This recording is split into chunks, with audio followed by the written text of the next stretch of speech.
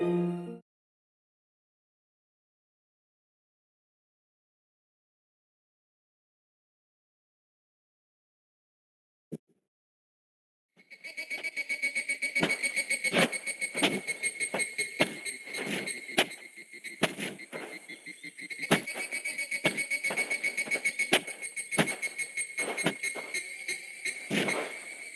the very end of a summer that was all too short, the old man I was living with passed away. Even after all the years we spent together, I never knew his name. Later that evening, I dug a shallow grave in the front yard of our home and buried him there.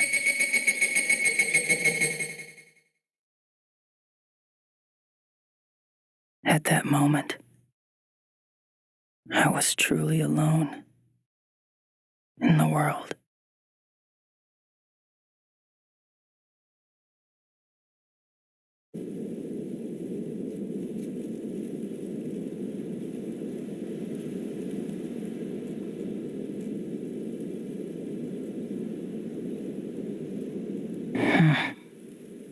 Maybe I'll find something he left behind.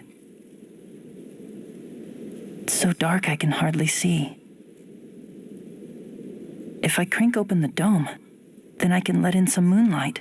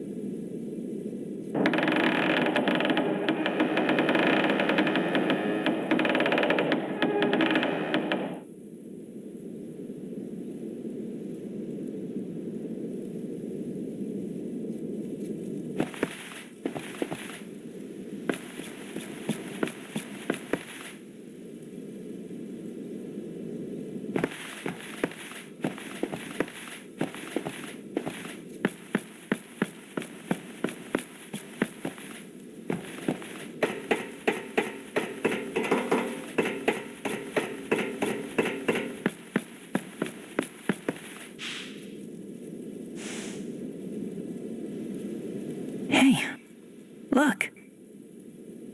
It's his flashlight.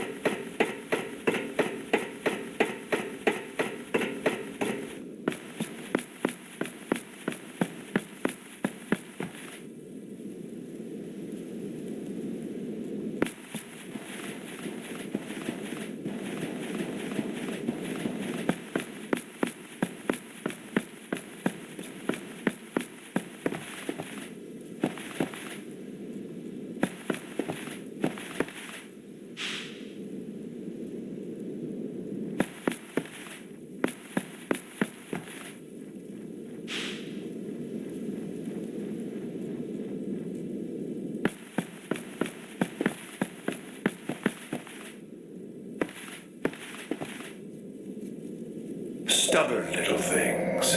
I thought they were all dead, but I see at least one survived. Who's there?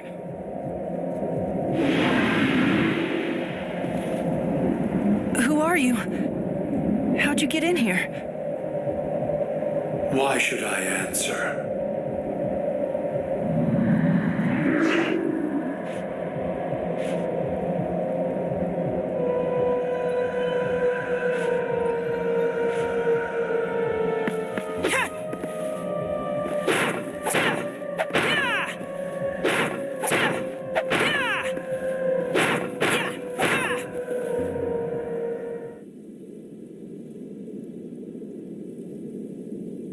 How pathetic. such a useless creature.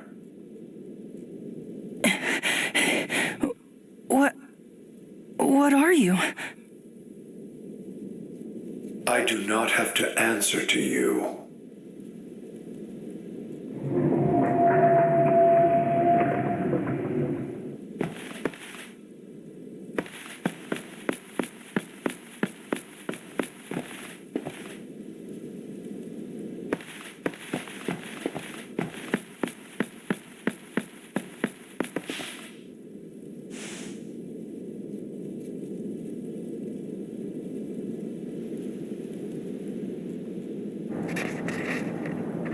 By the time you read this, I'll already be gone. Before, I didn't really care if I was dead or alive. I never considered myself worthy of living. And yet, I knew not even death could atone for my sins. You have no idea how hard it was for me to even write you this letter. It's strange, really, for having wasted so much of my life. Now that the end is finally in sight, I never dreamed I'd feel like this. Only the time I spent with you gave meaning to my worthless life. Only now do I regret that I didn't open my heart to you more. Why is it, as I say goodbye, that I'm brimming with so many things I wish I could have said to you?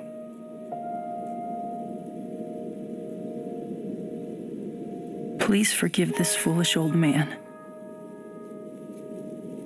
Head east of here, and you will reach a tall red tower. I can't promise, but there you might find other survivors besides yourself. When I am gone, you must go east. Now go. And Seto. Thank you for everything.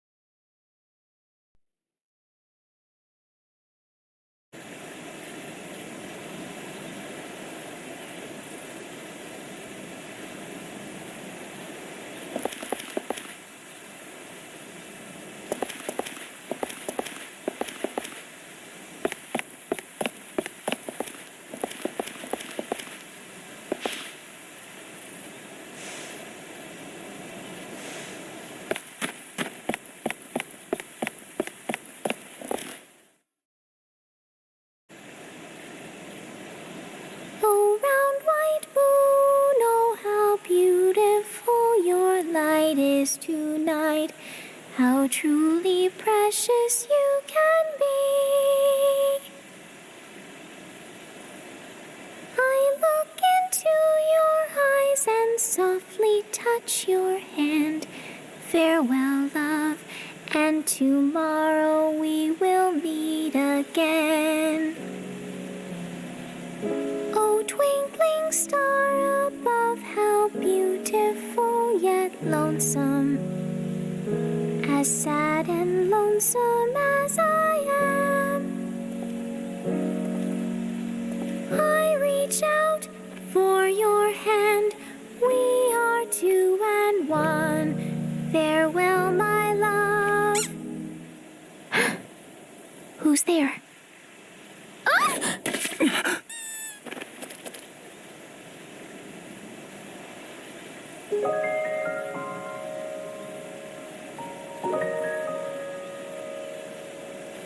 Are you okay? I hope she's not dead.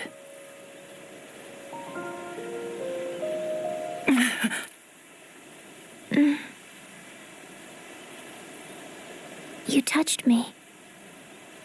Yeah, but... well, I was just making sure you were still alive. I don't know you. Well, no, but I'm...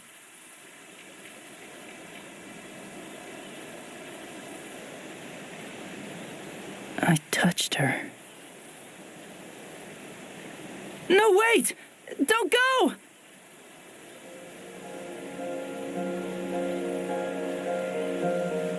On my journey through the world, all of the people I thought I saw slipped away like they were just a mirage.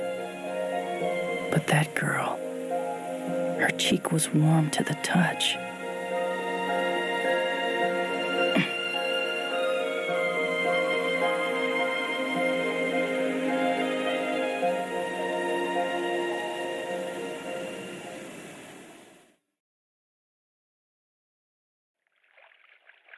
I was 15 years old at the end of that summer.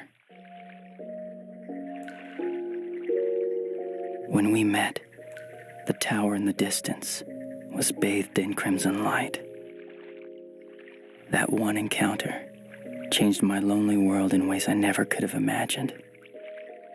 The brief moment we shared transformed me to my very core. Even now, I remember it like it was just yesterday. The stuffy, humid air, the last vestige of summer. Her silver hair fluttering in the breeze.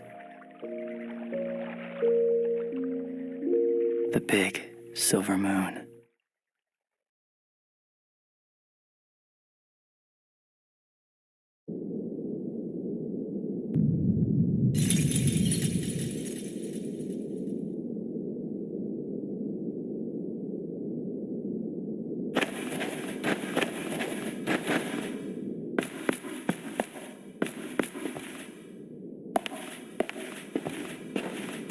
Please help me.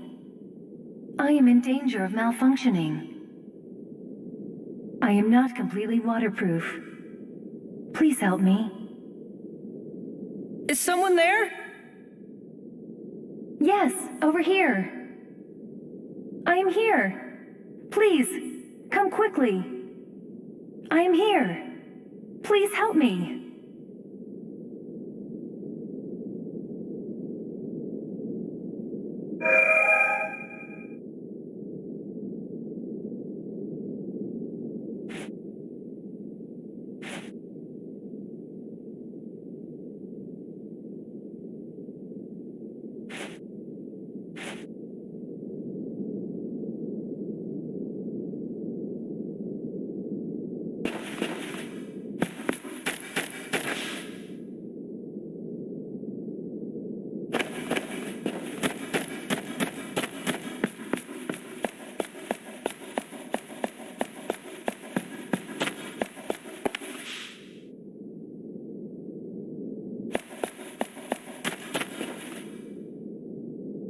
help me.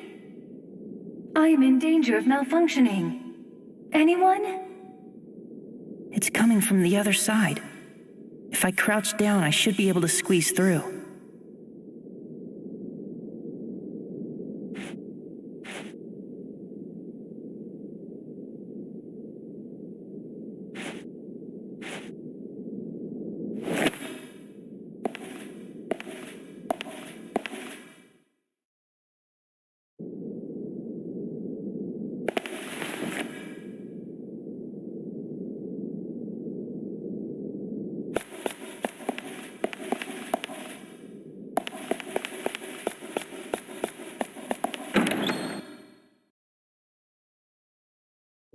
Warning, I am not completely waterproof.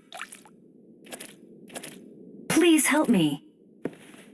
I am in serious danger of malfunction.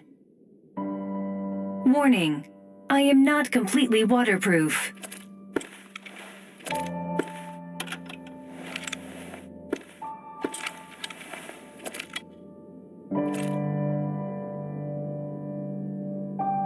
Hello, I am a personal frame, an interactive digital assistant equipped to respond to my user's emotional state, whatever it may be.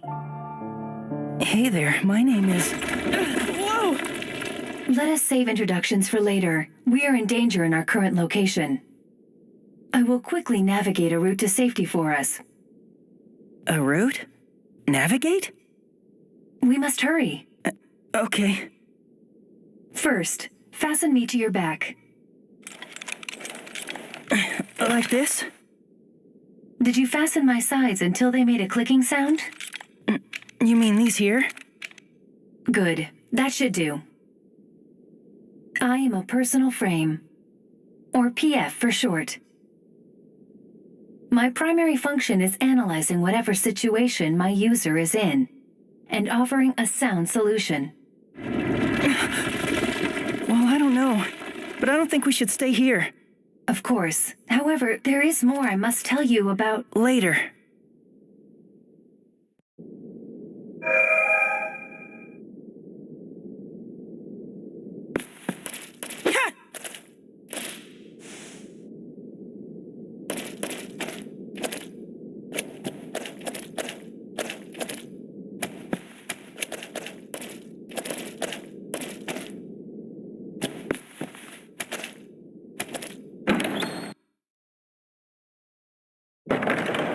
You should be able to build a fire there.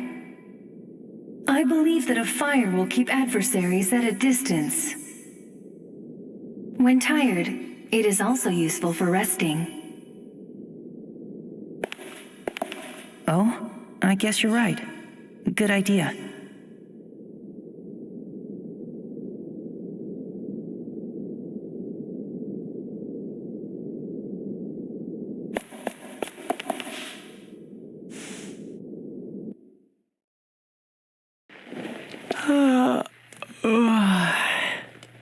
Oh, man. So, do you feel warm?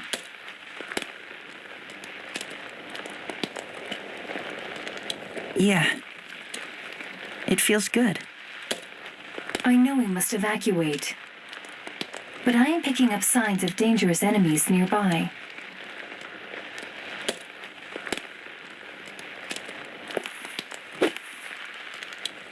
This stick should do the job, right? That will suffice for the time being, but it would be in our best interest to acquire something more durable. Oh, hold on one moment. There should be something serviceable as a weapon ahead. Investigate, but exercise caution. Right.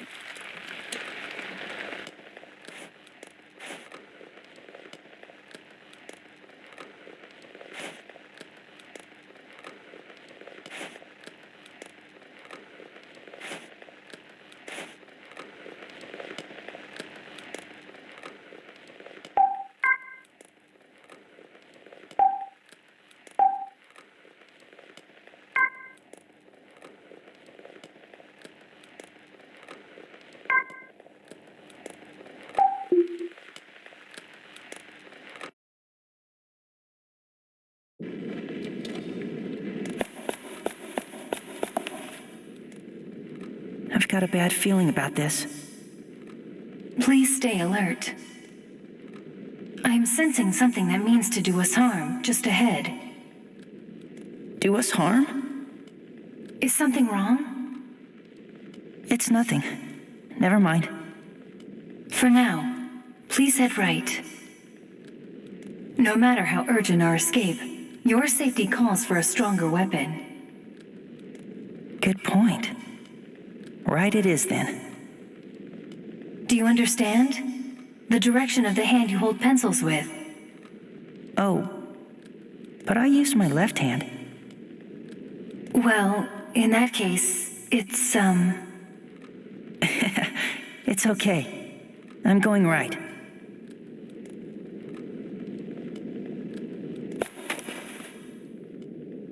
Oh yes. I forgot to mention something. What is it? Whenever there is something on the ground, a gathering of fireflies just above it will signal its position to you. Why would fireflies be attracted to it? Indeed. Well, maybe it is because it is summer, perhaps? Right.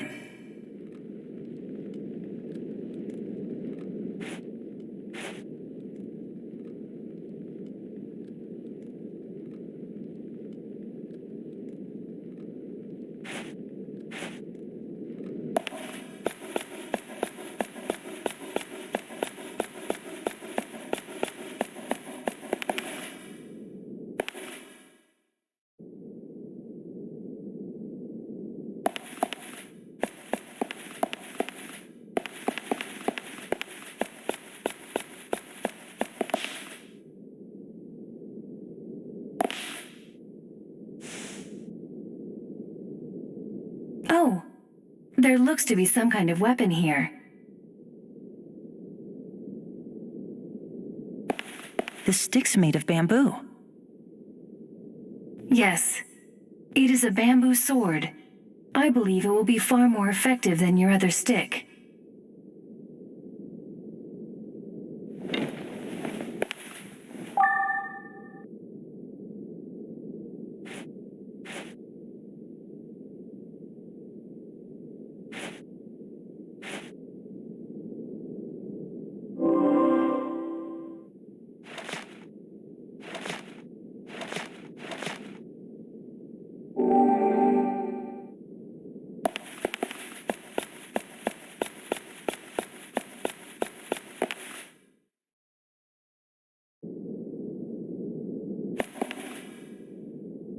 Pardon me, but there's something else I've been meaning to tell you. Huh? What is it? This area is suffused with what one might call malicious thought entities. Malicious thought entities? Yes, they are the manifestations of the undying feelings left over from those who passed away. They are hostile toward the living and are apt to confront them. This can... Wait, you're saying that we could be attacked? Simply put, that is exactly the case. So what do these thought entities look like? Depending on the sentiment, they can take many forms. What is most troubling is that they are invisible to the naked eye. What? Then what am I supposed to do? These thought entities are crippled by light. Therefore, the beam of your flashlight should work. It will strip them of their cover and weaken them considerably. So, even when the coast looks clear, I should shine my light around to really scour the area? Yes, so please be careful.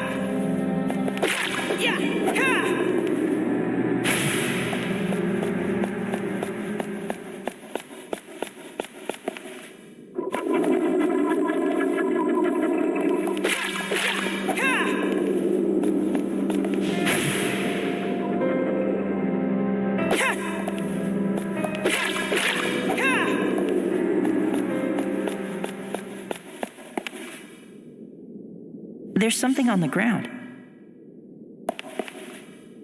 It is a paper crane. Somebody must have dropped it. Paper crane? Oh, I guess it does look like a crane.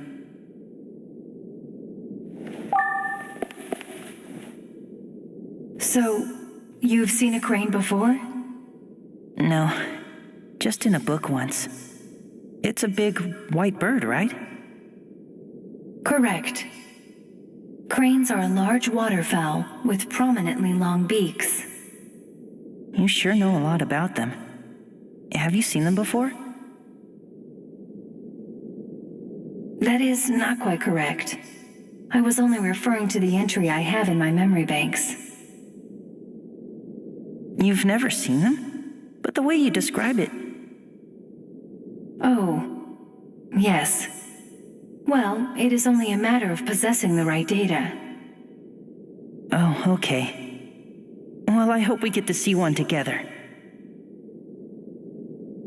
Together, as in, with me? Of course. Agreed.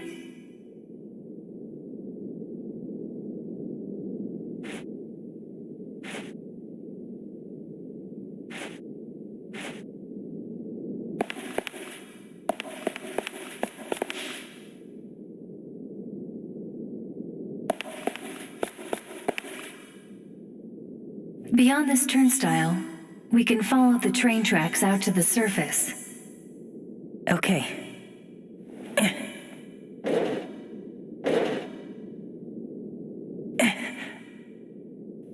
Nonsense.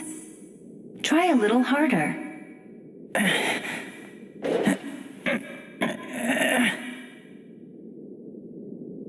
I mean it. It won't budge. Please stand by. I will run another scan over the area. Oh, well, actually, it might just be locked. At least, I think. We'll never get it open then. What do we do? Just a moment. Ah, yes. A key. We should find the key. There is a high probability that it is not far from here. Okay then. Let's go find that key.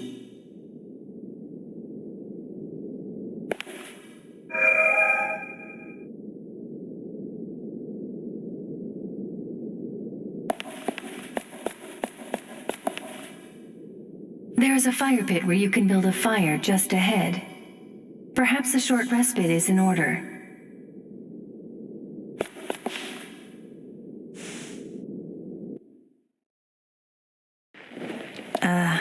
Am I starting to talk to myself? Is this?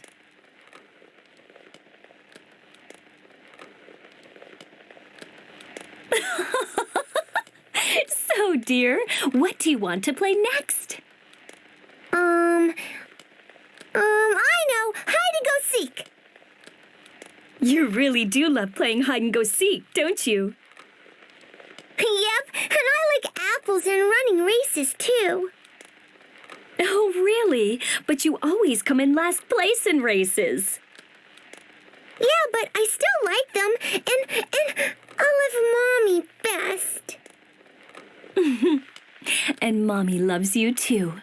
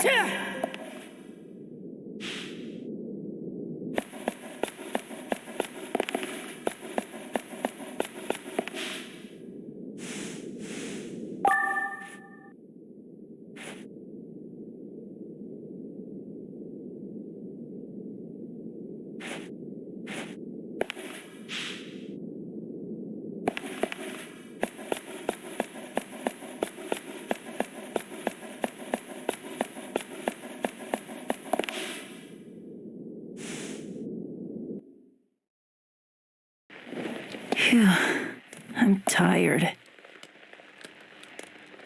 Hey, could this be...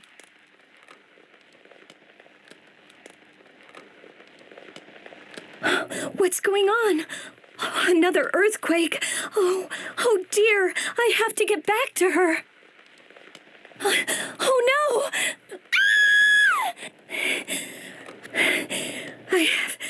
I have to get home. Oh, hold on. I'll be there soon.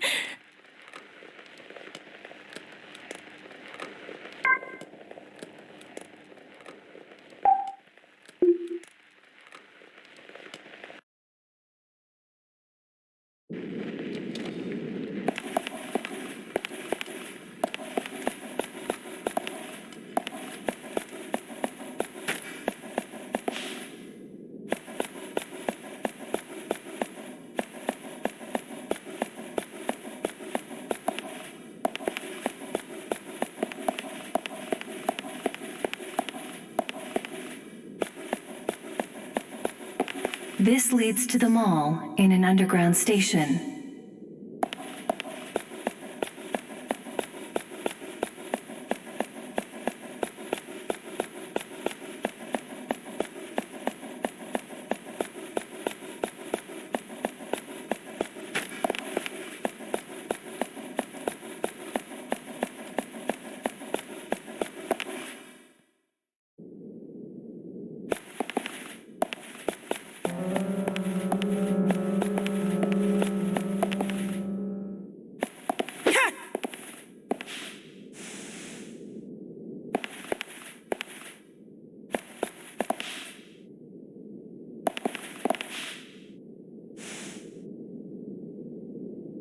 Whoa. Is this what I think it is? It is a key. After analysis, I can report that there is a 75% chance that it is the key to the turnstile shutter. Great. Then that means we can open the shutter now. Wait. Please hold on. At a probability of 75%, that means there is a 25% risk that it will not open for us. I'm sure it'll work. I mean, 75% is way more than 25%. I suppose that is a valid statement. Yes, it might work. Indeed, a 75% probability. Yeah, we'll be fine. Yes, we will be fine.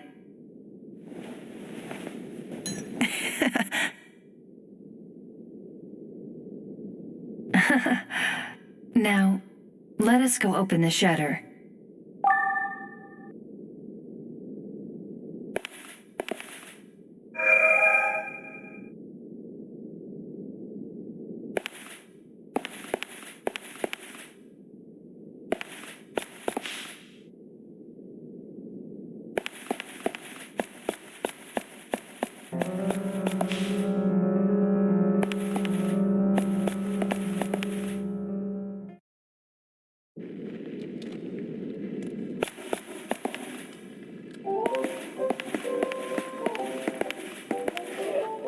Well now, this is a rare treat. It's not every day I chance upon someone. Huh? Whoa. Who are you?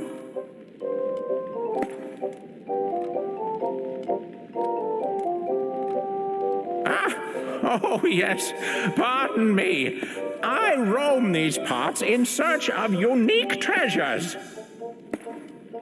And if I do say so myself, you seem to have a few eye-catching pieces. Care to barter, my lad? I've picked up some stuff, but none of it's that great. Well, have it your way.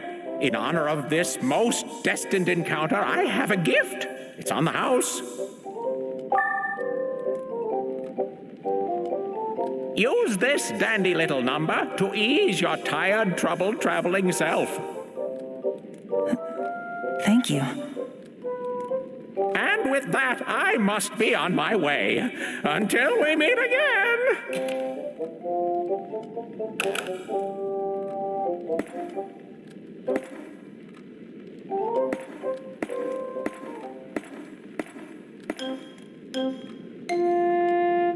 He's gone. Who the heck was that guy? That is a much warranted question. Well, regardless of his nature, we too should hurry on our way.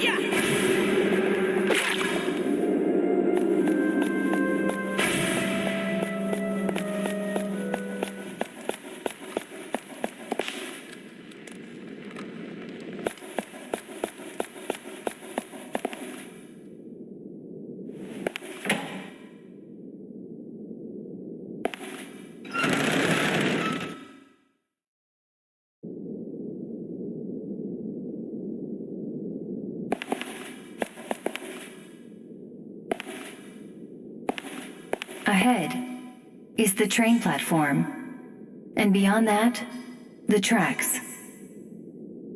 If we follow them, they will lead us outside.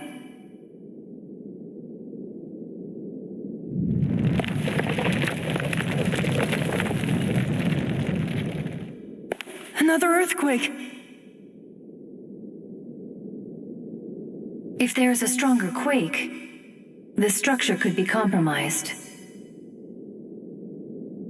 You mean we'll be in trouble? Yes, grave trouble. We must hurry.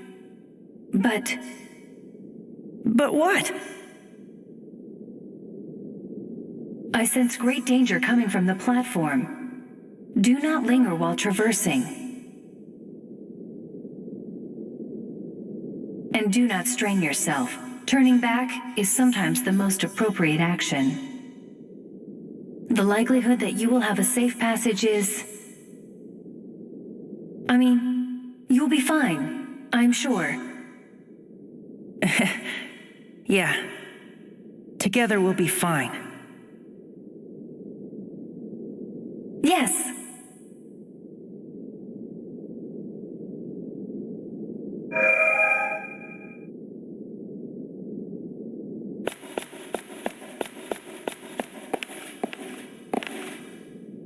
You can build a fire over there. Believe me when I say that rest and retreat can be heroic in their own ways.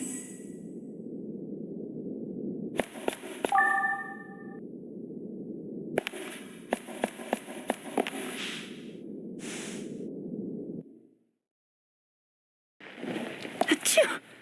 I hope I'm not getting sick. Hey, is this?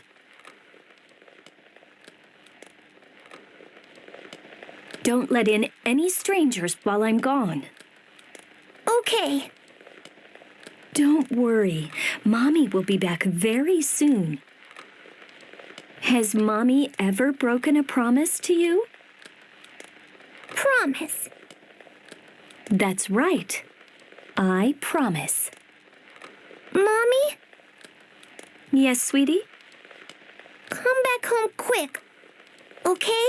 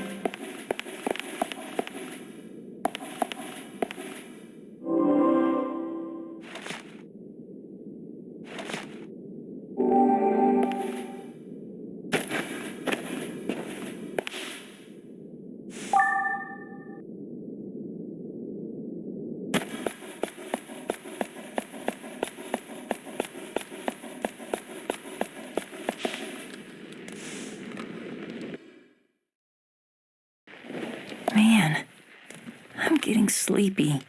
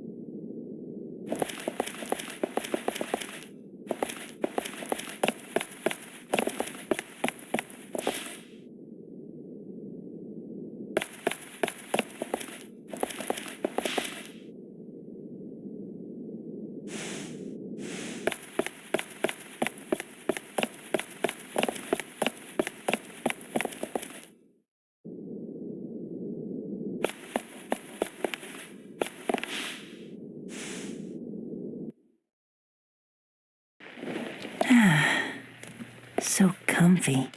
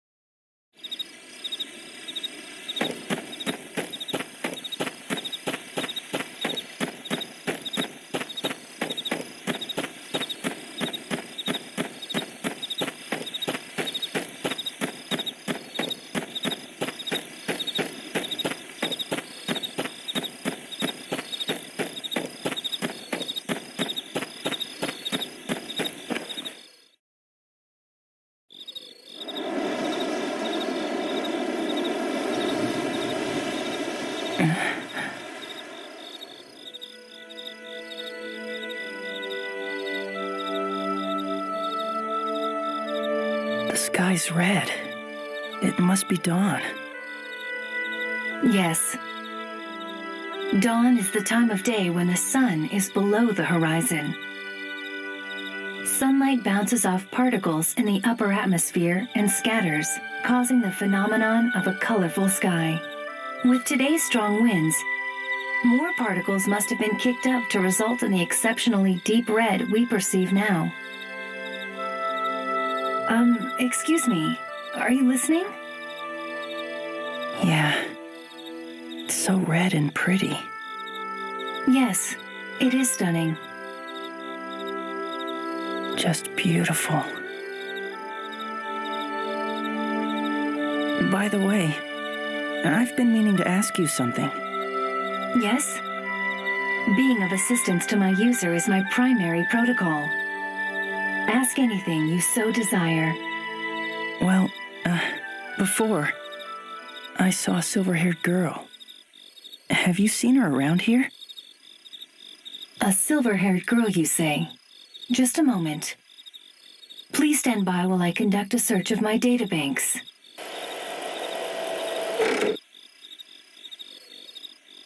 I should mention that an ongoing power shortage has restricted access to the compressed files in my database. I wasn't able to scan all of my records, but... You know her? Yes, no. Which is it? Pardon me. It is just that of the memory I was able to access, a silver-haired girl might or might not have shown up. You've seen her? It's possible. And yet, it's possible I have not. Oh, so you haven't seen her. But wait, I might be able to estimate where the girl would be at present. This is only a theoretical calculation, but when it comes to the general location of people, the underground shopping mall in the station we were just at was always lively with crowds. So perhaps... Some people might still be there? Yes, in the past it was always bustling with activity, so there is a possibility it is that way now. Okay, how do we get to this underground mall? The entrance to the underground mall can be found on the second floor of the station where we just were. However, that passage is always kept locked. Oh, but Do not worry. There is a chance that the key to the passage is being kept in that storehouse up ahead. I'd say it is at least an 80% chance. All right then, let's head to that storehouse, right? Affirmative. Inside, you will need to locate a thin, gold-plated key. And one more thing. Please be careful. Yeah, I know.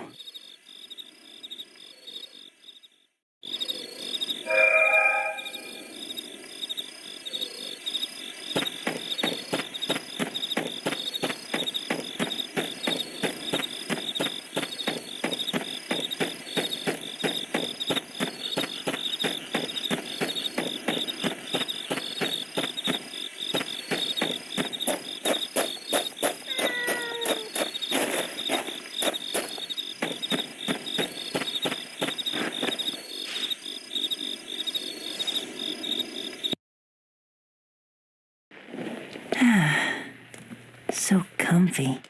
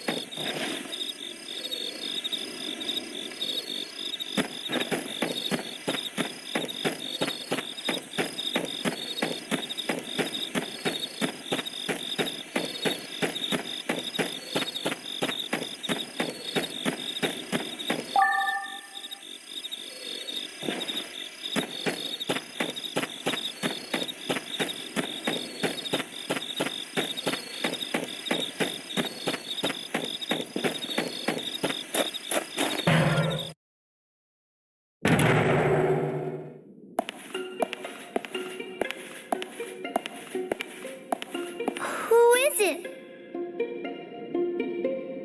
I hear someone. Whoa!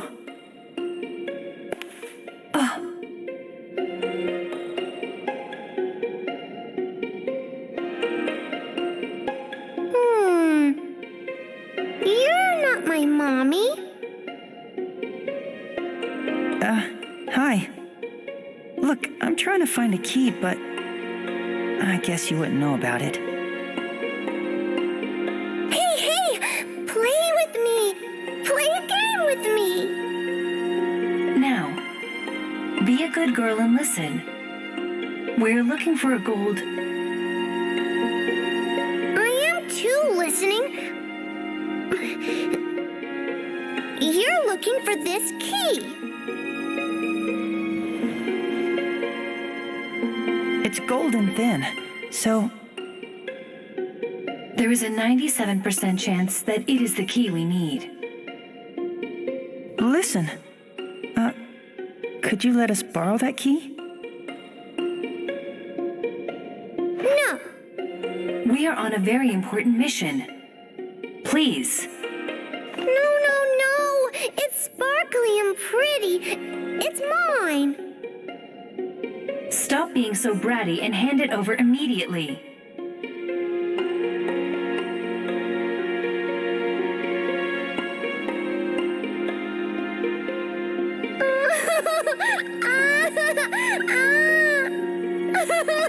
I'm scared.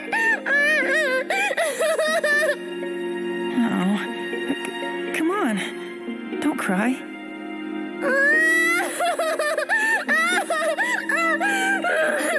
I'm scared. What should we do? Beats me. Play with me. Huh? I said play with me. Oh, okay then. What do you want to play? Hide and go seek. Hide and go seek? Yeah. I'll go hide and you find me. If you win, I'll give you the key. It seems we must comply. Yeah, guess so. Okay then. Come on. Let's play hide and go seek. Yay! I'm gonna go hide now.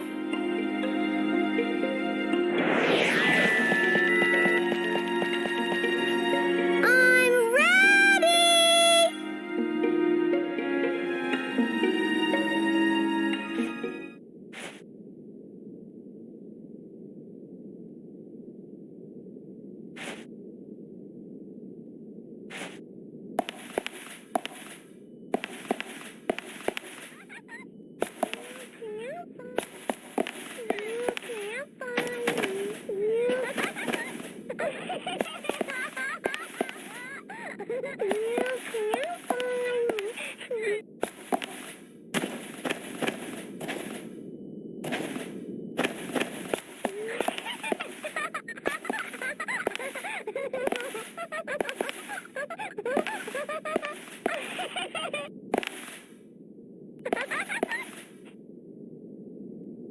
Gotcha! Booey! No fair! You found me! You just got lucky. You won't get me next time.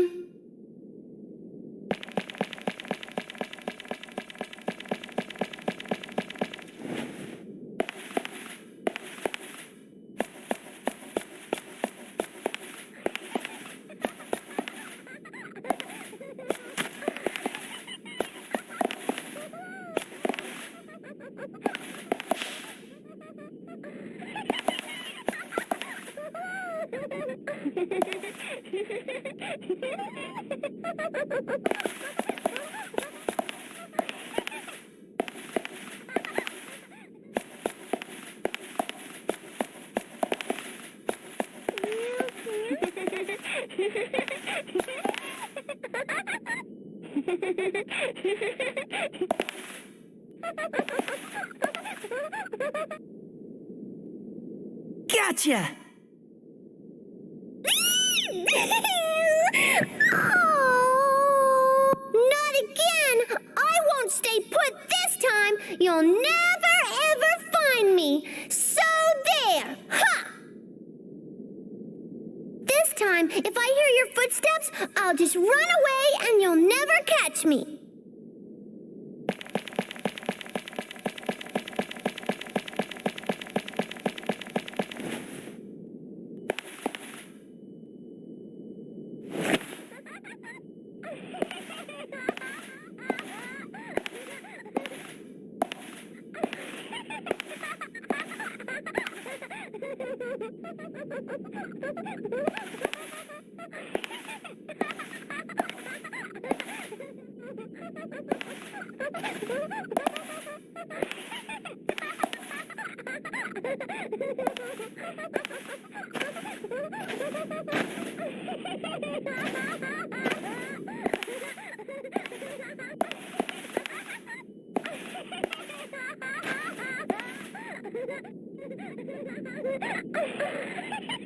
Gotcha!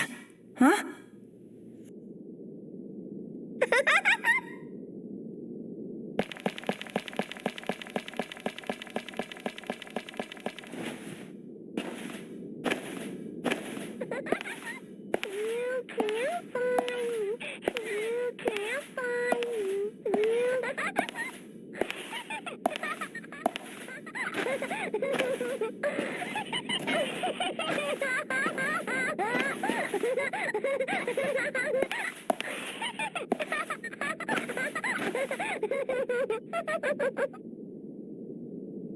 Gotcha!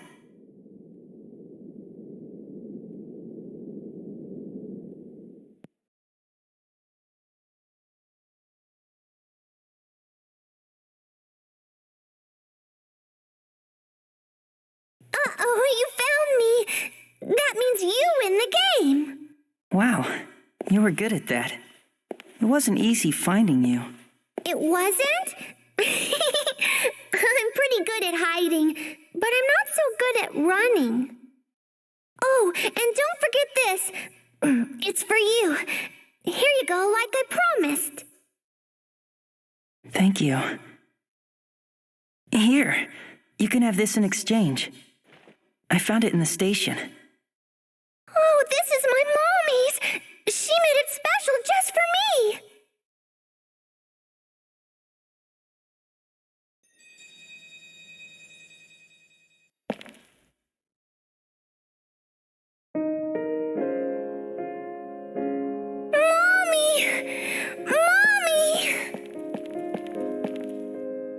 You came back to get me! Oh, sweetie. I'm sorry it took me so long. Mommy! What is it? Oh, Mommy! Yes. Now what is it? Please, Mommy! Please, don't leave me alone ever again. I won't. I promise. You promise.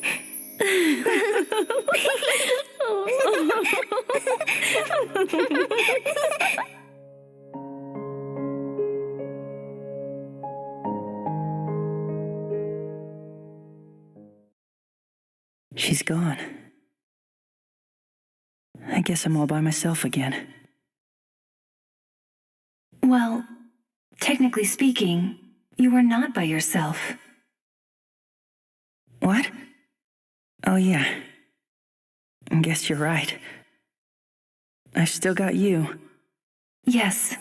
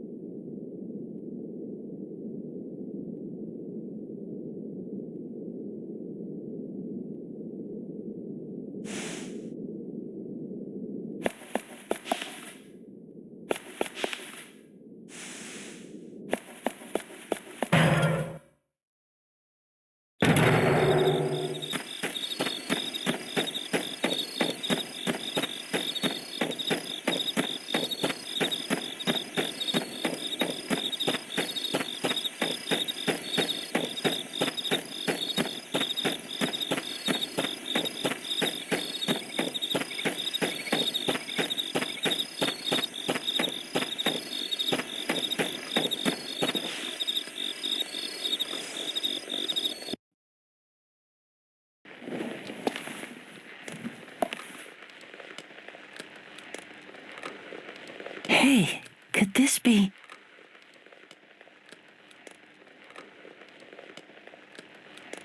I'd always meant to see you, but now it's too late.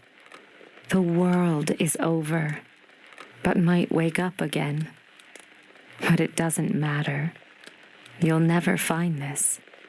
And even if you do, what will the awakened world be like? Will the stars still be in the sky? Will the moon still shine down on us?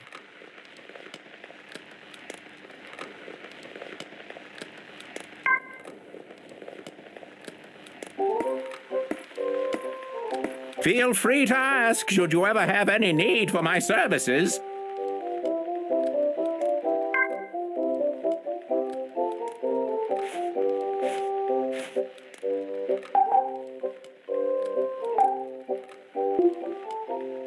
I shall see you again.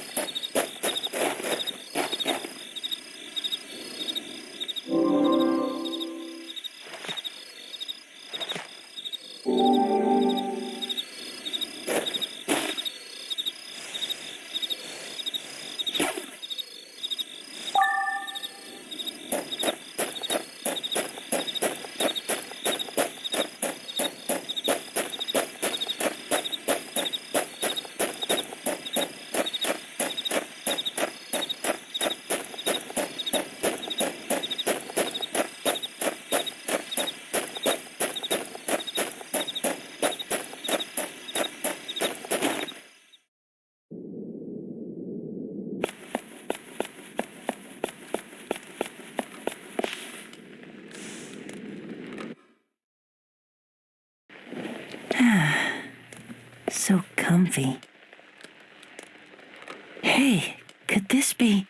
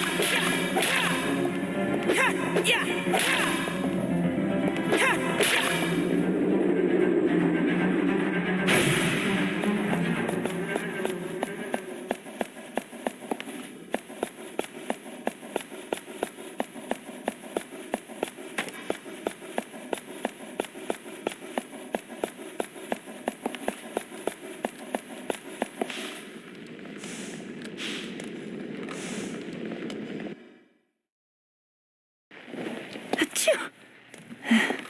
I hope I'm not getting sick.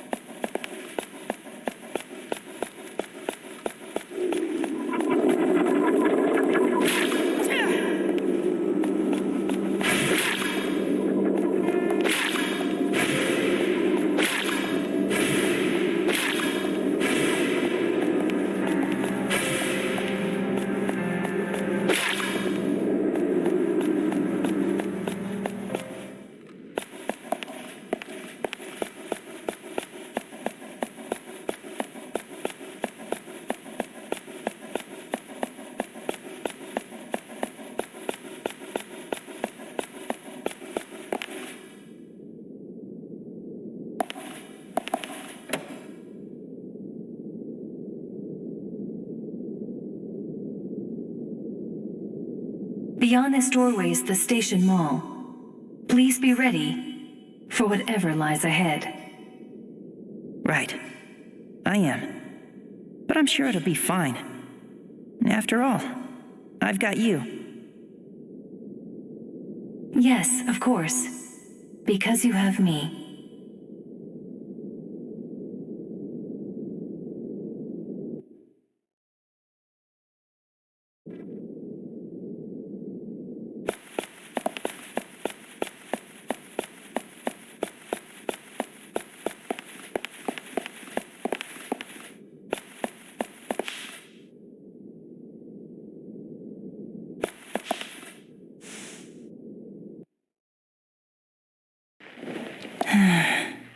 It's soothing watching the flames.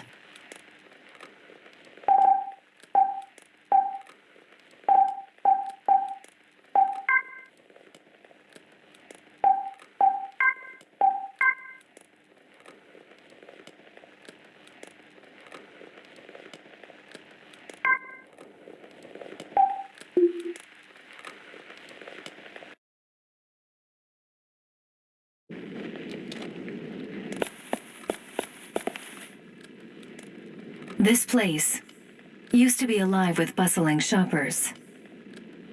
In the past, maybe. Looks pretty run down now. I surmise that the frequent earthquakes took their toll on it. Indeed. Seems that way. Well, let's look around.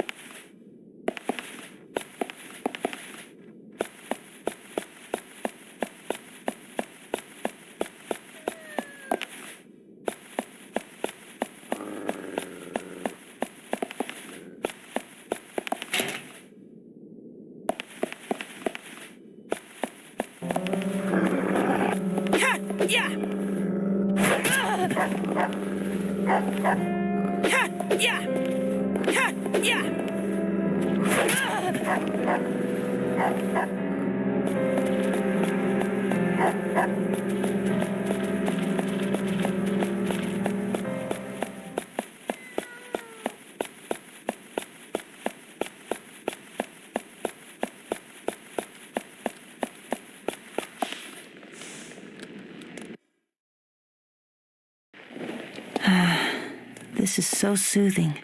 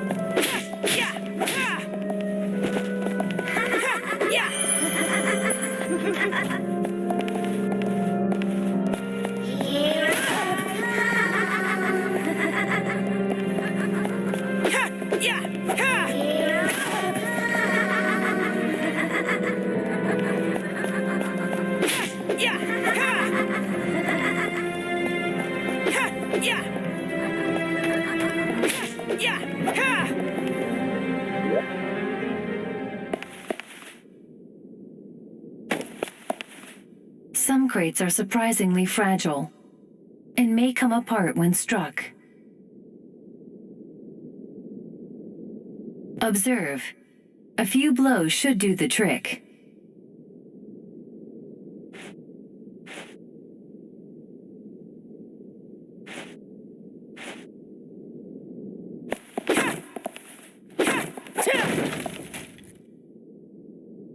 Hey, there was something inside.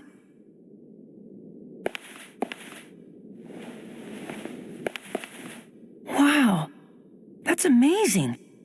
Did you know this key was here? Huh? No.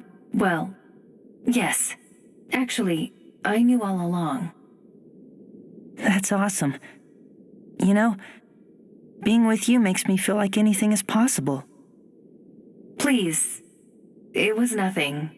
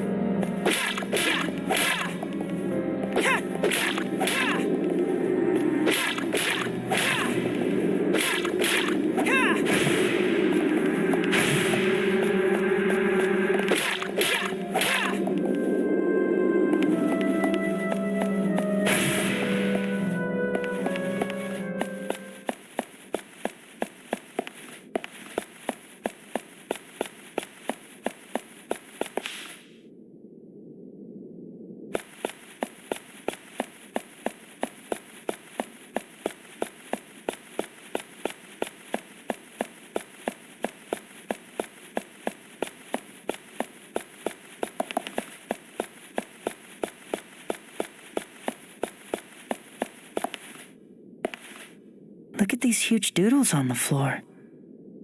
I wonder if that girl's behind them. That girl. Do you mean the silver-haired girl? Yeah.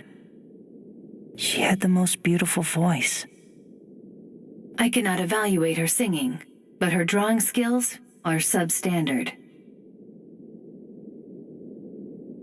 Hey, that's not a nice thing to say.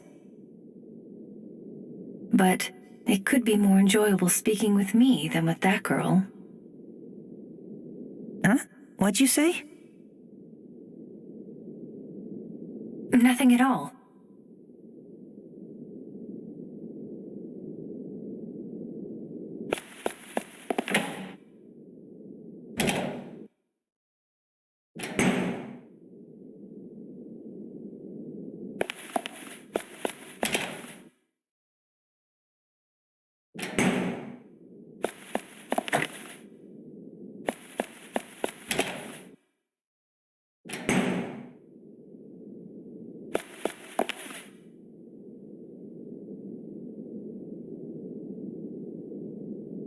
It's pitch black in here. I hope we'll be all right. We will be fine. After all, I am with you. Yeah, you're right. I mean, you found that key under the crate, too. Precisely. We will be fine together. Yeah. We're together. Yes.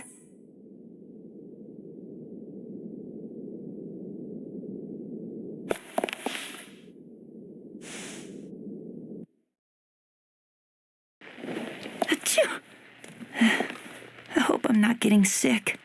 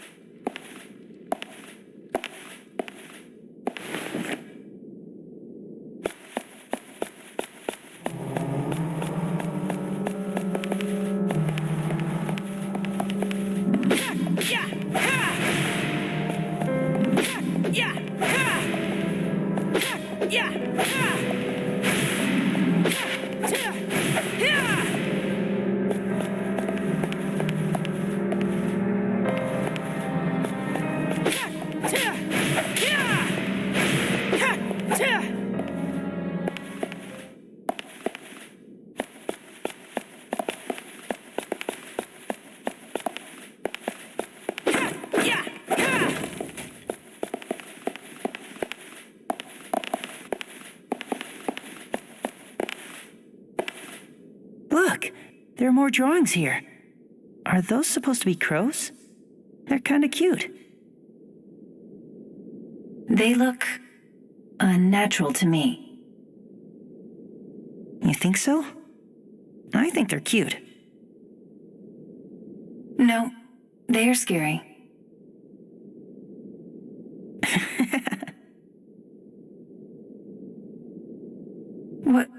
What is so amusing? Do you find that funny? No, it's nothing. Never mind. I see.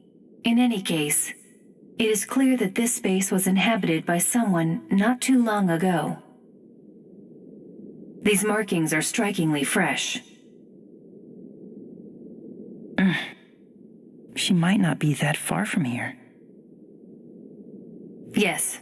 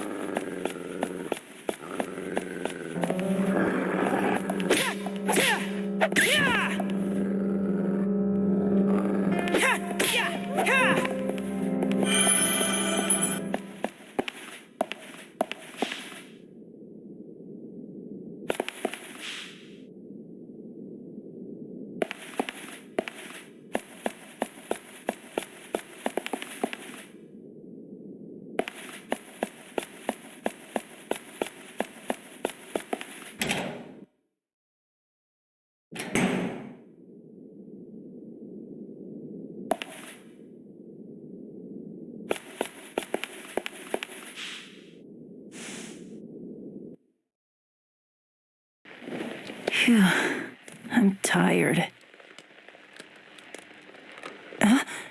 Is this?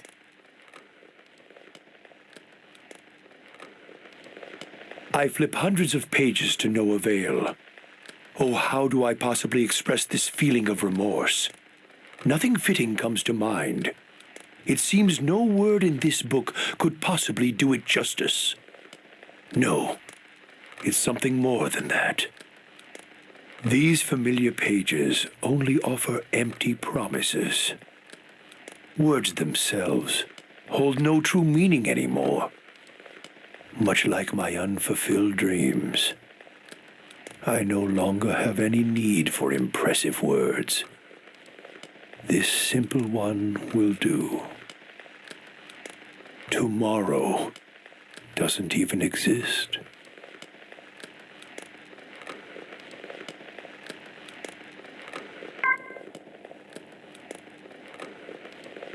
I named my character Ah. At the time, I didn't really care. But halfway through the game, when I thought about changing it, I realized that I was actually pretty attached to it. Despite your bizarre moniker, you still saved the princess and had the king hailing you in your stupid name. Come on, Ah. Are you really gonna vanish like this? Are you okay with ending it all without even saving the world? Stuck with that name? I'm sorry, Ah. I should have thought up a better name for you.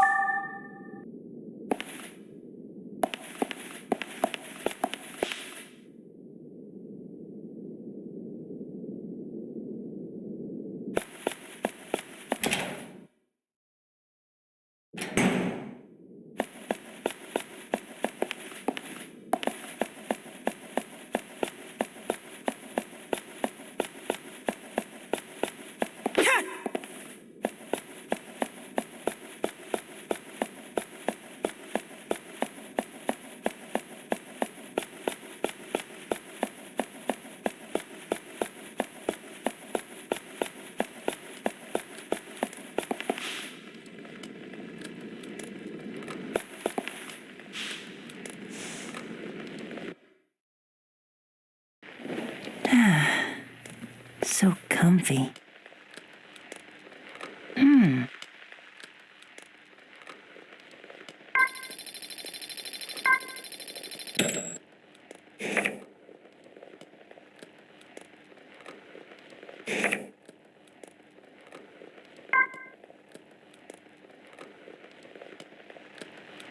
If we worked without ambition, spent our days with time on our tails, never thought we were happy, and will now disappear without leaving any memory, then what, just what, was the point of us?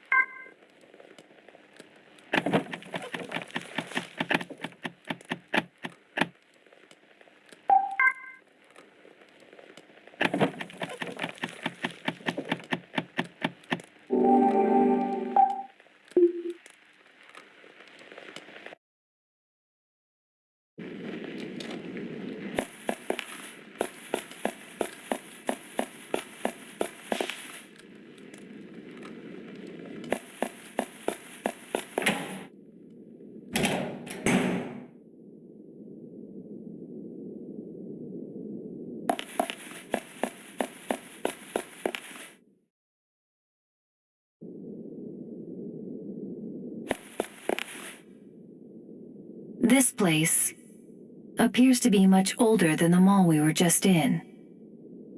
And from within, I sense... What is it? Nothing. Or rather, from within, I'm picking up hostile readings. Be very careful.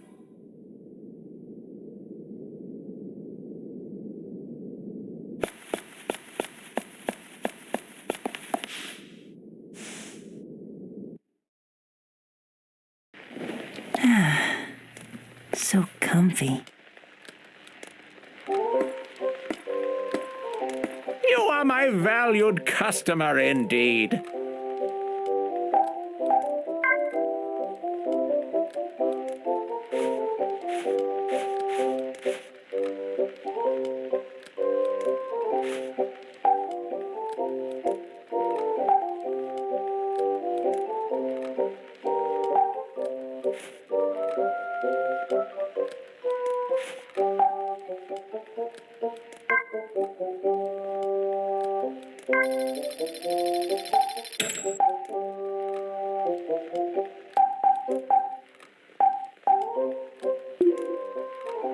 I shall see you again.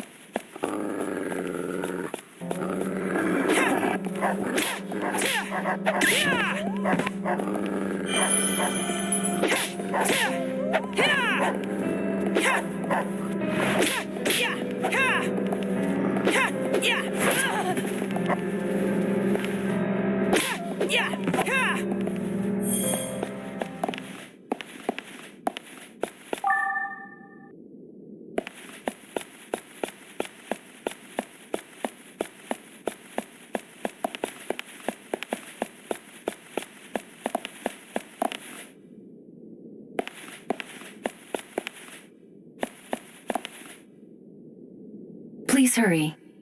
I am nearing the limit of my functional capacity. Functional capacity? For now I am all right. Now hurry. Okay.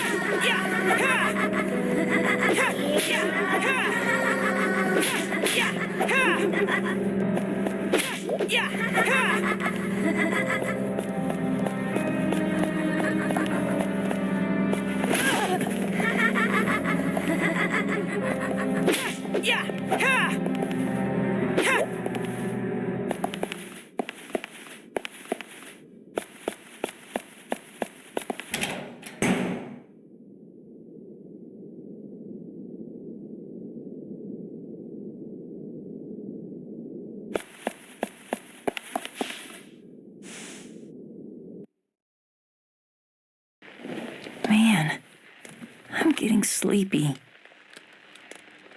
Nice surprise.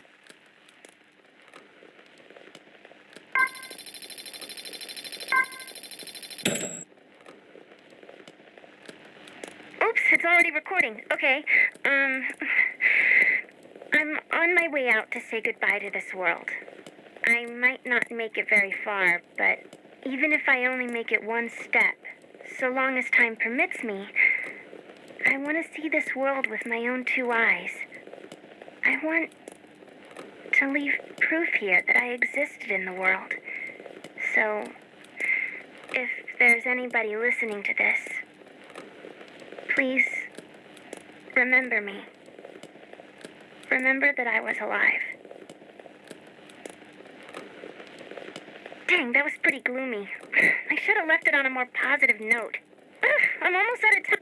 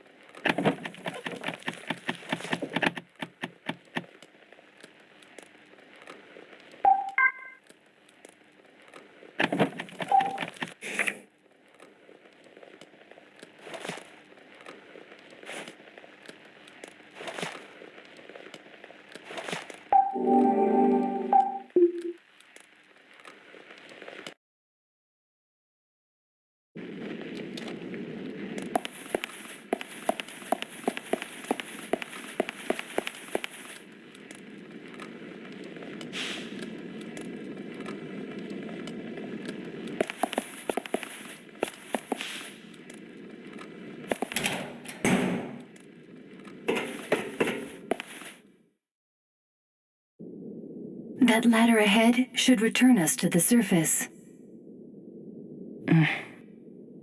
But it's too bad we never found that girl down here.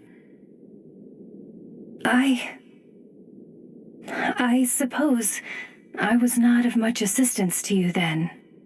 What? Come on, don't say that.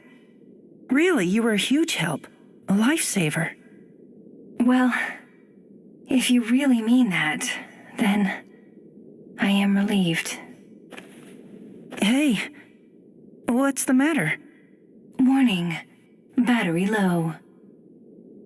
Huh? Wait, what battery? Warning, battery low. What's happening? What should I do? Warning, battery low. What am I supposed to do? Tell me!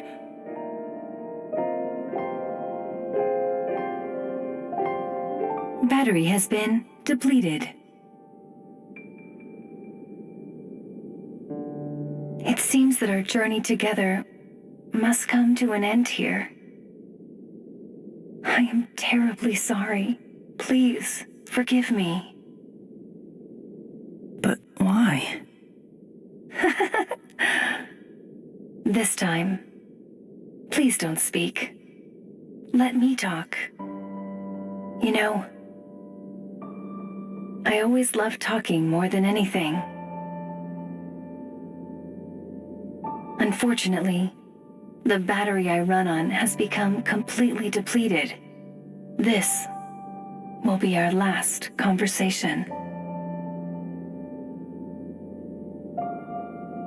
If you had not come along when you did, I would have malfunctioned in that decrepit station all alone.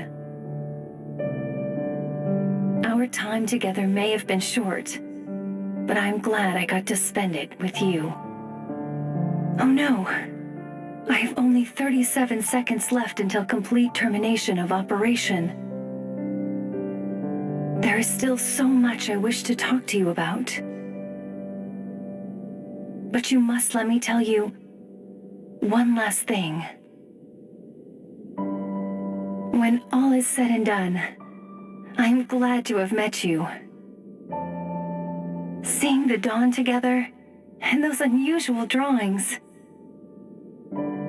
Oh, and your name. I never asked you what your name is.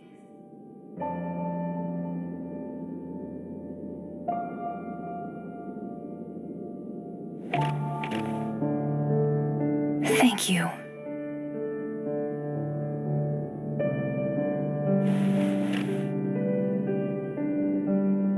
Seto. My name is Seto.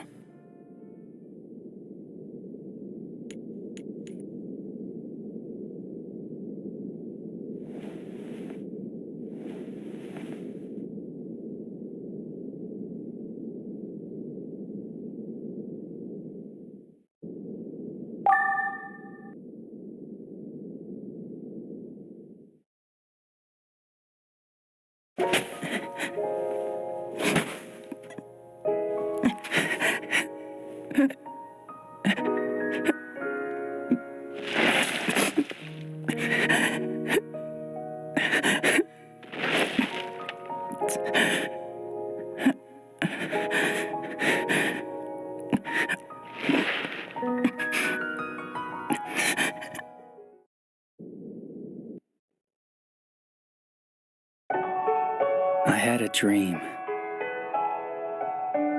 that a familiar voice was calling me. As I walked along, it spoke to me, sometimes worried, sometimes happy. We watched the red sky, full of clouds, caught up in the summer wind.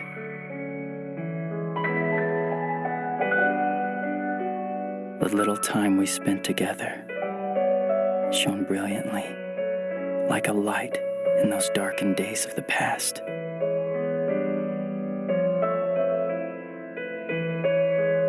I know that no matter how badly I wish to see you again, that can never be. Those who live must continue to live.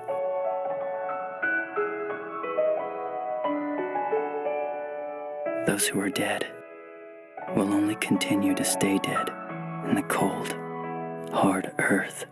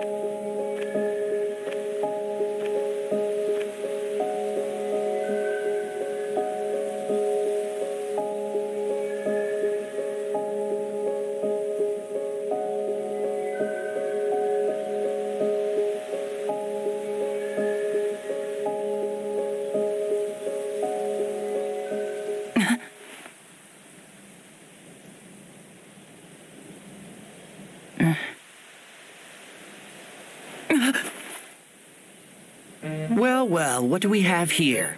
What do you think you're doing in a place like this? Huh? Who are you? Come on, didn't your mom teach you any manners? You first. My name? It's Seto. Seto, huh? And what kind of a name is that? Anyway, you can call me Crow. C-R-O-W. Sure, Crow. Don't act like we're friends. What? But I said, don't act like you know me. Listen up. I'm the one who's gonna be asking the questions around here. You just answer. Is that clear? yes, Where are you from? pretty far to the west of... What are you doing here, huh? Well, it's just that I thought I might be able to find more people if I came. You mean more humans? As in, you're human?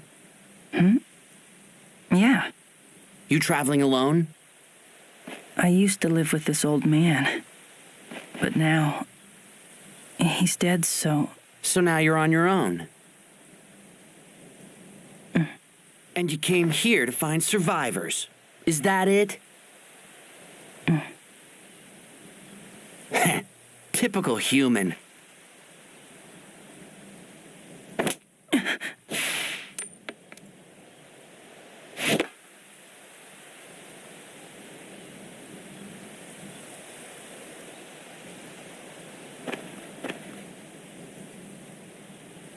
Well, ain't this a pretty trinket? Looks valuable, too.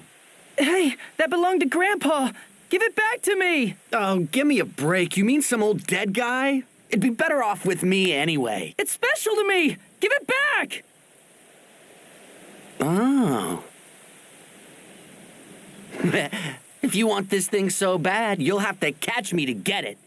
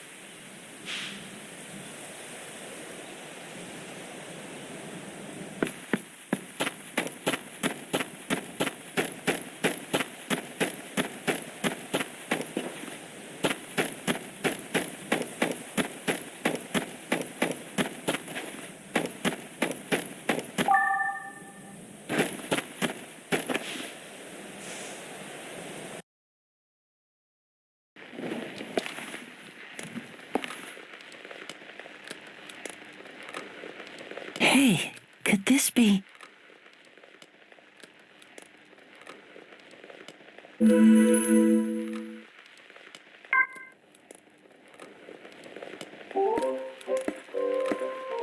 Ah, it is you. The pleasure is mine.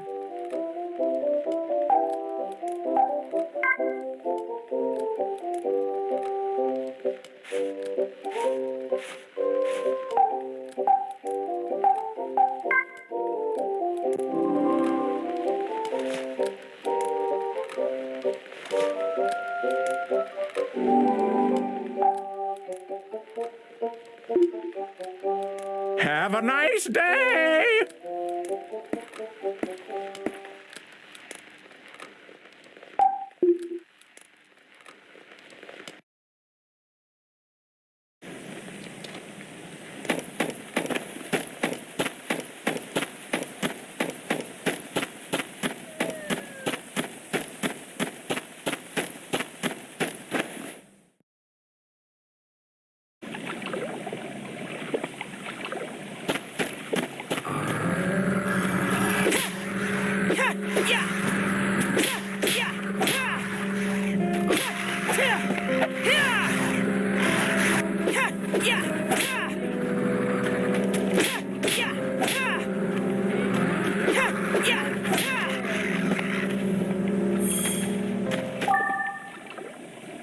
boy! This way! I'd never be over there. Use your head. Where are you even looking?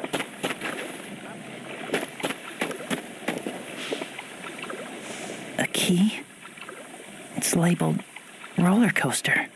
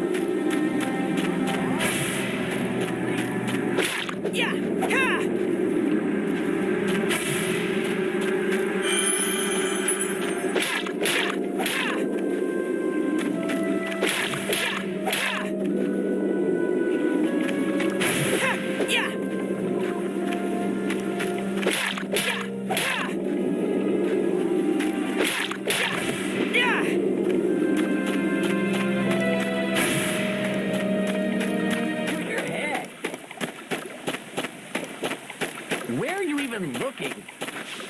I'm over here.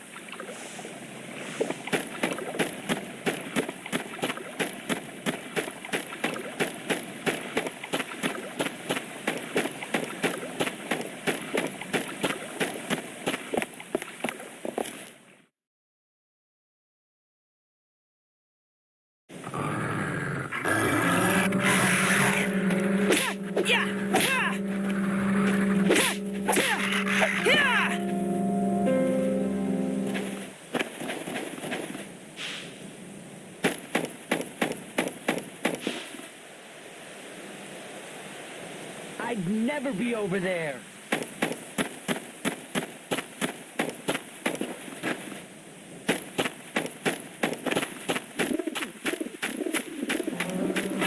I'd never be over there. Use your head.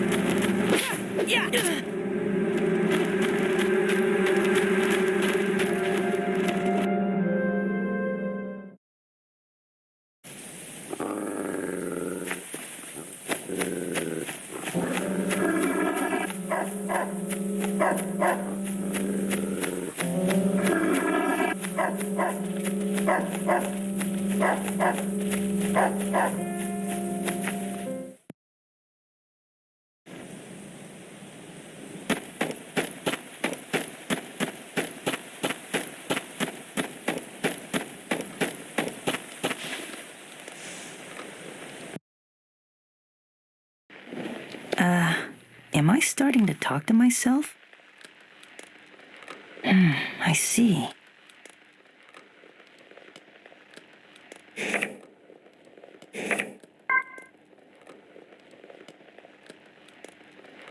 It was a gloomy, overcast day.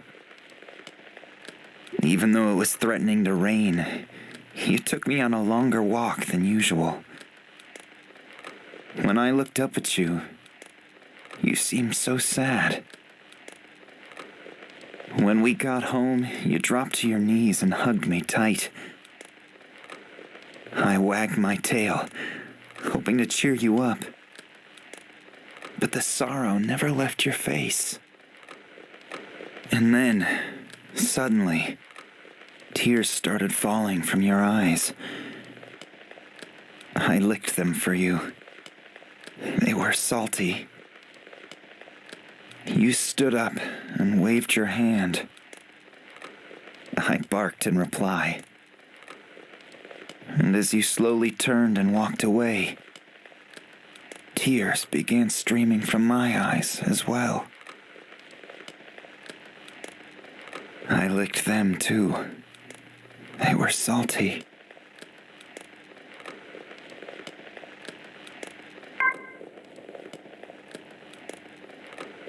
That was a lot of fun, Mommy. Now let's go back home to Daddy. Something about the clouds looks so menacing and smoky gray. The black crows have begun to caw. We have to hurry home. Mommy in my right hand and my balloon in my left. What happened? What's going on? Where'd my mommy go? Does anybody know? Anybody? My balloon and me. Alone and afraid. The butterflies flew, and I lost myself as I chased them. Alone and afraid. I stuffed them in my pocket. I stop where I am. I stare at my trembling hands with eyes red from crying. I really am all alone now.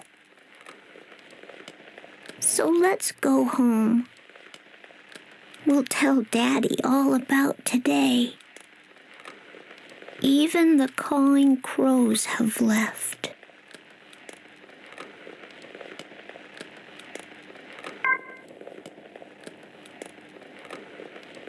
To live free of regrets.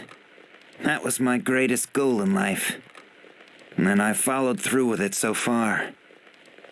I have lived my life without regrets. I did well in school, and I've joined a prosperous company. I never had financial problems. I could afford whatever I wanted. Sickness never visited my door. I never even had a reason to go to the hospital. Truth be told, it was an all-around good life. At least it was supposed to be. Yet here I am in sorrow. As I inch ever nearer to death, I realize I have no one to share it with. I'm scared.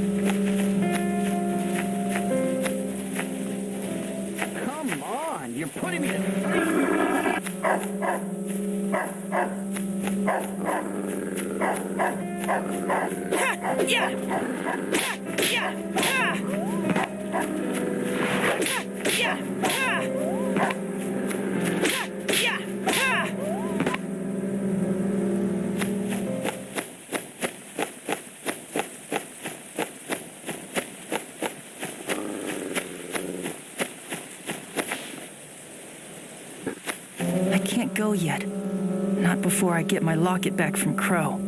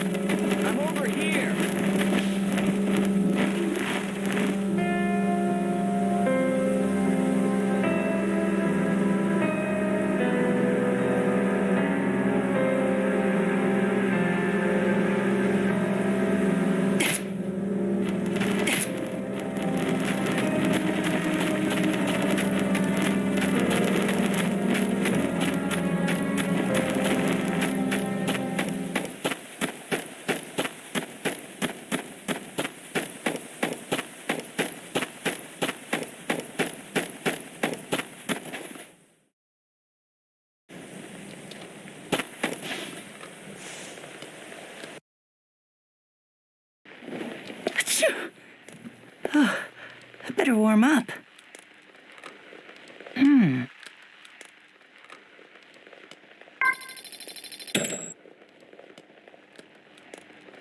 Whenever I drank one, I always wondered how they got that little marble inside the bottle.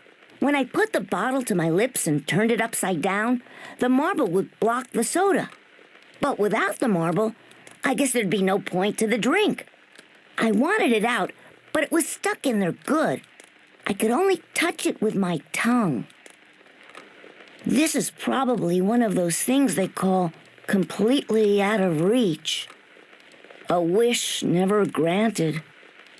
This may have been my first lesson in that.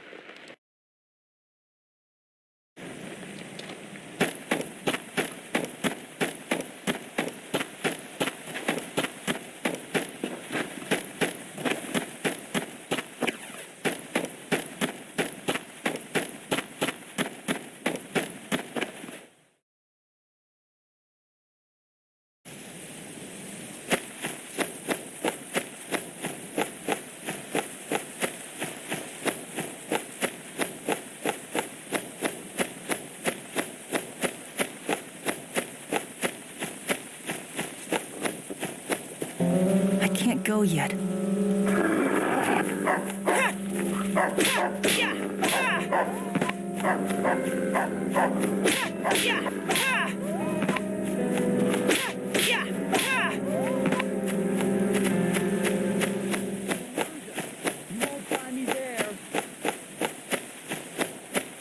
Where are you even looking? I'm over here.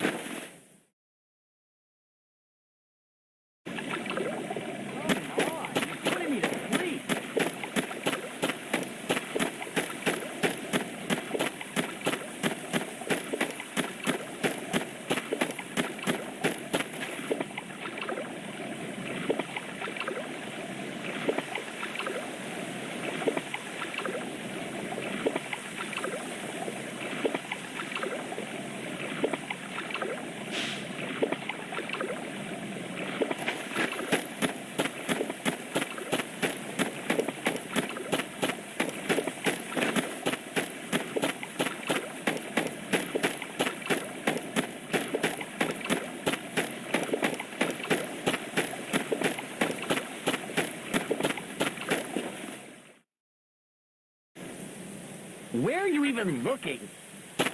I'm over here. Good boy. This way.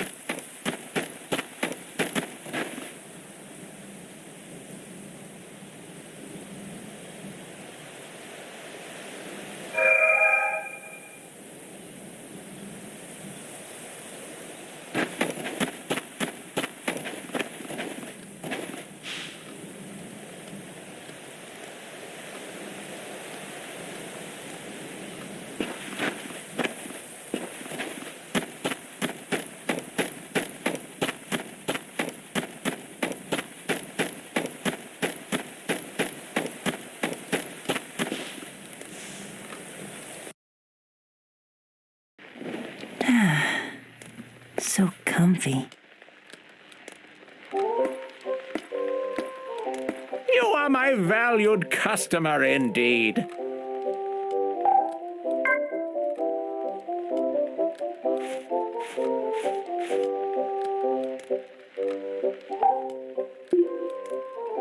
I look forward to our next meeting.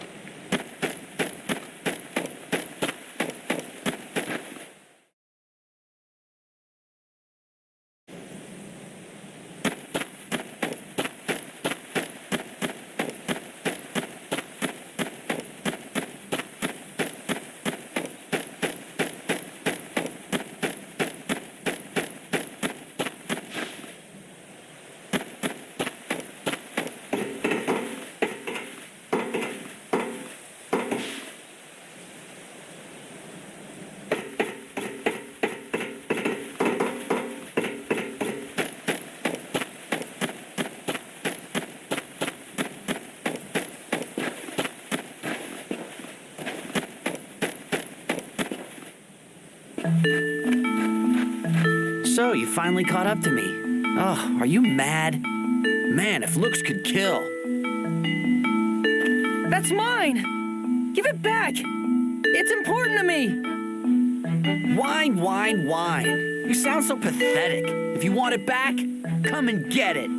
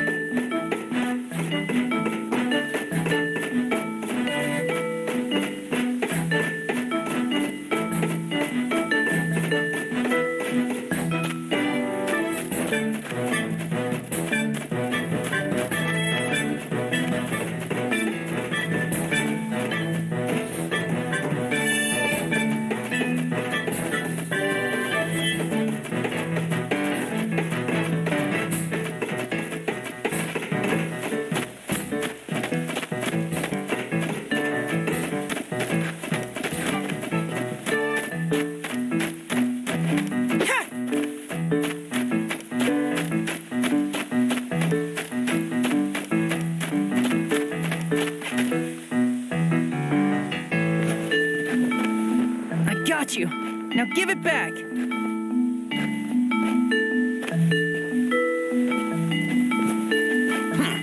You're faster than I thought, but I'm not giving it up that easily.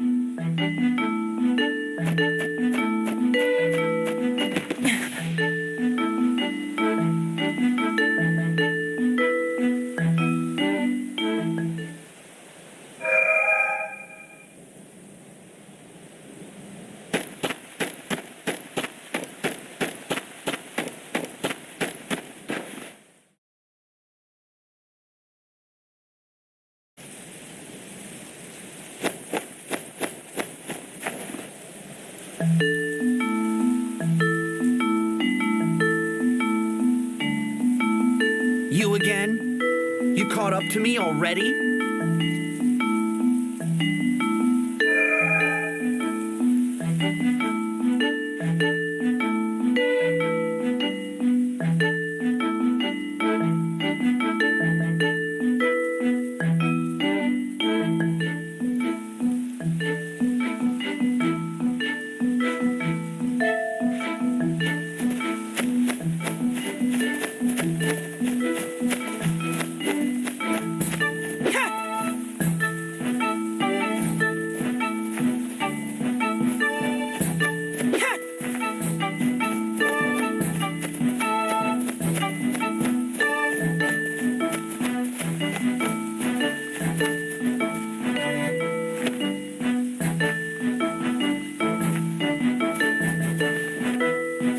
Maybe if I crouch down, I can hide in one of the teacups.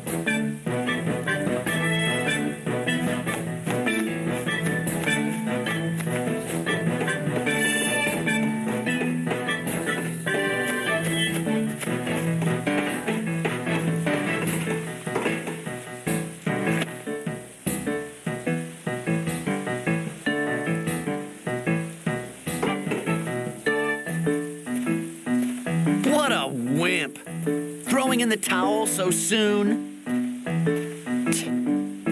I thought I'd get a little more fun out of you.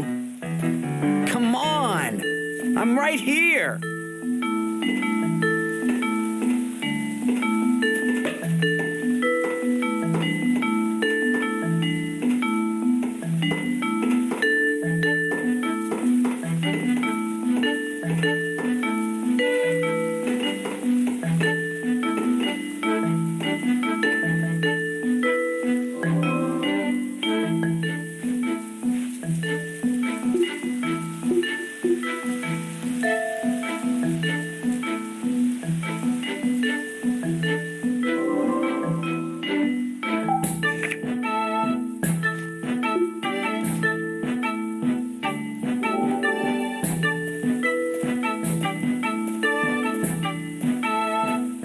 Oh, man. What gives?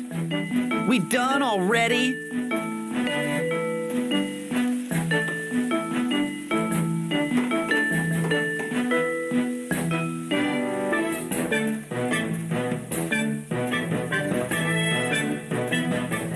Come on. I'm right here.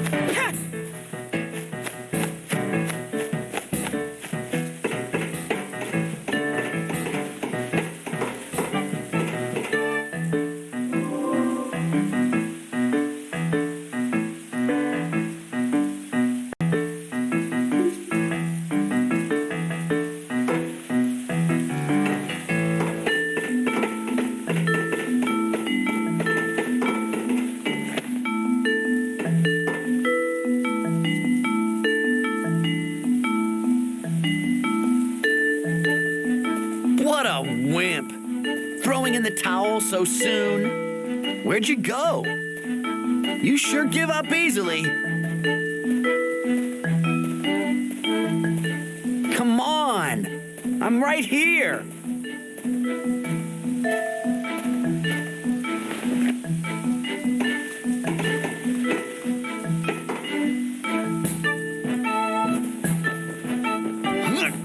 Let go!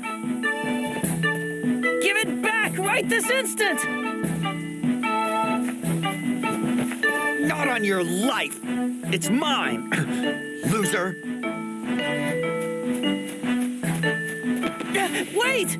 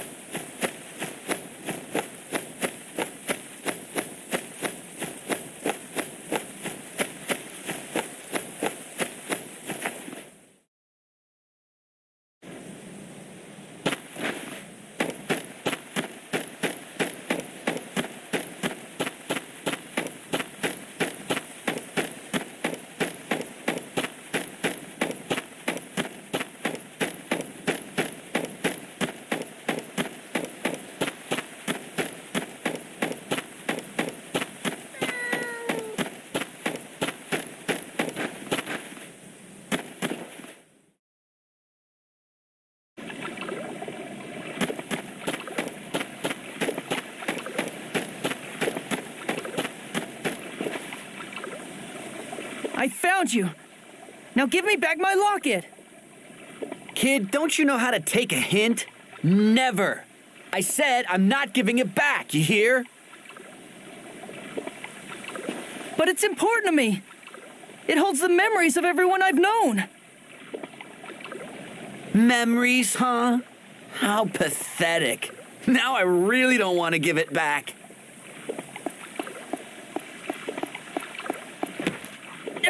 Wait, Crow!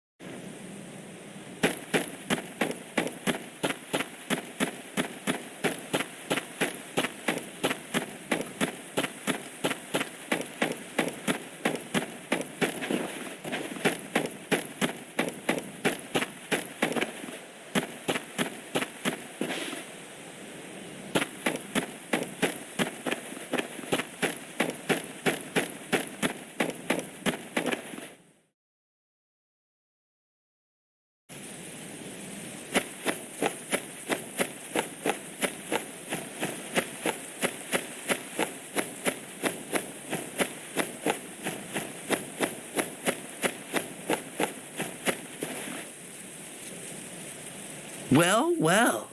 I guess you're really serious about this thing. Let's take a look inside then, shall we?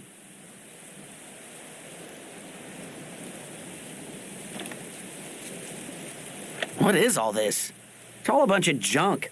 A random screw, a letter, some photos.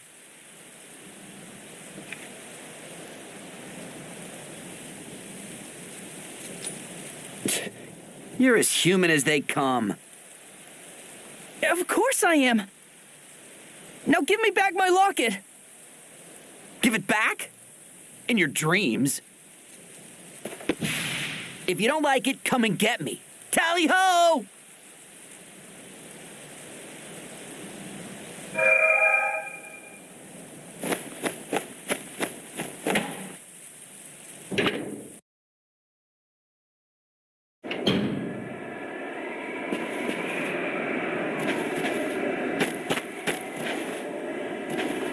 Hey, what's the big idea? I didn't expect you to follow me this far. I've got you cornered. Now give me back my locket, Crow. I don't think so. If you want to do something about it, follow me down the tracks.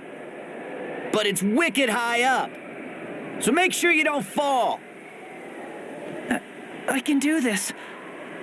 Ready or not, here I come.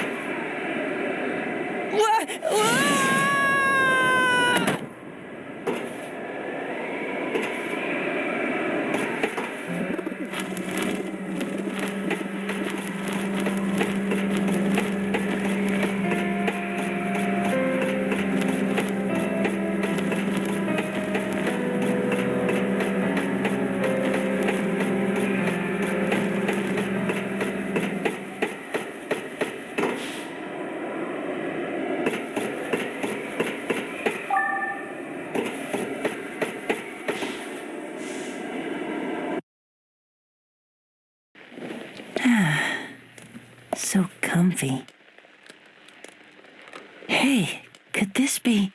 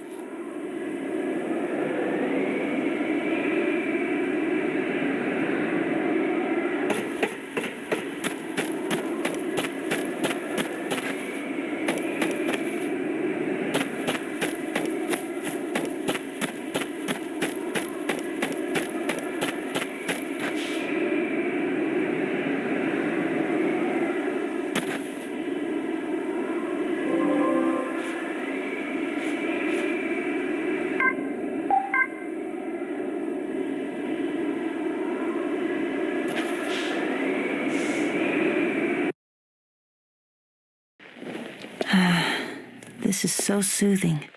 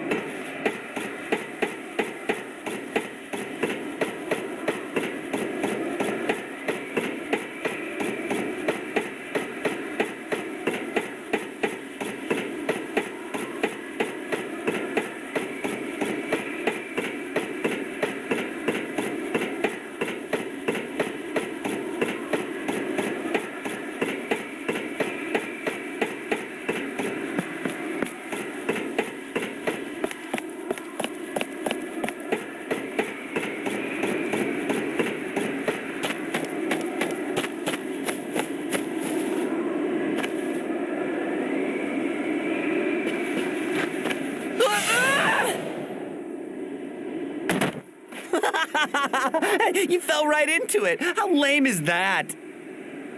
If you've learned your lesson, you'll think twice now before going after me. So long, sucker. Tally-ho!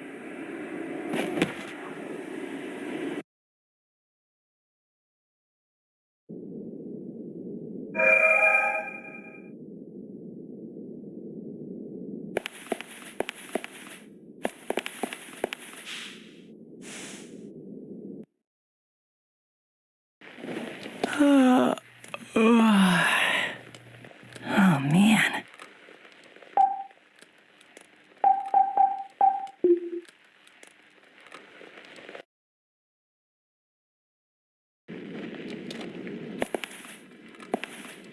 What's this?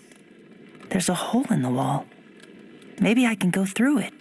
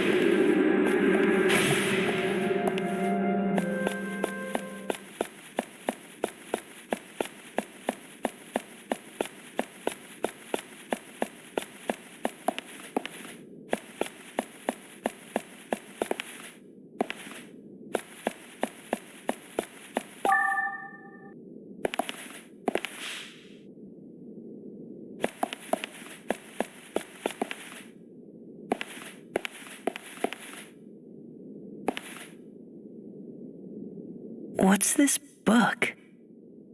Pirate Isle? Then the young pirate looked down at me, and shouted out, "Come on. Didn't your mom teach you any manners? Give me your name first." I tried to answer when the boy cut me off. "Don't act like you know me. Listen up. I'm the one asking the questions around here. You just answer. Is that clear?" The boy said in a bullying manner. "That's weird. This sounds an awful lot like Crow." The whistle blew, signaling that it was time to say goodbye. I asked the boy pirate if we'd ever see each other again. At that, he answered, "Yeah, of course we will. Friends always see each other again. And we're friends now." And gave a smile.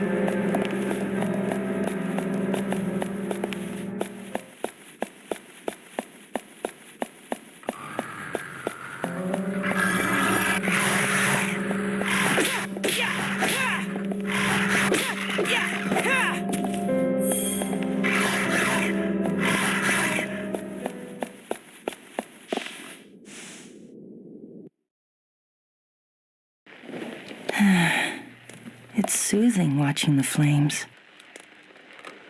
Nice surprise.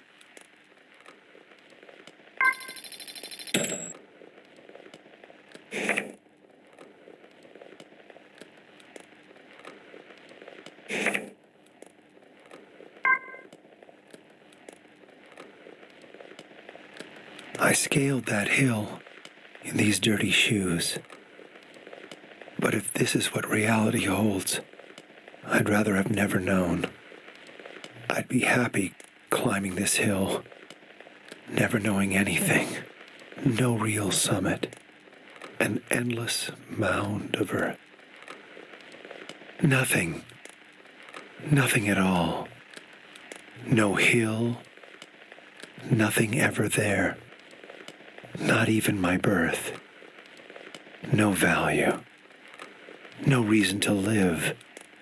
No reason to even die. This prayer without answer from a God who never even existed.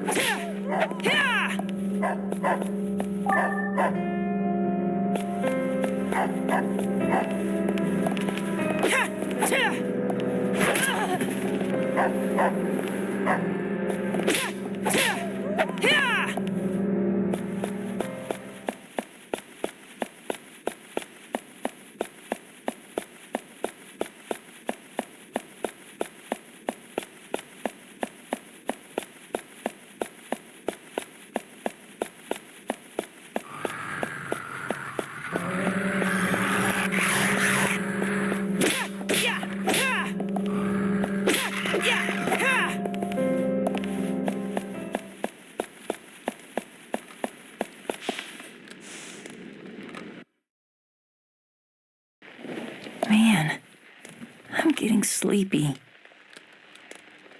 I see.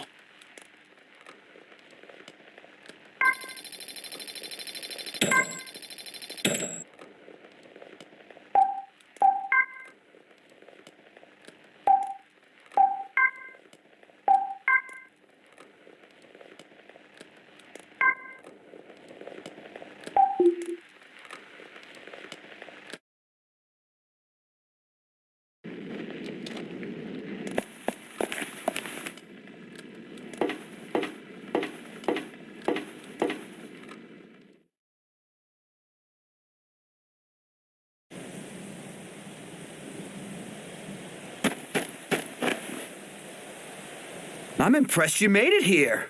Bravo! Crow! Where are you?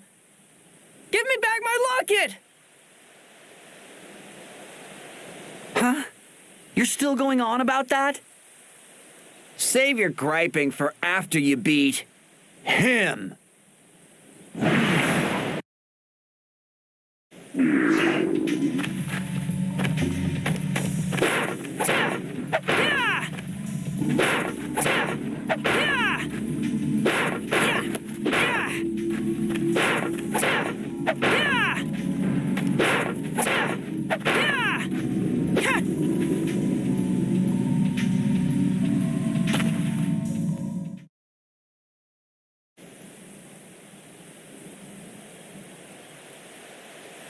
Ha ha ha! Catch me if you can! Up here, come and get me! Come on! Give it back! Oops! Almost! Man, you're pretty stupid, you know that? You're so dumb. I bet you can't catch a cold. Oh! Ah!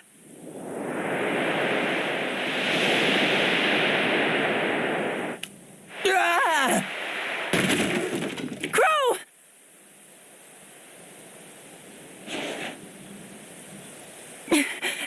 Crow!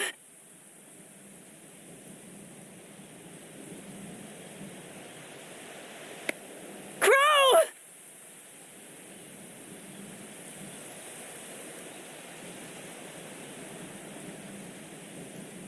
You're not dead, are you? Answer me! Crow!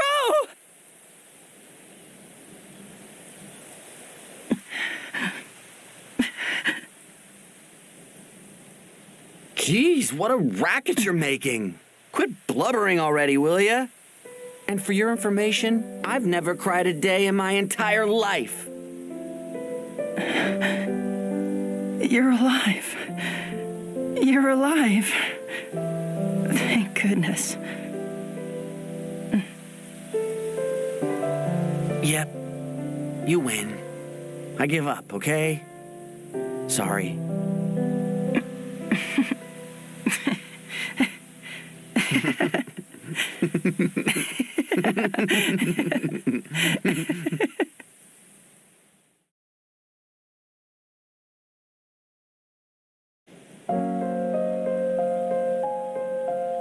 Listen, I got to see your special thing, so I'll show you mine. Take a look.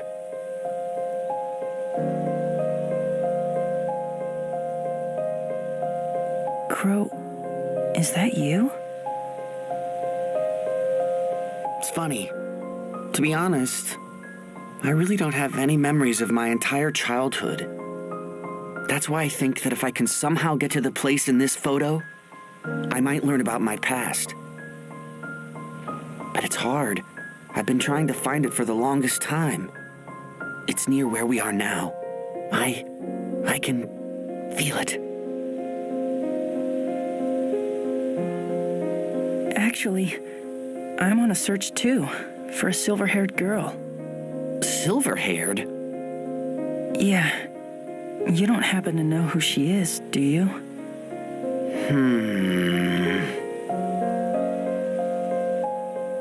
Nope.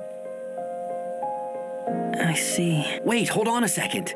There is someone. I don't know if she had silver hair or not, but sometimes there's this real bratty girl I keep running into at the hotel. I don't know. I can't be certain. I've never spoken to her. But maybe, just maybe she might be able to help you out. Great. Okay, then I'll go see if I can find her. Go for it. I'm gonna keep searching for the place in the photo. I guess we both have to make up for a lot of wasted time, huh? And whose fault was that? Hey, I already told you I was sorry. So, do you think I'll ever see you again? Yeah, of course we will. Friends always see each other again. And we're friends now. Oh yeah.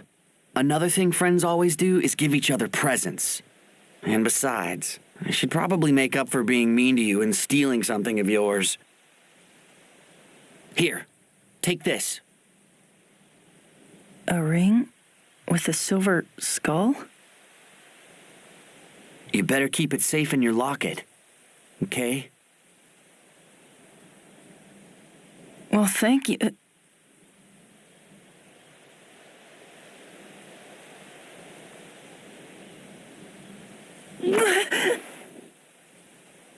What the? Did you just... Did I? What was that? What's wrong? We're friends now, and friends give each other kisses, right? I read that. But that was my first kiss ever. Oh. Huh. Well, then I guess that makes me your #1 buddy. Best friends, right? My best friend?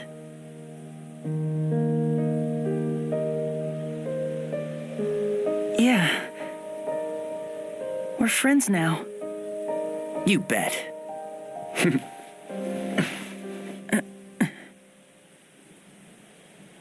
Well, I'm off.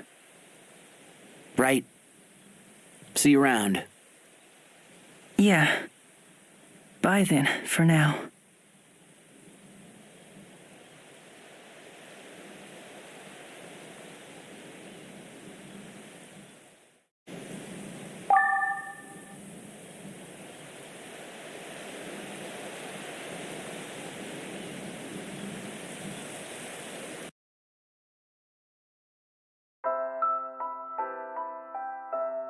Anytime I'm feeling alone, I think about how there's someone out there feeling the same way as me.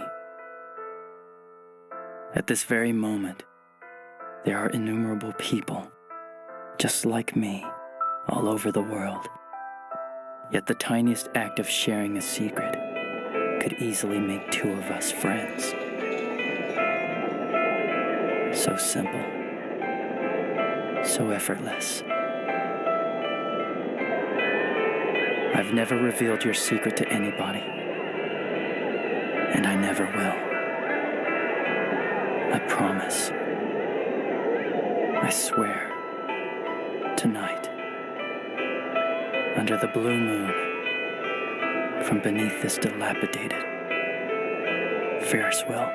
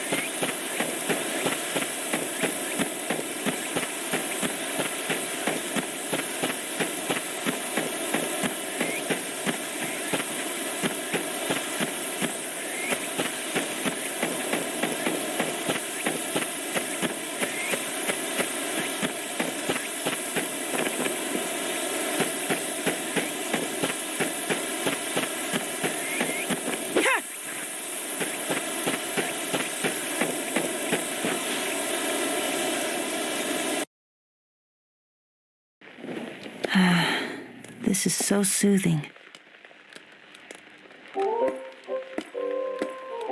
Fancy meeting you here. A splendid surprise.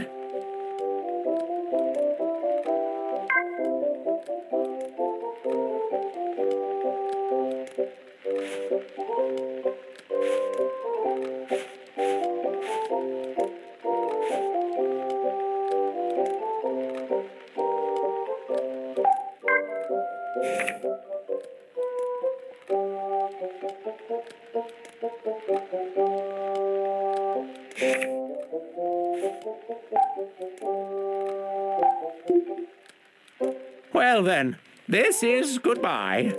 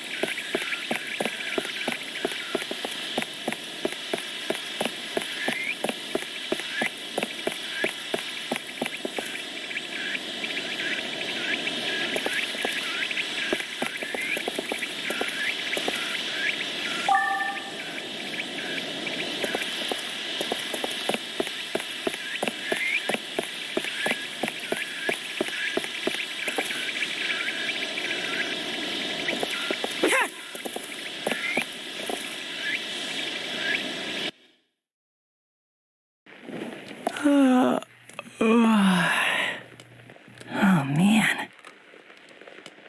Nice surprise.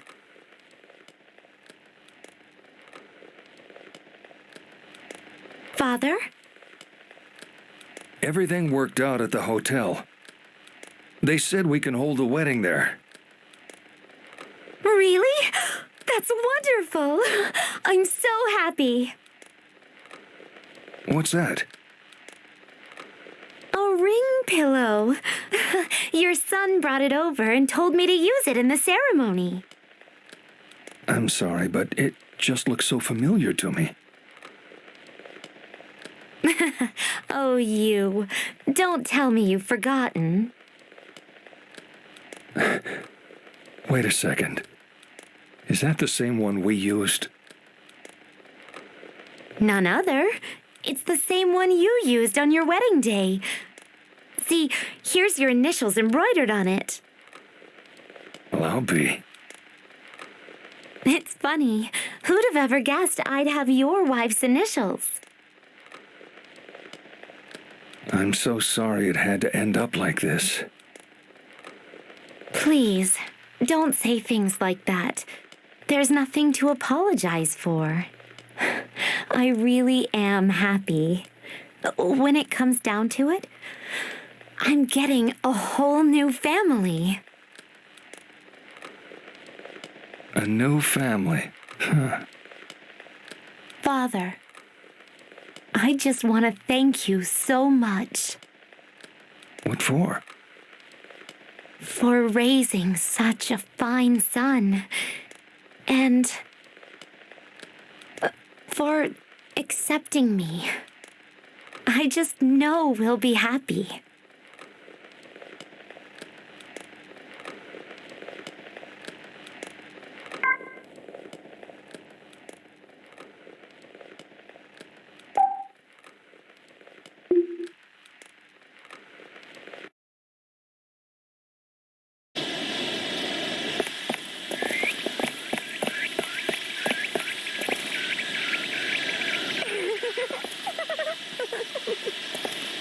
was that? Sounded like a voice. It was a voice.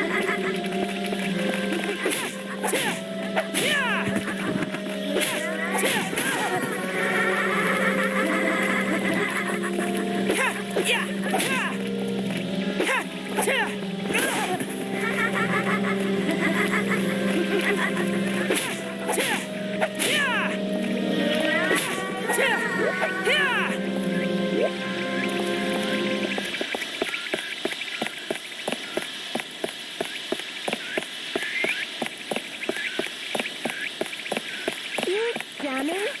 You're wasting your time searching here.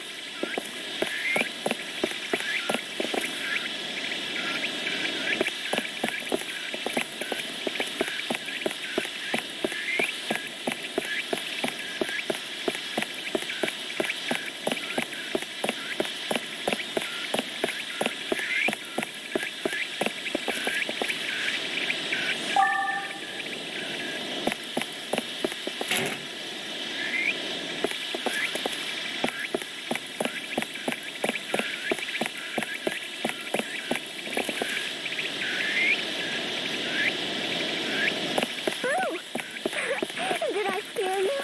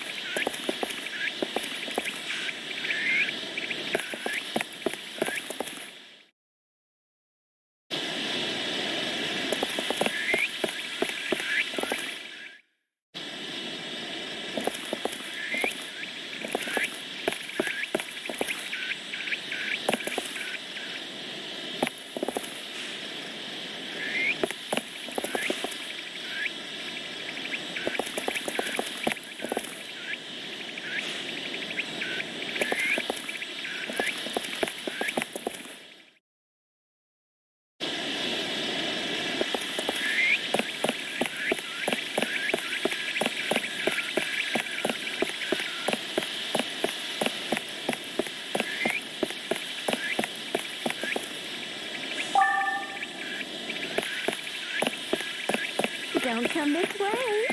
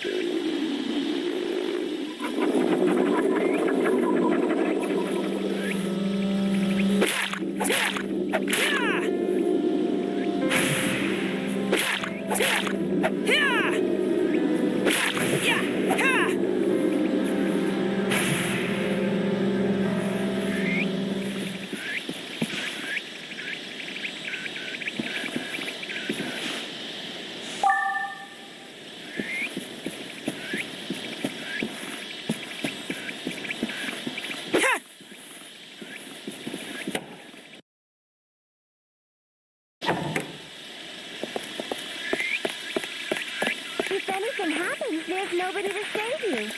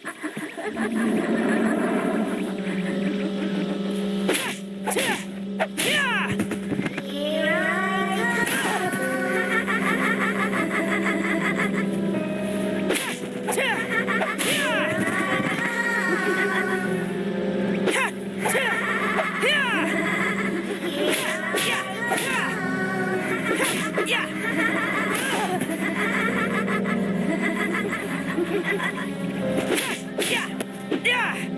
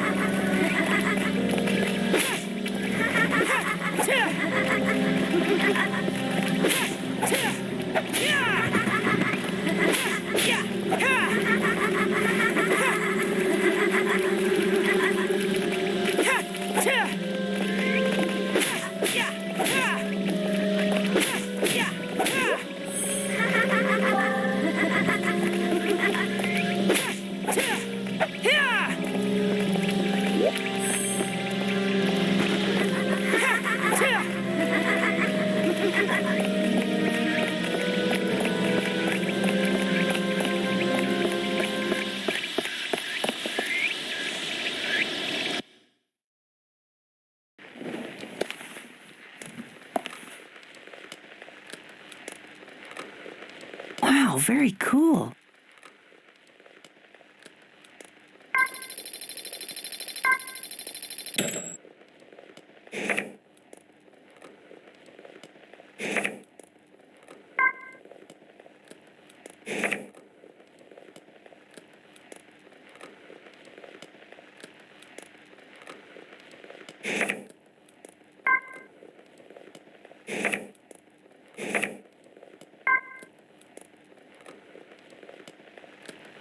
We got the green light, Dad. They said we're free to use it. Is that so? Yeah, look. They even gave me the key to the chapel. This is okay with you? I know the hotel staff already said they wanted to spend their last moments on their own. And I doubt we'll have any guests. Well, I expected as much, but all the same. Trust me, it'll be fine. Just you, me, and her. The three of us is all we need. Oh, almost forgot. Sorry to ask you this, Dad, but could you tell her that we can hold the ceremony? You want me to do it? You know how it goes. It's bad luck for the bride and groom to see each other before the wedding. It's a tradition. I'm sorry to pull this on you, but I'd really appreciate it. All right, then. Thanks, Dad. You little rascal. Now you're making me blush.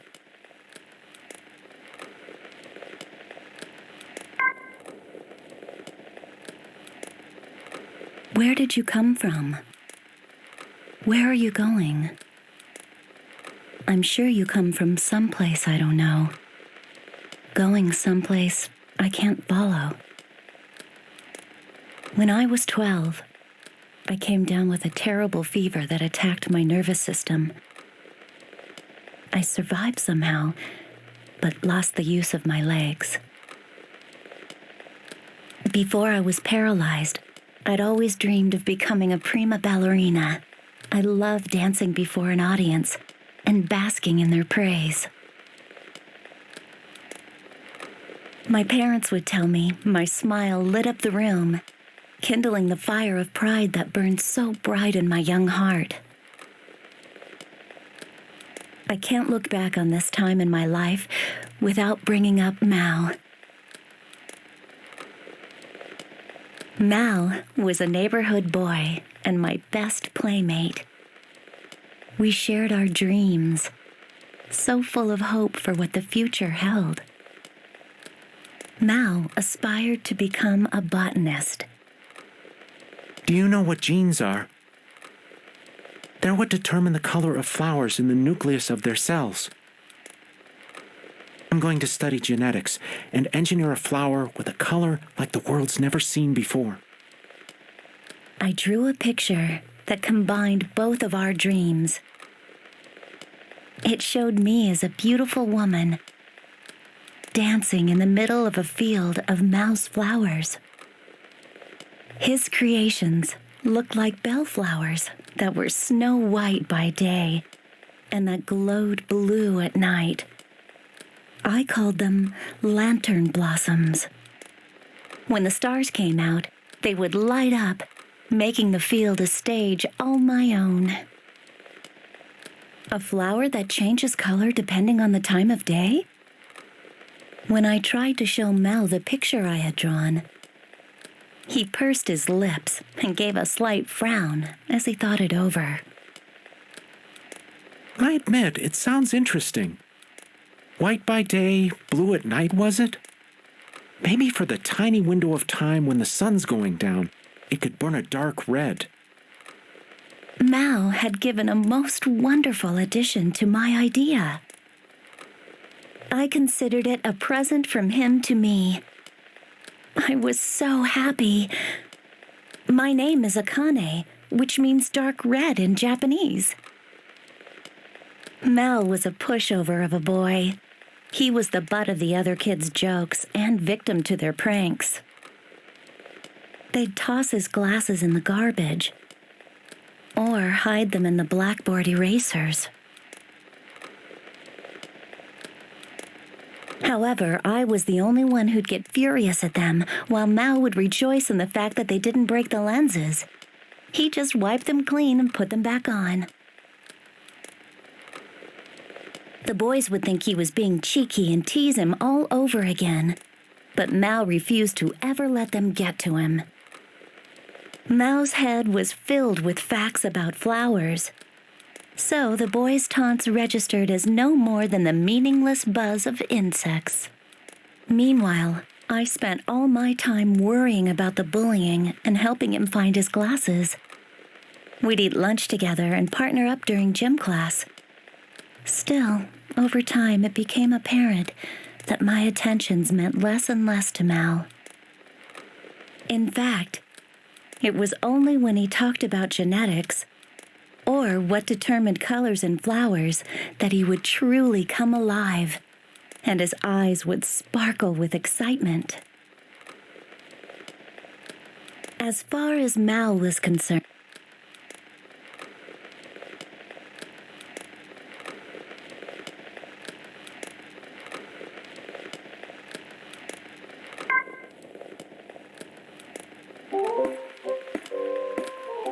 Well then, where should we start?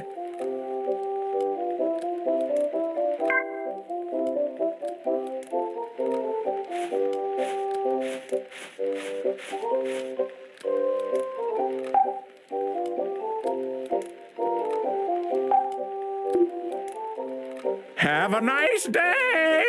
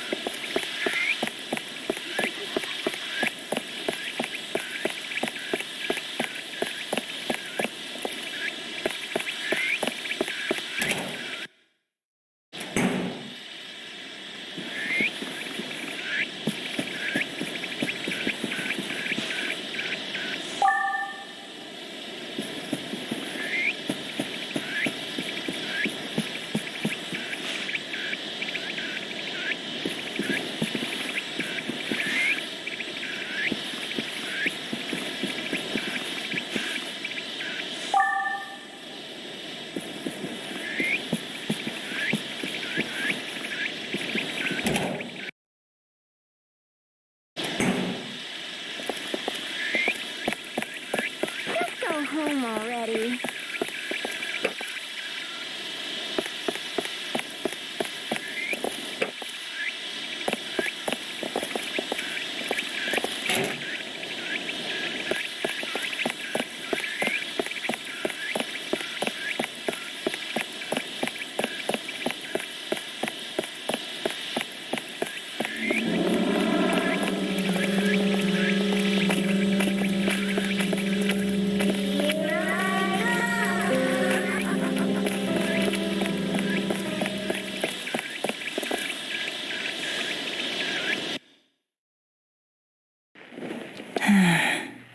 It's soothing watching the flames. Is this?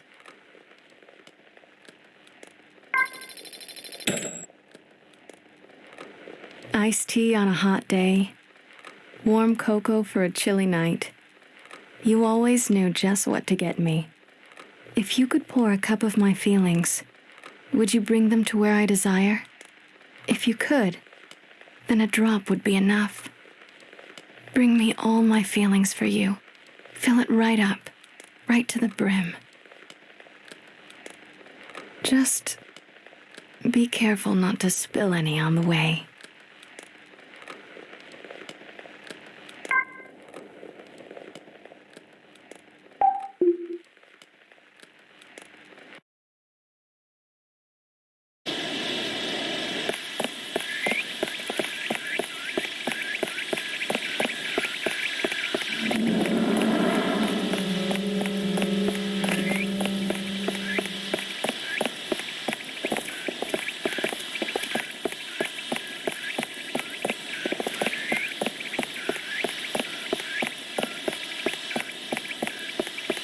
Listen to me.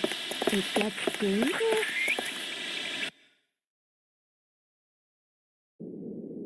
This is no place.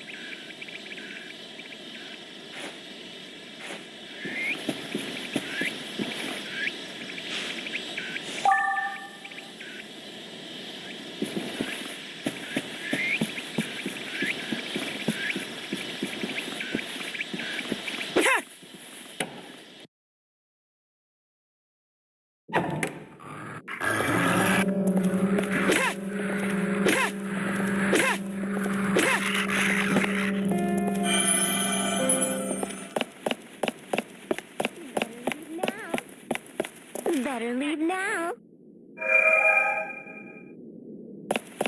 This is no place for a kid like you.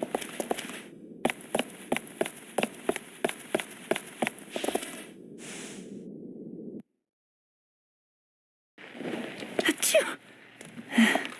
I hope I'm not getting sick. Wow, very cool.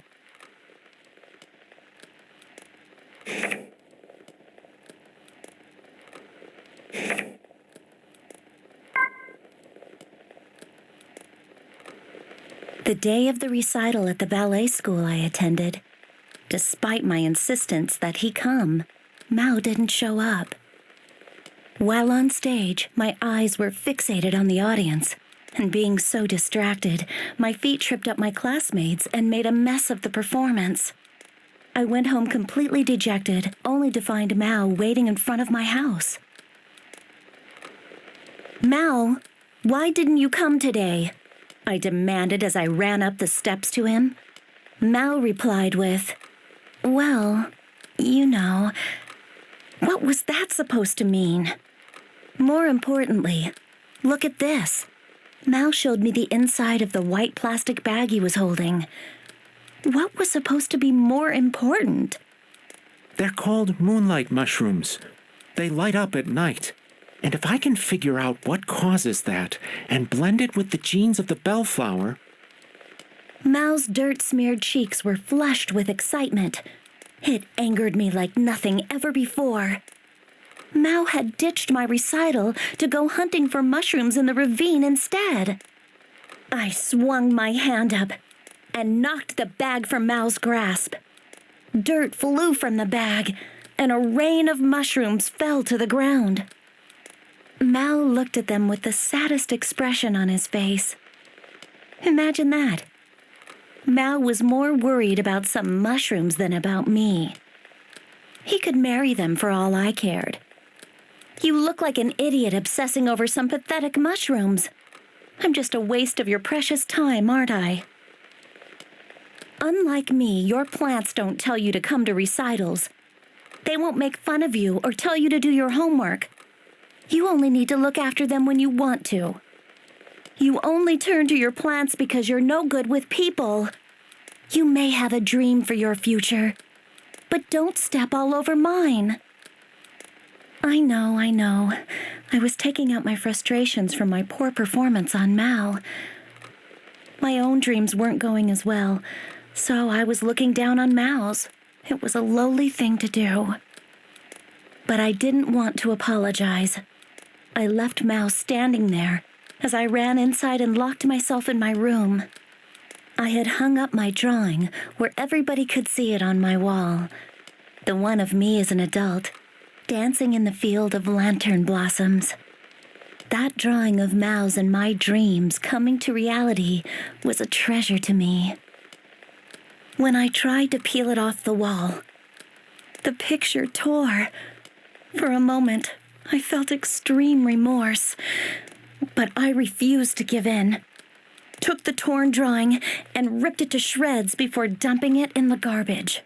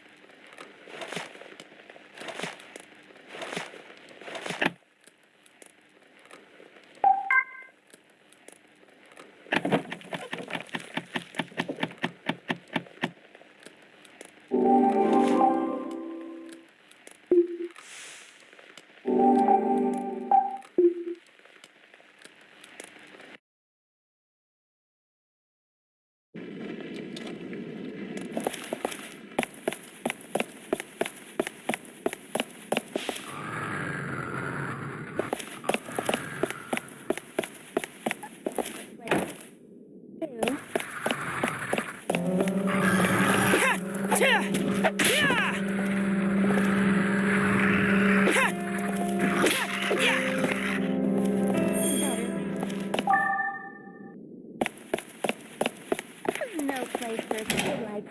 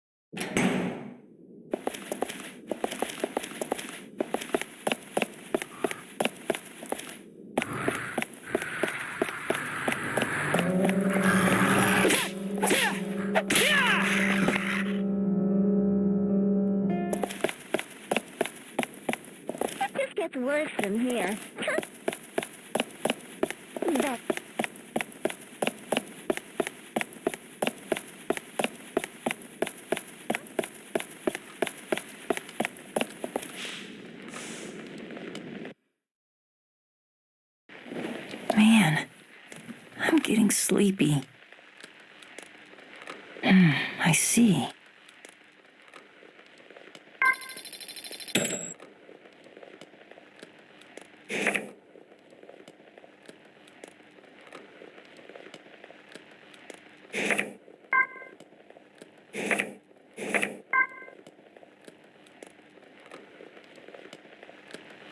And do you promise to take her in sickness and in health?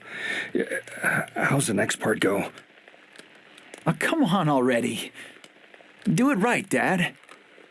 Cut me some slack. I'm not even a priest. I've never done this before. It's no use. Let's start over from the top. Don't worry about it. How about we make it simpler? This is our ceremony. We'll do it the way we want it. She's got a point. Ready, Dad? I promise to love her for the rest of my life. And I promise the same. All right, then. In that case... I can kiss the bride, remember? I was going to say that. Her smile was so sweet. I found myself grinning back. I never realized how easy smiling could be. The happiness I'm feeling this very moment makes all of tomorrow's fears trivial in comparison. Whatever happens in the future, I'll always have this moment. All I want to do now, from the bottom of my heart, is share this happiness with my son and new daughter. Even if the inevitable end is not that far off.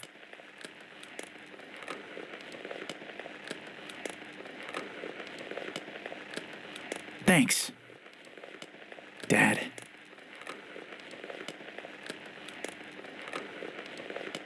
Yes, thank you, Father. Congratulations to both of you.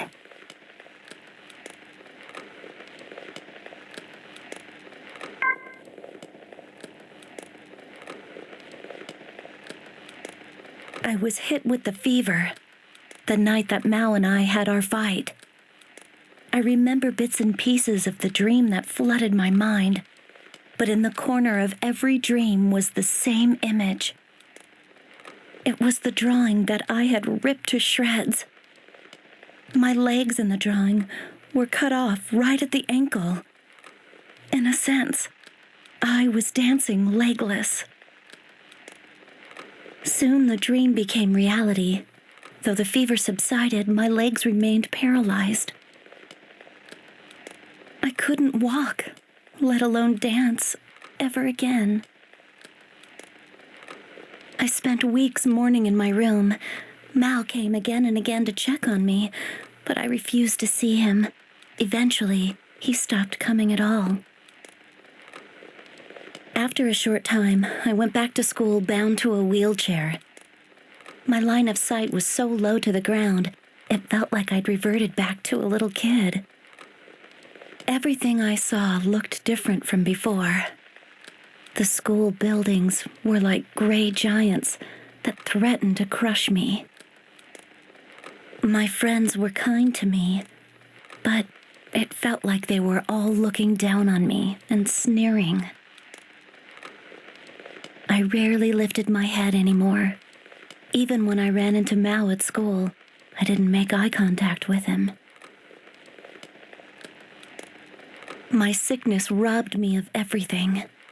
My dream of becoming a ballerina, my smile that people used to say brightened the room, even Mao.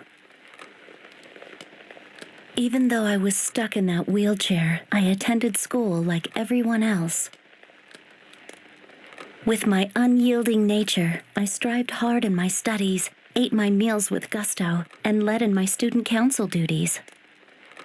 Finally, my old smile returned, and I found a new dream. I decided I'd aim to be a world-class sports photographer. Figuring that my wheelchair couldn't stop me from taking photos, my father had bought me a camera.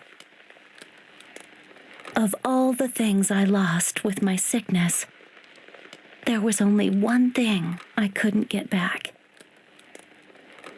After that day, Mao and I remained strangers.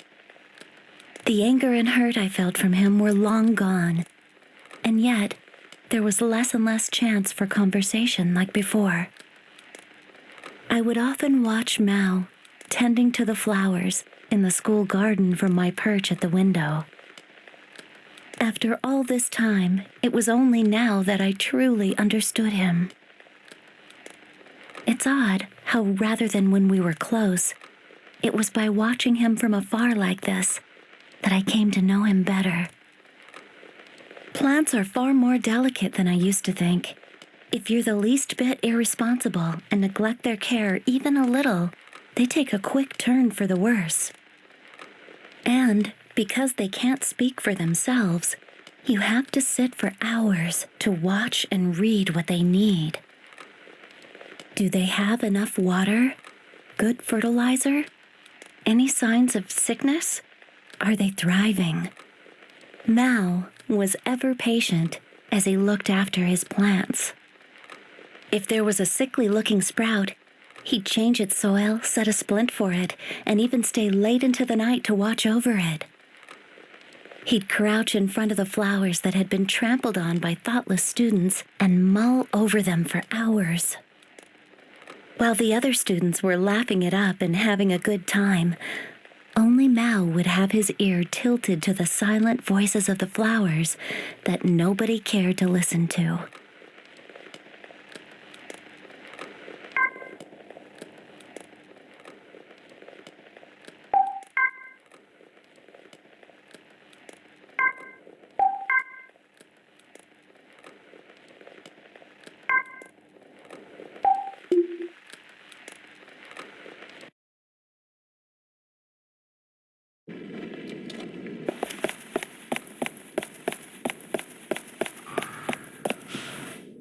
Better leave now.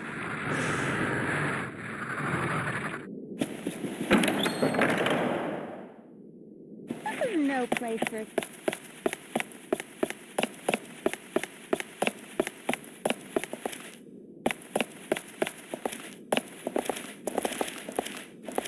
I should go home.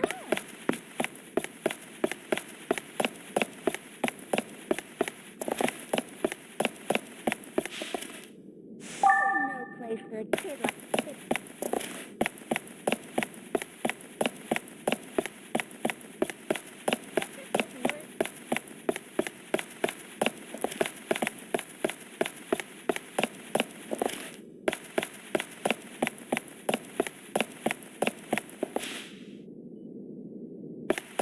It just gets worse from here.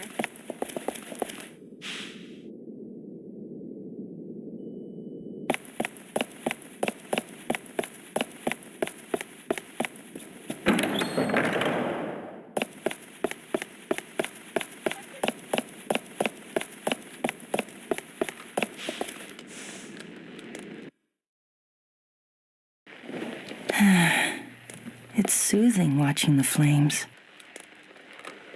A nice surprise.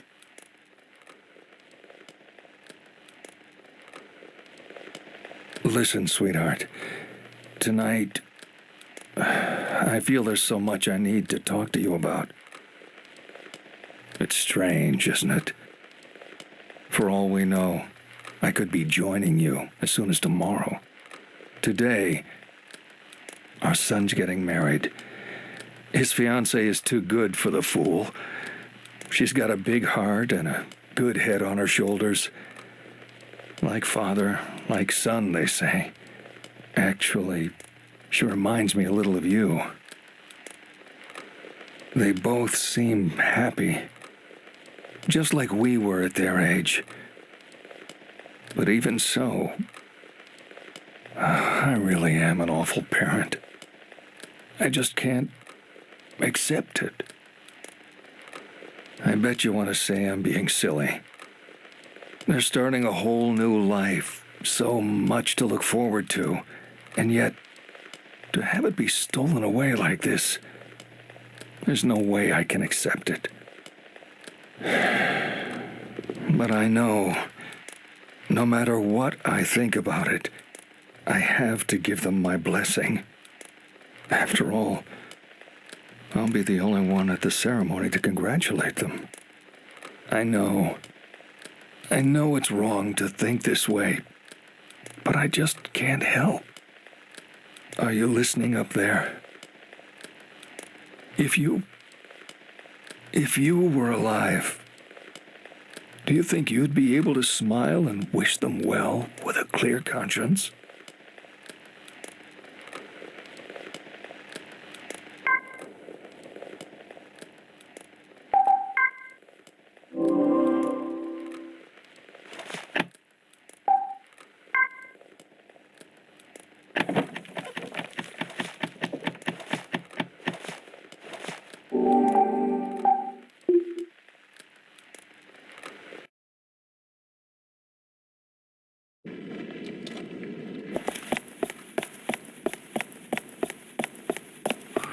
No place for a kid like...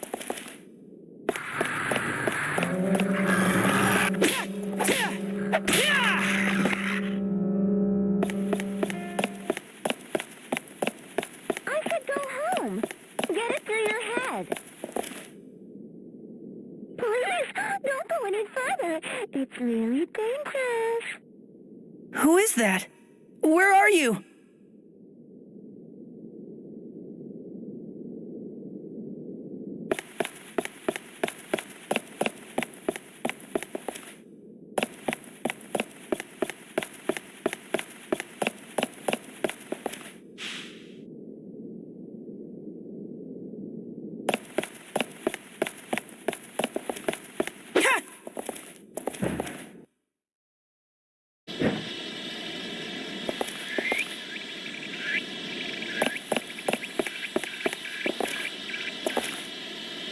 Don't say I didn't warn you.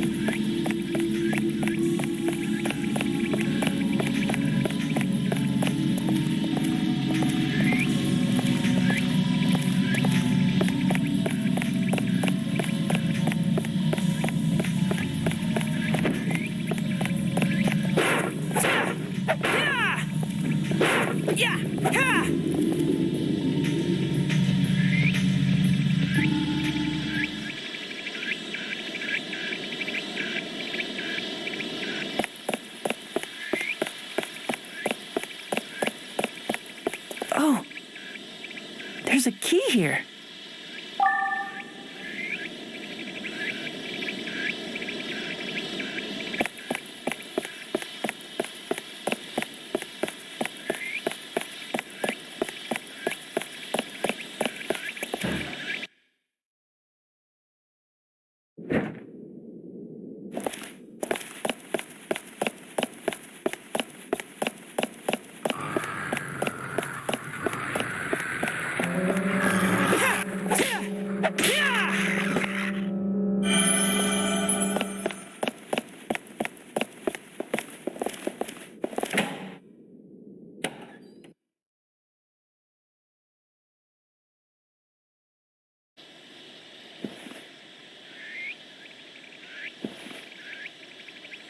I thought I told you not to come in.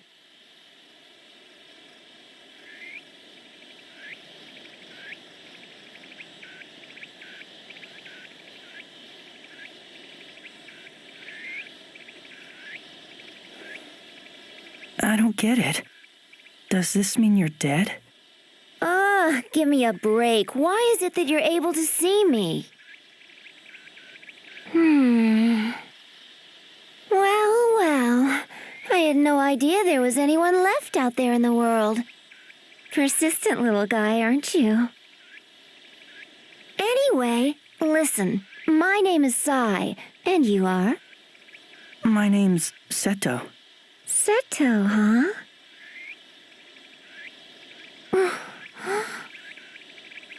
Where'd you get that? Well, Grandpa gave it to me. Your grandfather? So he survived? How strange.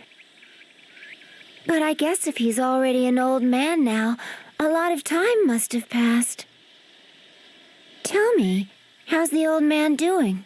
Still active? He's passed away. Oh. Hey! What do you think you're doing? Don't worry, I was just trying to do you a favor. Your body looks so cold.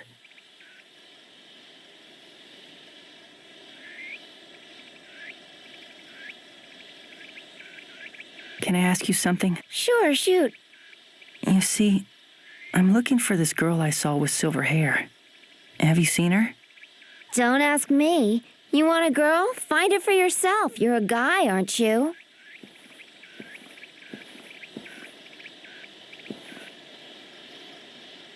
Why are you following me? Can you blame me? I'm bored out of my skull around here. I'd do anything for a good distraction.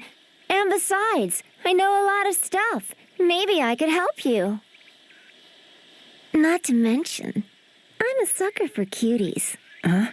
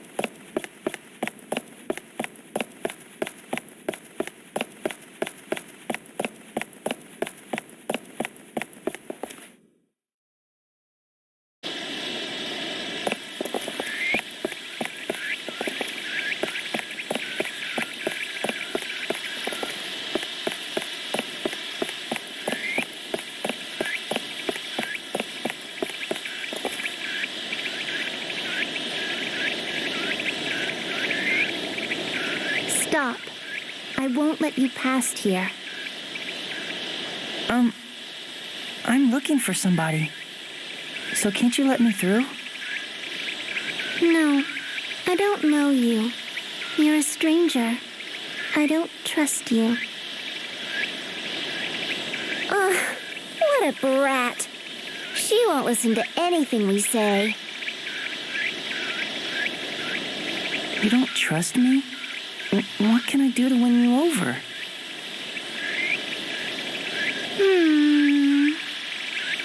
I know. Will you bring me the star? Huh? A star? I think she's talking about the one on the Christmas tree down at the station mall. So you want me to bring you that star? Yes. Okay then. Wait right here. Guess what? There's a shortcut to the station mall by taking the roof stairwell. Pretty convenient, huh?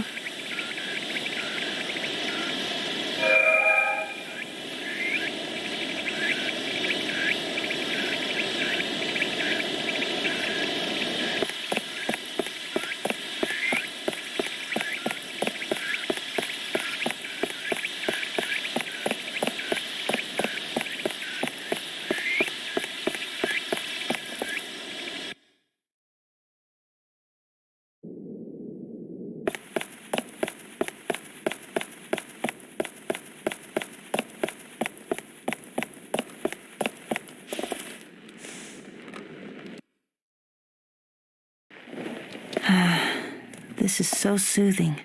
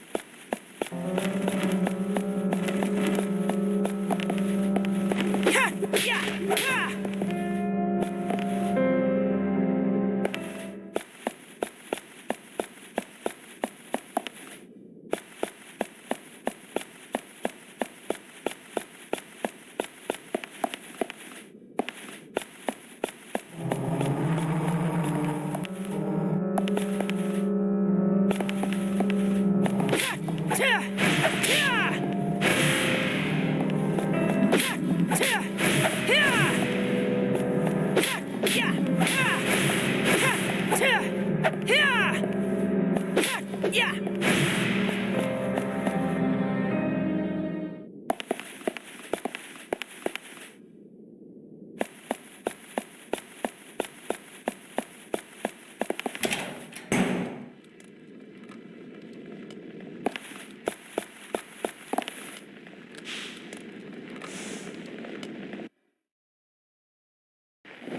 Maybe I'll sit down. Nice surprise.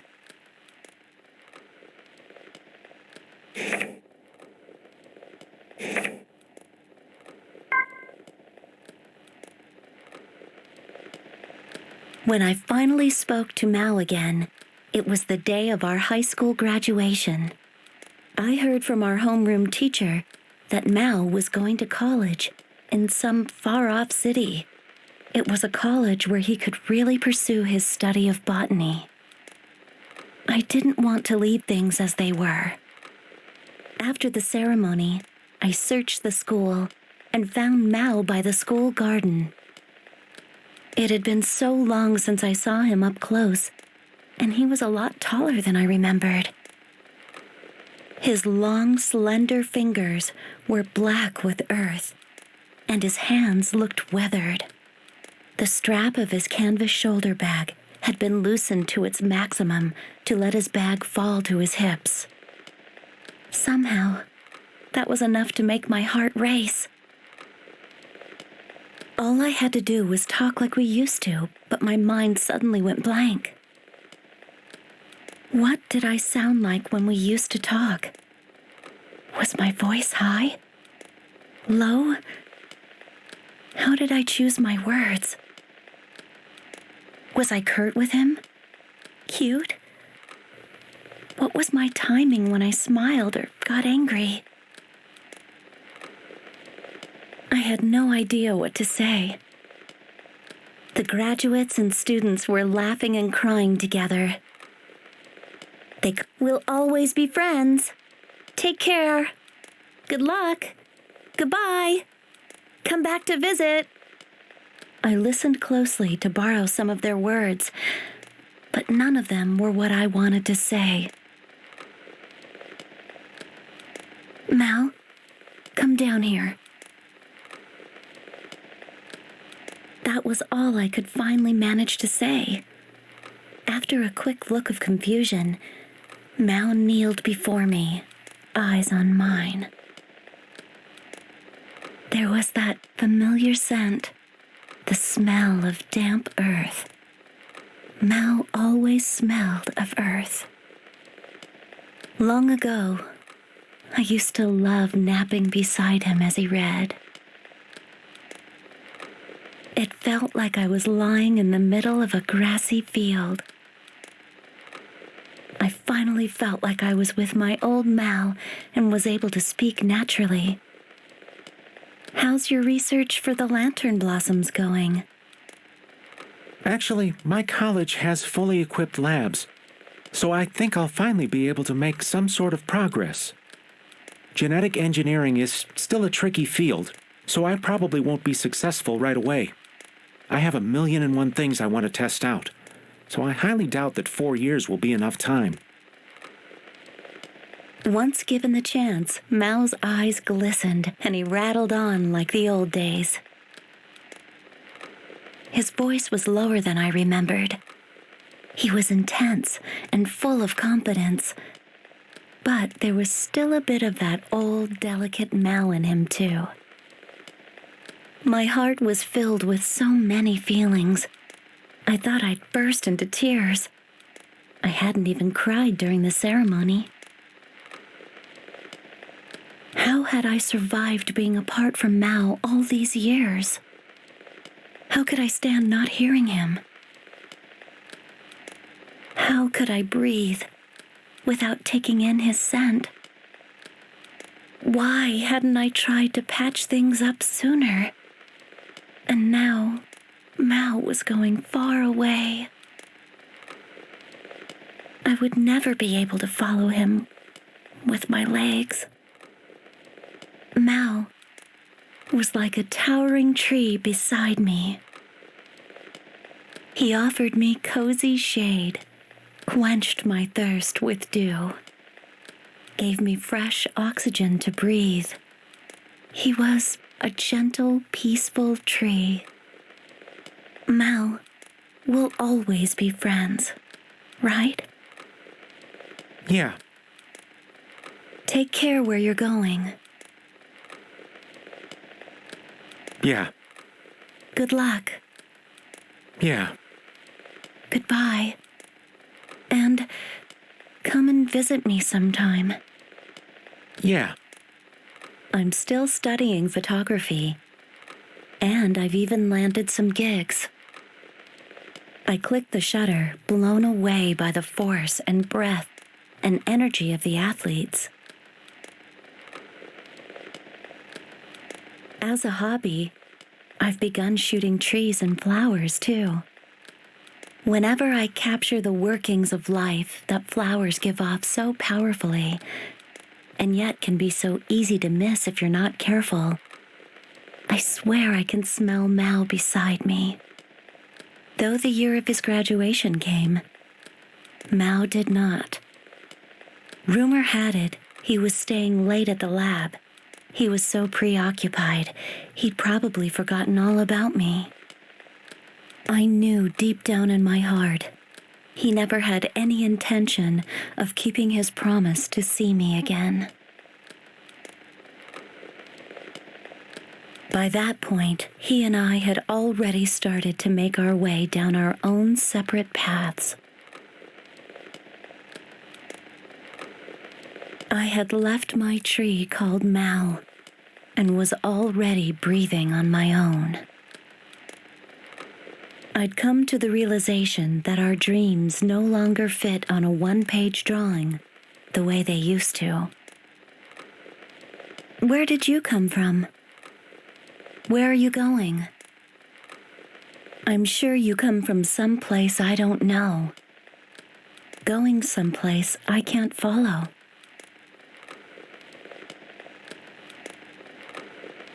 If during your journey you happen to encounter a lantern blossom, I want you to take a moment, stop, and think about the botanist who created it.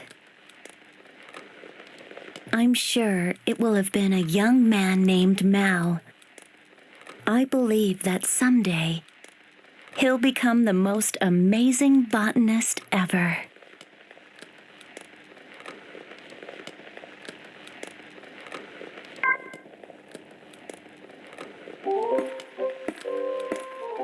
Fancy meeting you here. A splendid surprise.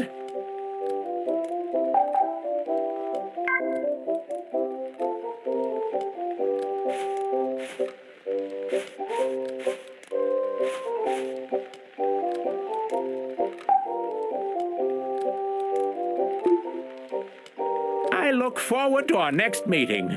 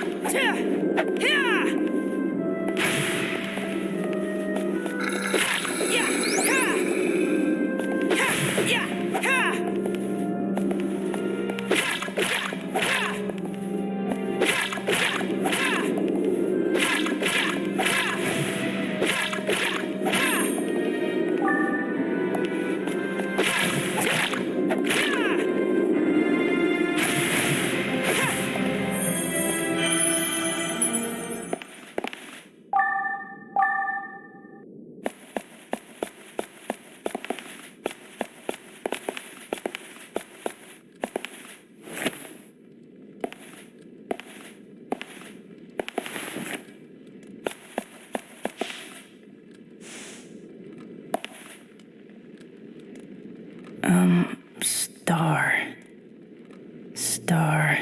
Where could it be? I don't see it anywhere. It looks like only the star is missing.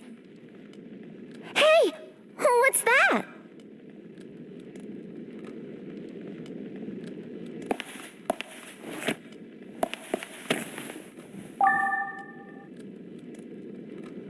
Huh? Oh! It looks like a flashlight. That's weird. It makes everything green. Hey now, I think you just hit the jackpot. That flashlight reveals things you can't typically see. Huh? How's it do that? Well, it's because... Actually, it's a hassle to explain. Oh, don't give me that look. Just be happy you can see stuff, okay? If you think I'm gonna explain every little thing, think again. I'm no teacher. Huh? But... Okay.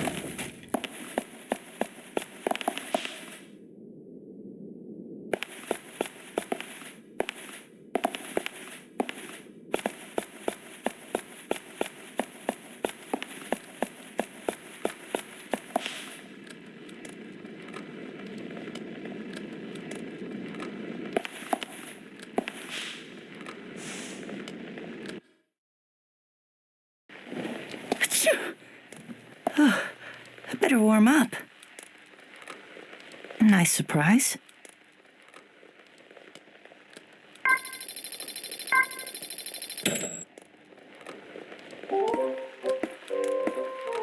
Well then, where should we start?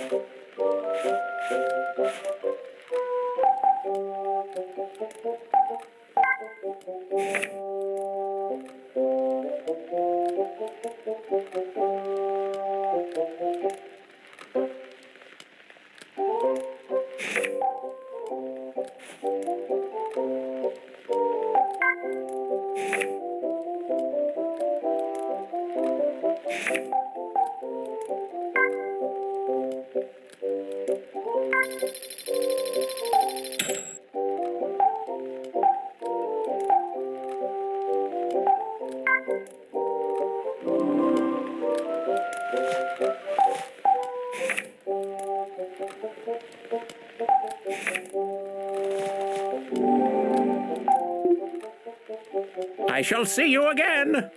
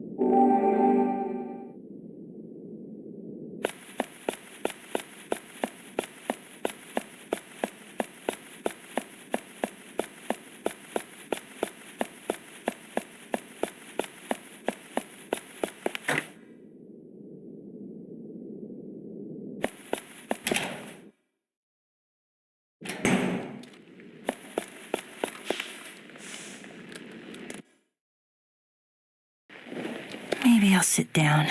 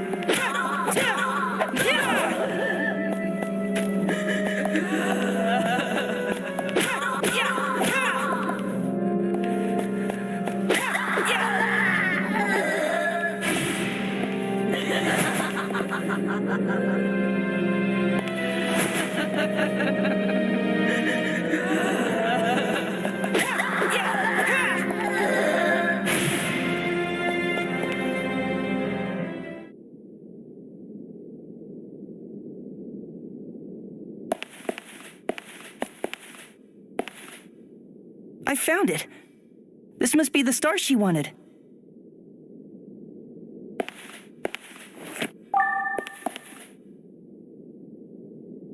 What'd she want this for anyway? I just don't get what's going on in that little girl's head. And for being so young, she sure is acting like an old hag, if you ask me. I thought all girls liked shiny things. Well, they don't do it for me. Rather than having some things, it's more important to have somebody. What are you staring at? We got the star. Now let's head back.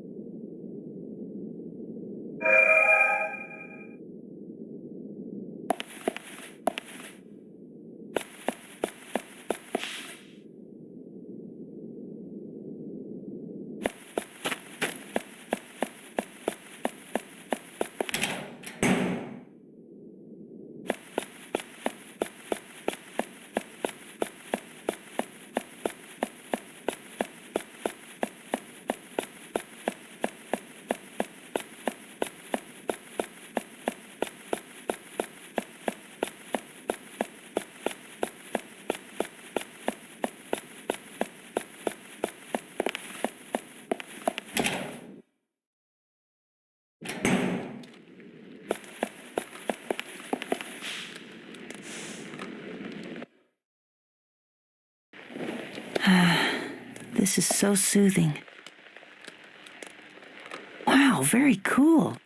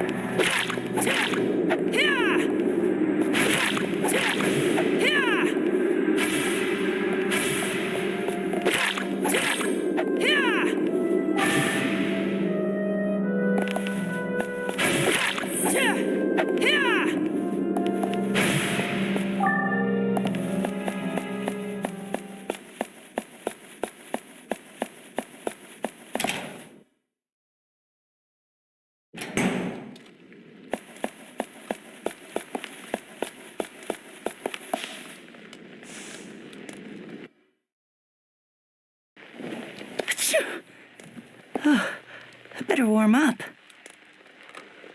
Nice surprise.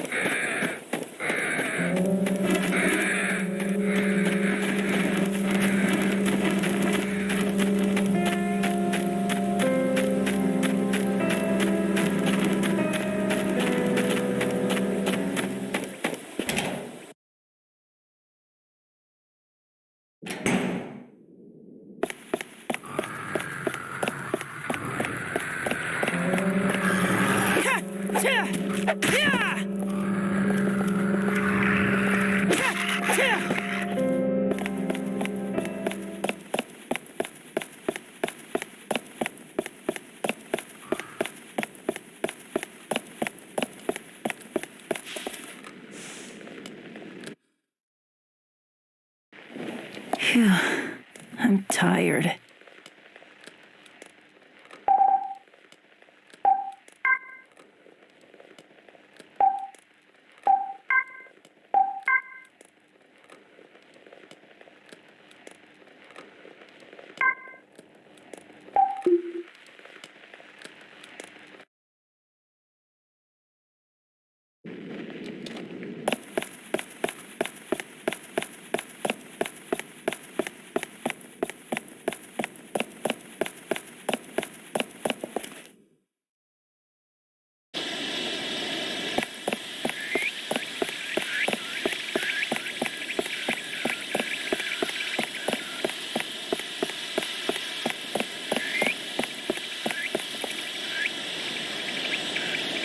I brought you the star. See?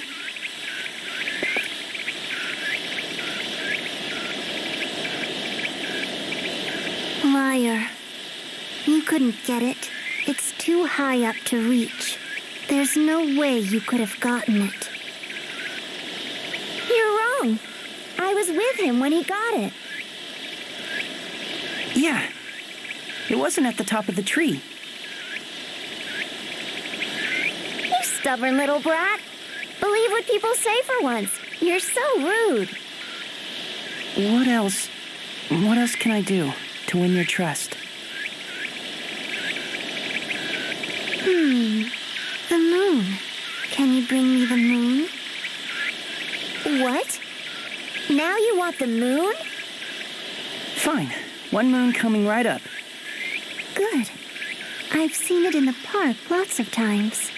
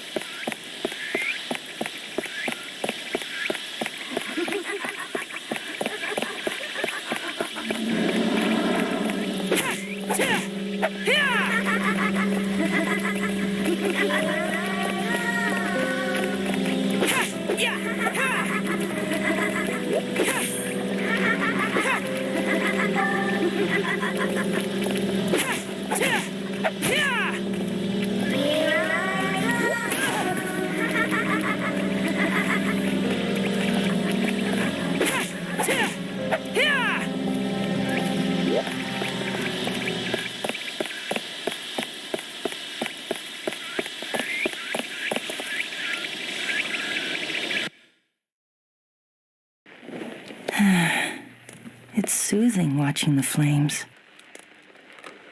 A nice surprise.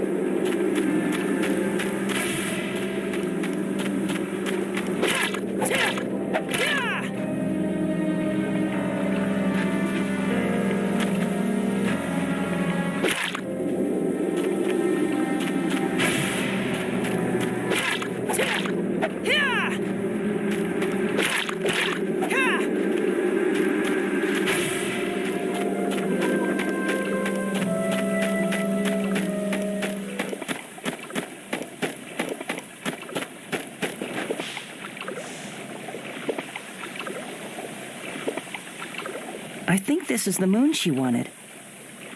Yeah, but look at it. It's cemented to this sign. There's no way we can get it off. But we finally found it. There's no point trying to pull it off.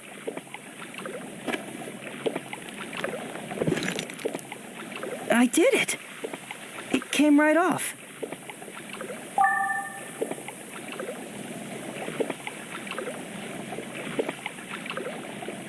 Huh. The sign must have been rotten. Well, good for you.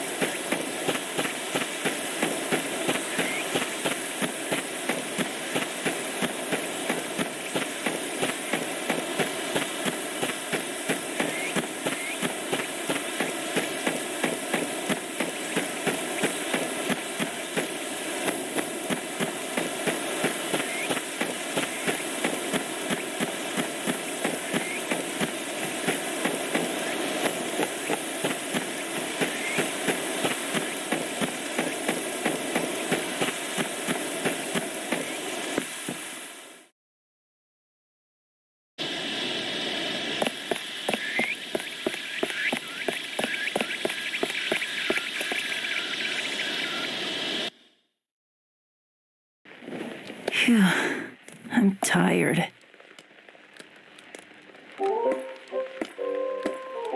It's an honor to see you. Will you be buying or selling today?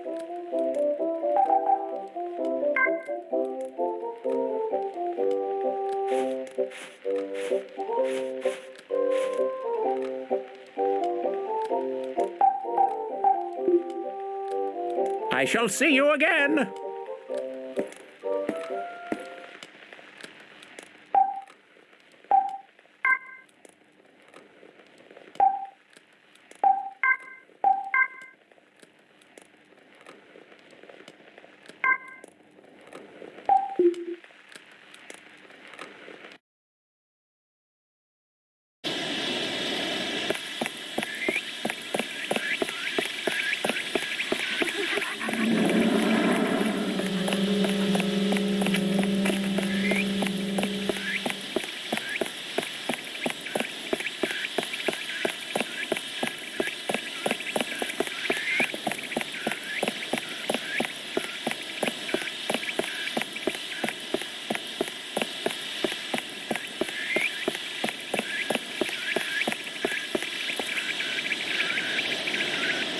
So, this is the moon, right?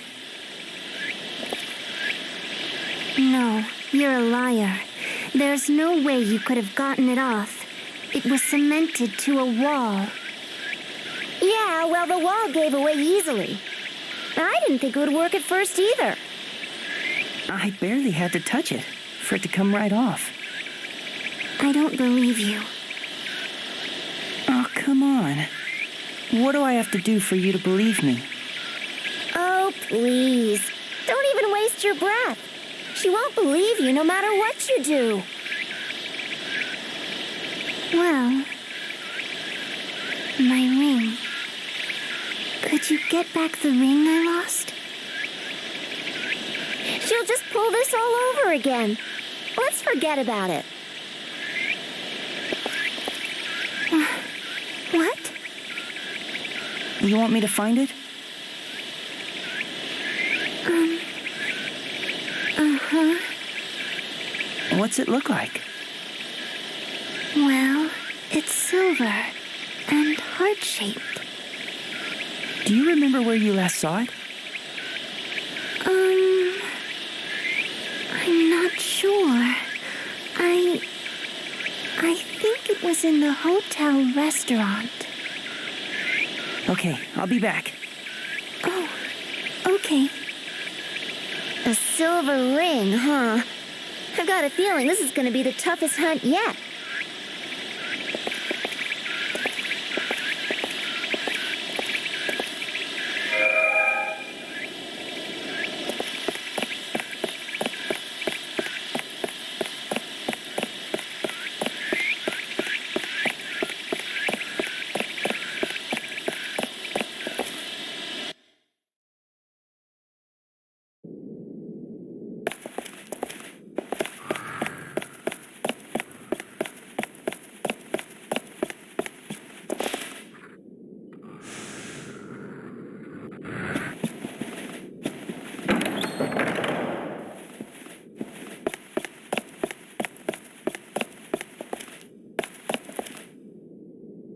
That tree is moving. How weird. What an understatement. I wish weird was all it was. That thing's evil to the core. Evil? Watch out! It spotted us!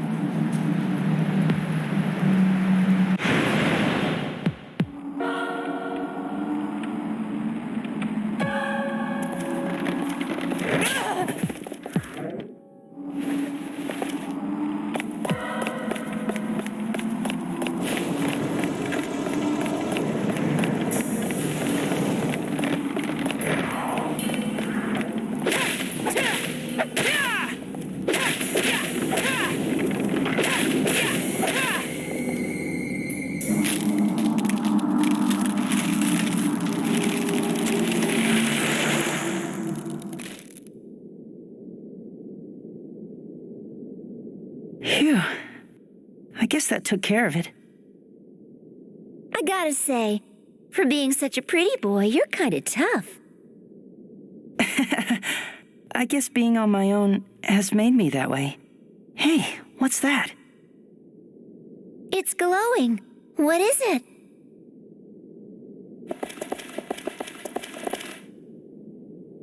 Is it her silver ring?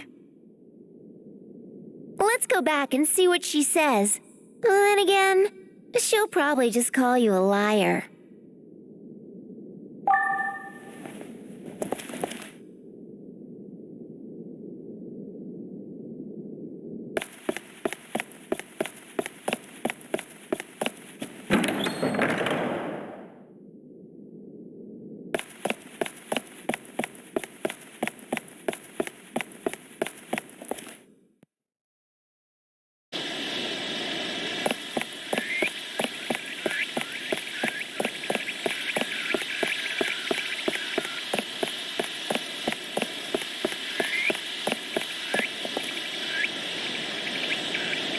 Here.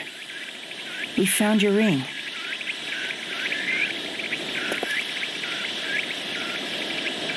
Why did you believe what I told you? Why not? I didn't think you'd lie to me. But why? Because I wanted to trust you. Does that sound weird?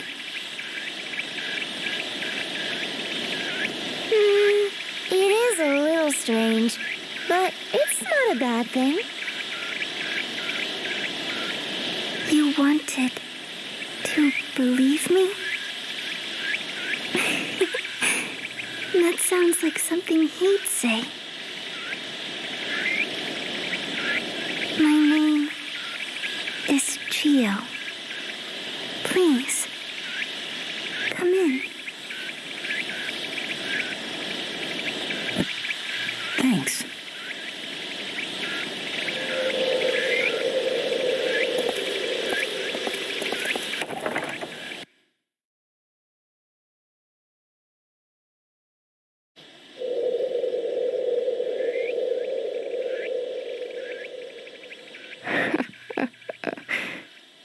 found my ring for me. That was so sweet of you. Who's that? That there's the girl.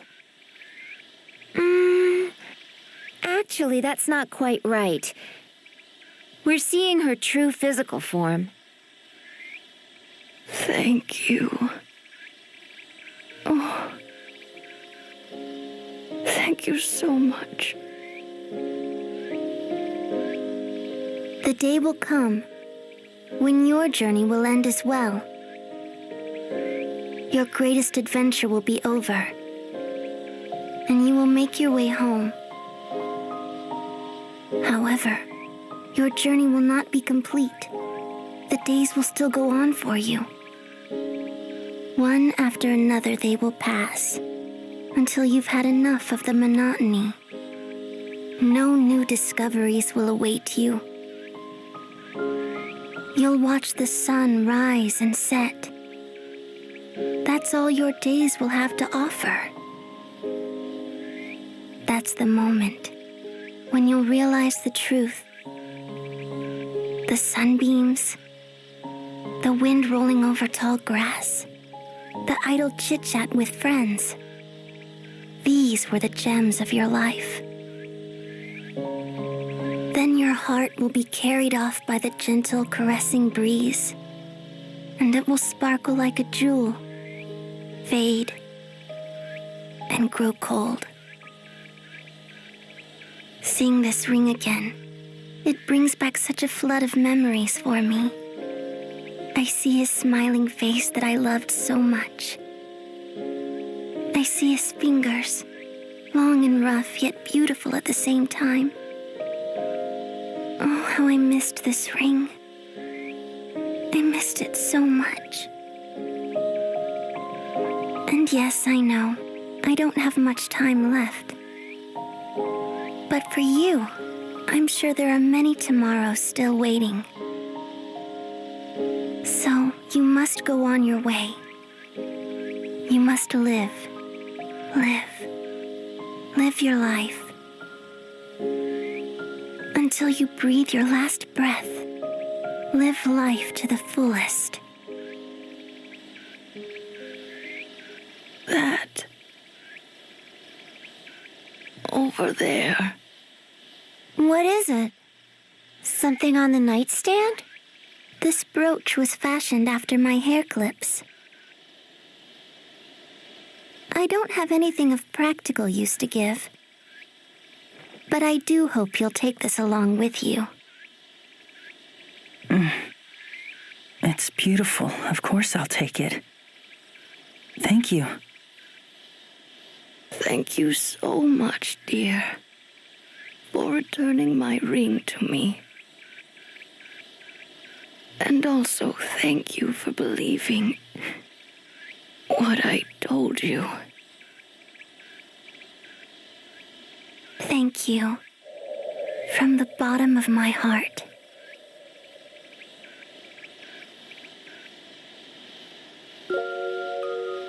Let's go. There's nothing we can do. We can't leave her like this. There's no saving her anymore. Besides, you have to go out and meet your own tomorrows. Don't you remember?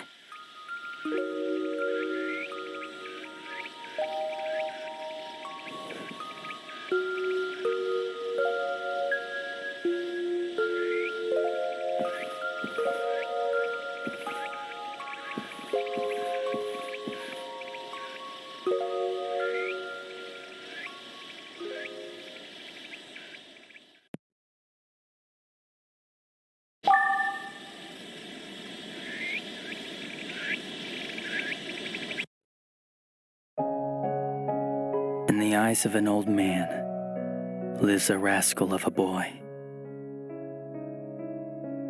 Behind sunken, mistrusting eyes lies a frightened little girl. During the many years of life, we feel anger, bitterness, and fear.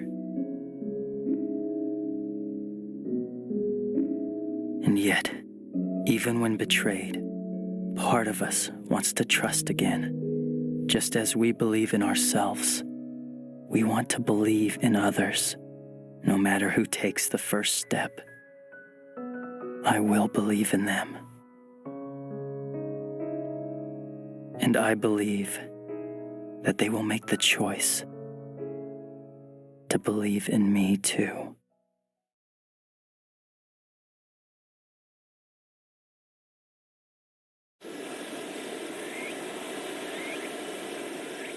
Hey, I've been meaning to ask you something. Huh? What is it? After you find that girl you're looking for, what's your plan? I don't know. I haven't decided. I mean, I guess it's like this. See how big and white the moon is? It's so beautiful. But no matter how beautiful I might think it is, if there's nobody I can tell that to, that feeling will end up vanishing inside me, like a bubble bursting. And I won't even know for certain if I actually thought it in the first place. That's the reason why I need someone to talk to. Someone who'll be there to listen, to hear what I have to say. They don't even have to respond, really. Just a simple yeah now and then would be fine by me. I just want someone to be with. How interesting. You really can say the most ridiculous things. But that's part of what makes you so cute.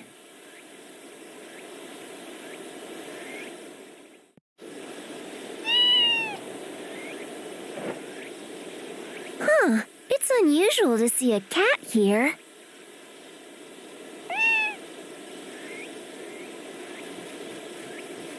I wonder where he's headed.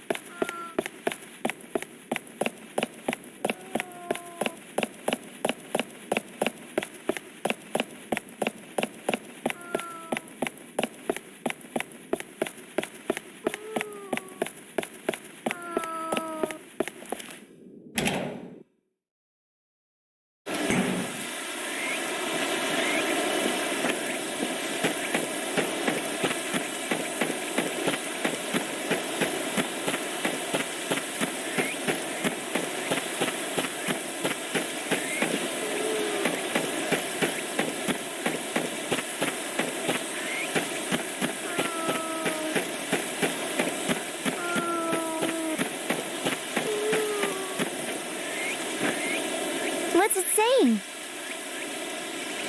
Maybe there's something inside. Figures. It's probably looking for dinner.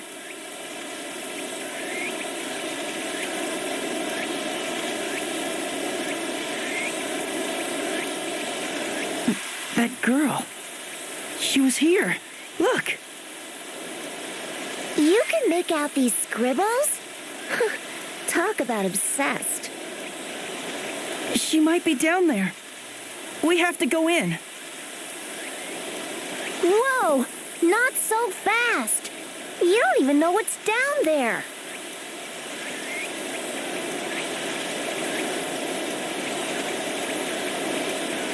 Oh, what's the point? I can't stop you. Just be careful, okay? I will. What's so funny? Nothing. I'm just happy. That's all.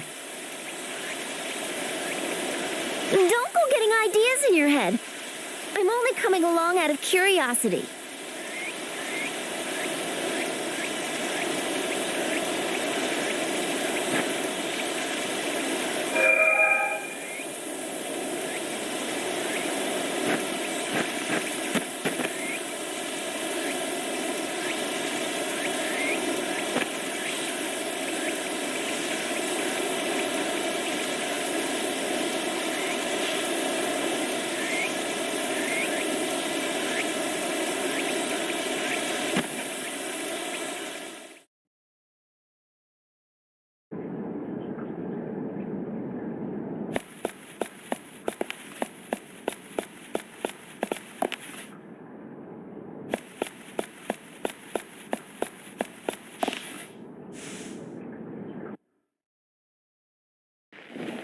Phew, I'm tired.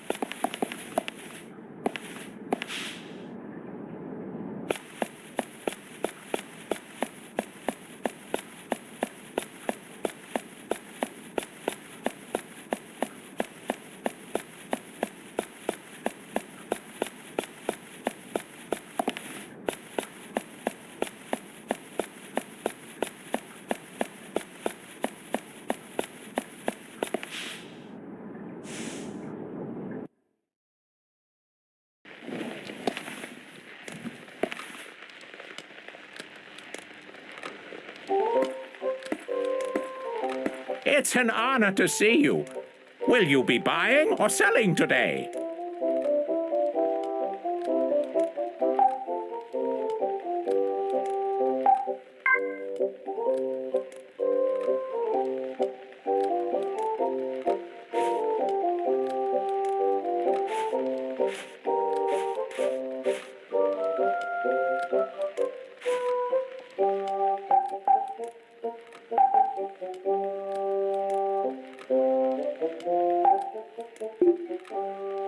I look forward to our next meeting.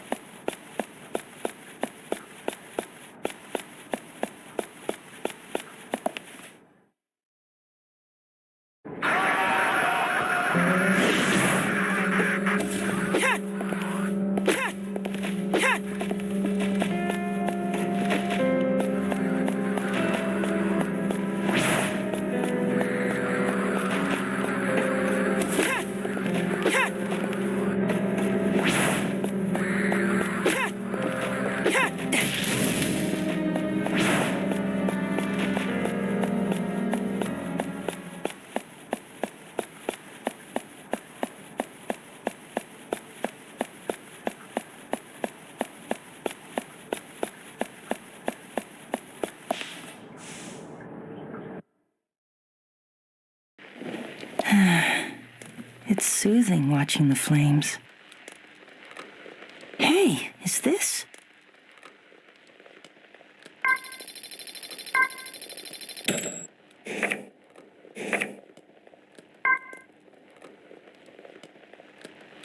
I'm sorry. I hope you get this, Mom. I wanted to apologize to you for so long. This might not ever reach you, but I'm sorry for what I did. It's all my fault. It was a lie, so please smile and say it's okay. If we survive this, I'll apologize in person. So please, forgive me. I'm going home now, but this is a memo for when the end comes. If someone else sees this, please tell my mom for me if you can. I'm sorry for being selfish about this, but please, I don't want to die. I don't want to die yet.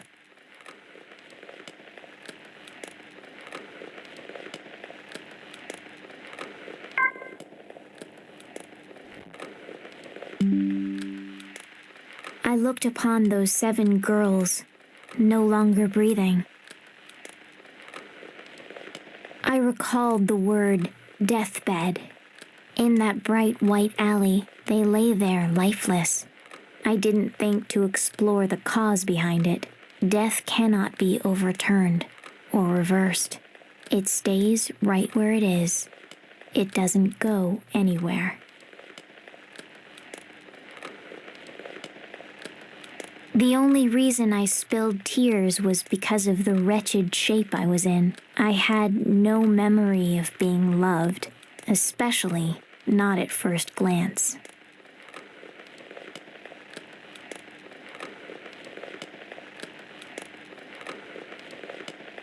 The day they were welcomed into their homes, they were given heirloom bells.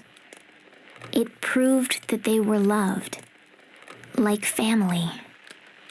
In all my days, I'd never been given a bell, and yet here I was, alive, while these girls, who were supposedly loved unconditionally, were dead. It might have been poison, perhaps even disease. Maybe I too would be whisked off by the cold wind of death.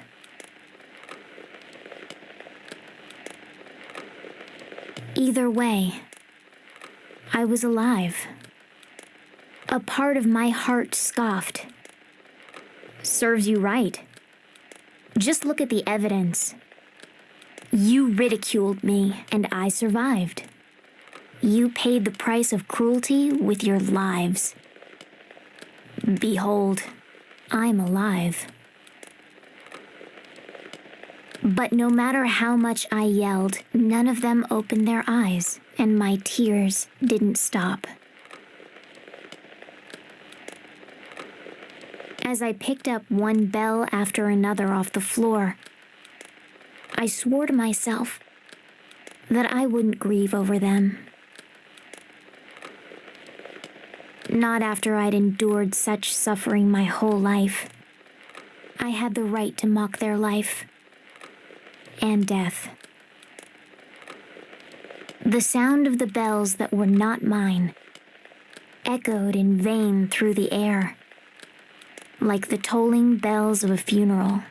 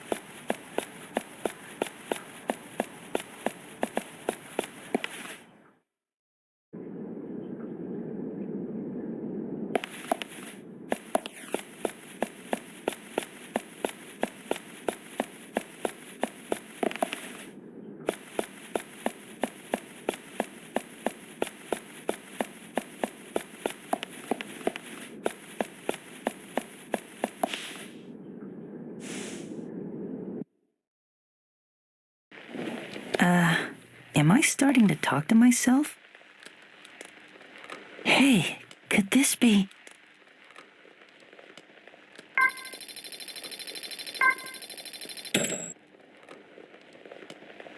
Good evening.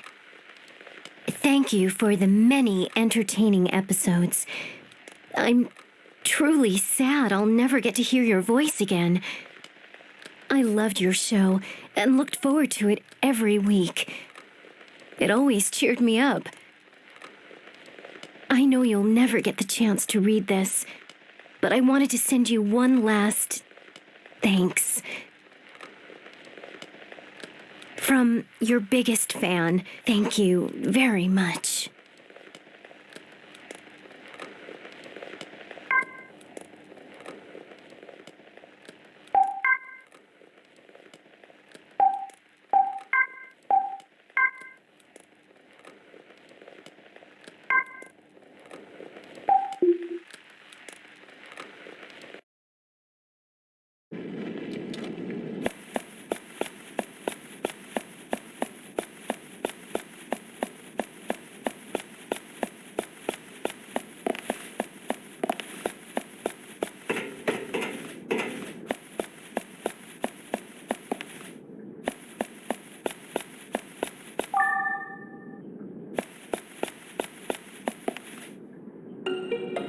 It's that cat from before. What's it doing here? He's looking at us. Cute little guy. Let's see if I can get him to come here.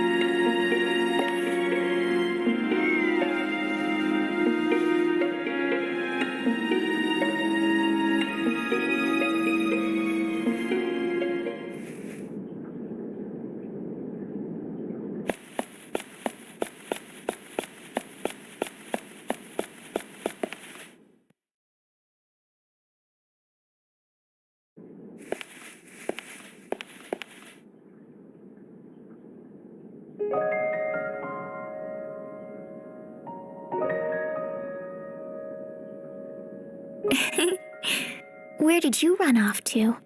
You had me worried. You know it's dangerous to wander off too far.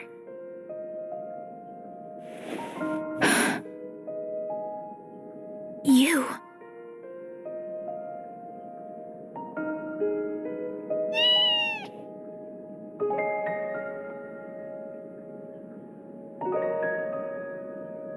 I know you. The boy who touched me. It wasn't like that. I only meant to... I know you're not a bad person. I can tell. Because he likes you. That's a relief. And hey, I'm sorry about before. Your name? Your name, please? Oh, my name. My name is Seto. Seto? Yeah. That's a short name. Seto.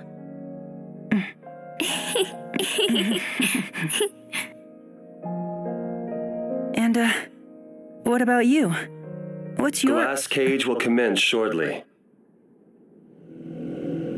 What's he? Shin. Return at once.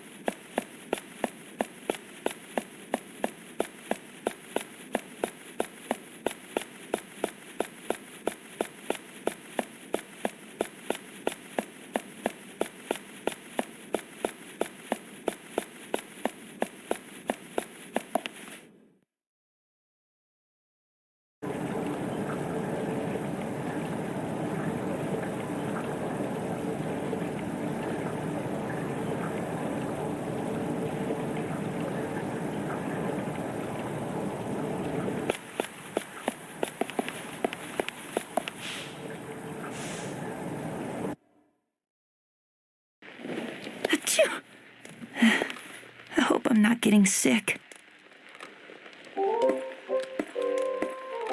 It appears we have a special bond, you and I.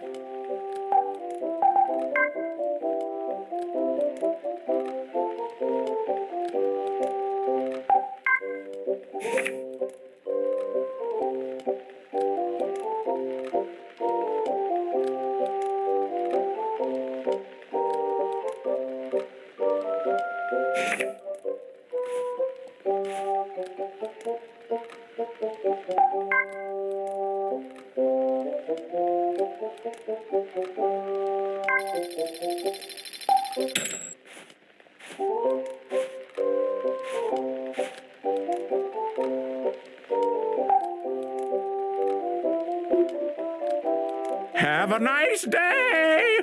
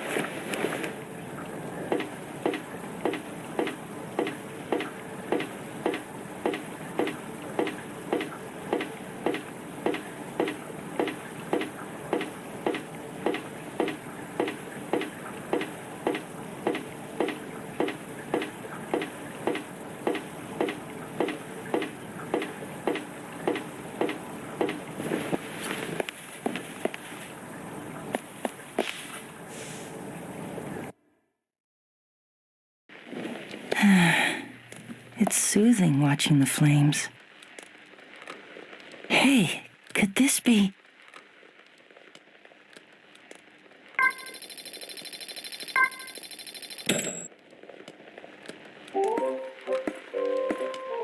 Well then, where should we start?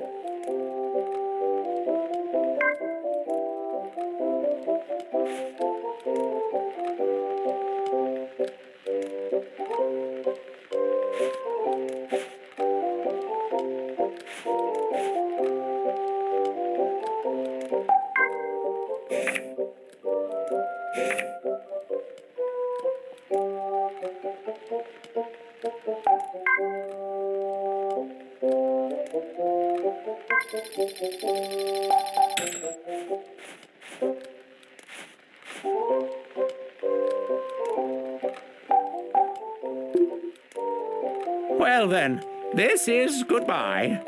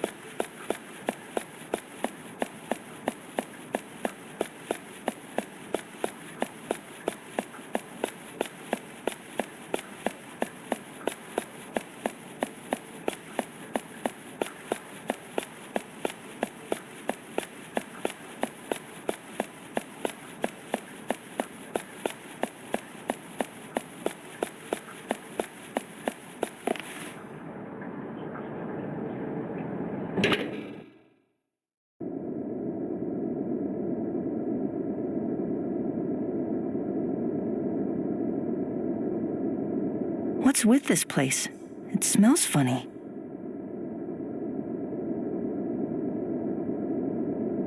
Be careful. There's a whole different breed of enemy hiding around here. Different how?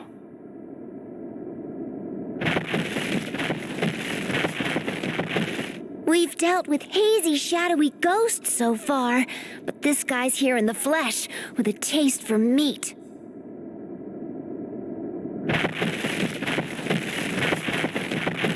It'll strike from the walls and the ceiling. Keep your ears open so you can anticipate its attacks.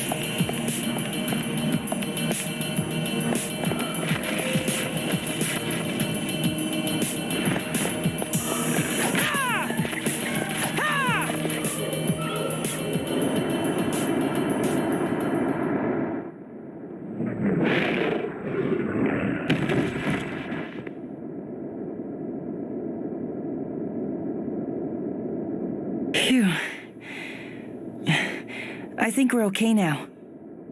Well, well, when did you become Mr. Tough Guy? I guess all that practice is paying off. Don't get too full of yourself.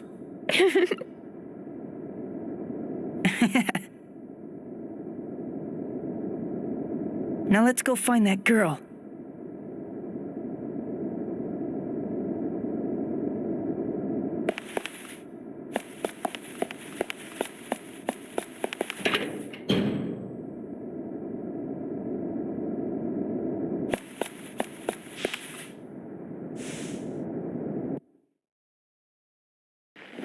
Phew, I'm tired.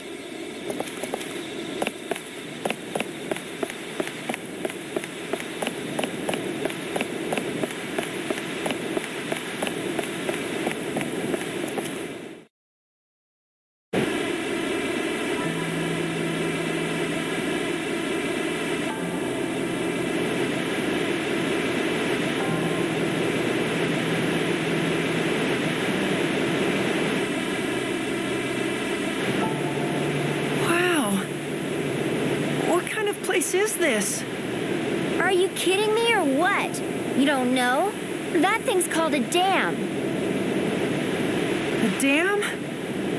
It's so humongous. Oh, wow.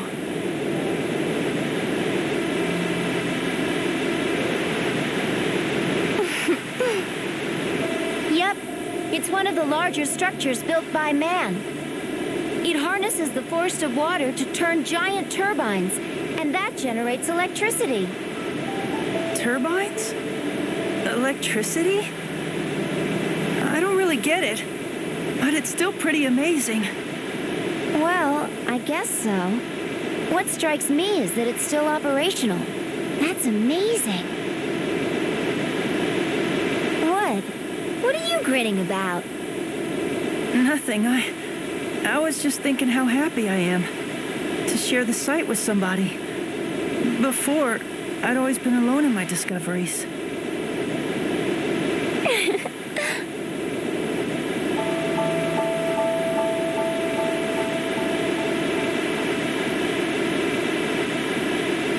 The lights turned on. That might mean there's somebody up ahead. Maybe.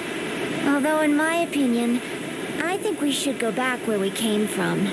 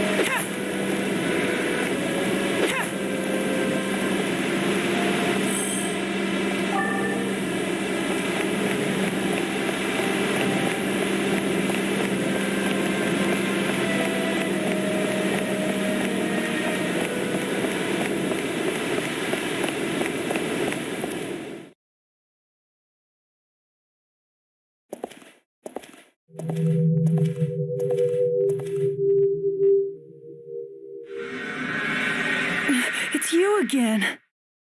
Please help me.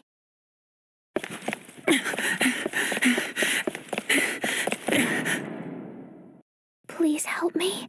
What's that? What are you saying? I can't hear you.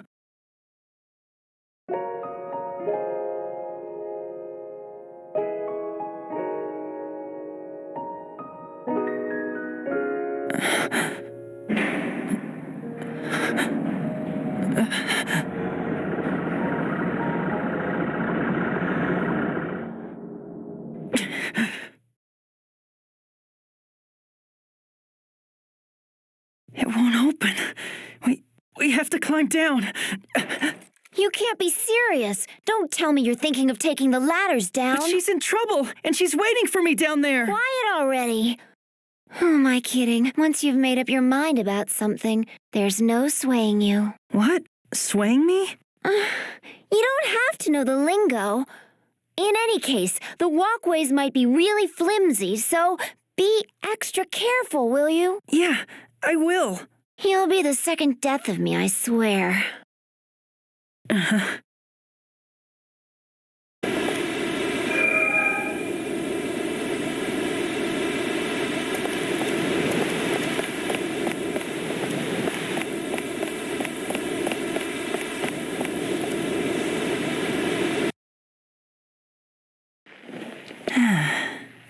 So comfy. I see.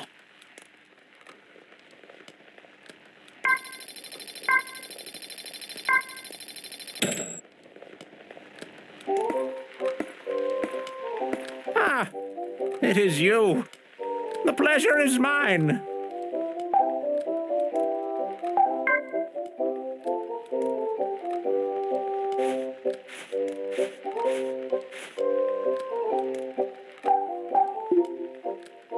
Have a nice day!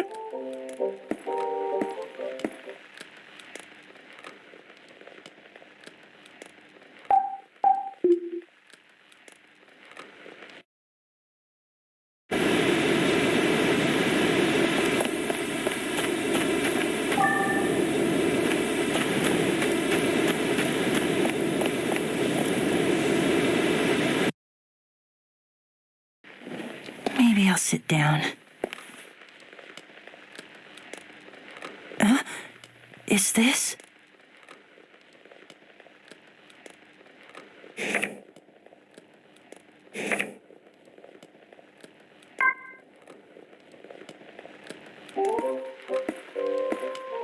It appears we have a special bond, you and I.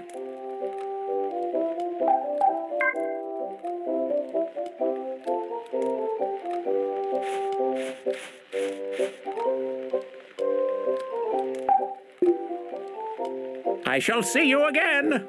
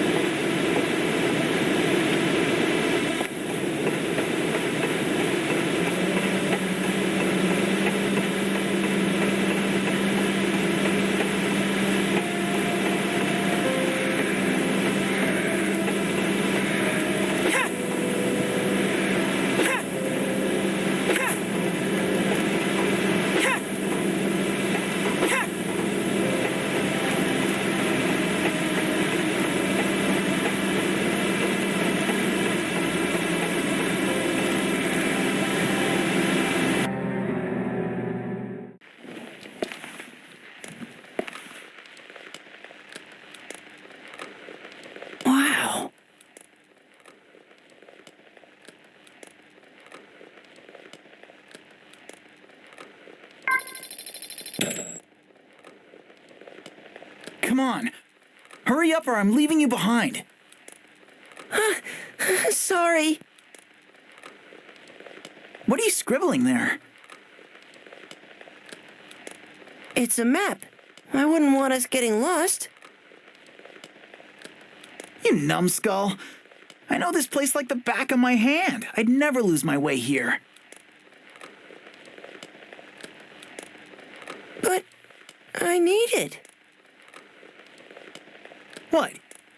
You planning on coming here again on your own? I could. After all, I take after you. Huh. You're braver than I thought. Just give me a second to draw this. When I'm done, I'll let you borrow it. It'll be our secret map. I told you. I don't need that. But Papa's always saying better safe than sorry. Yeah. If you take after anybody, it's Mom and Dad. So? Just forget about it. Let's go and don't fall behind.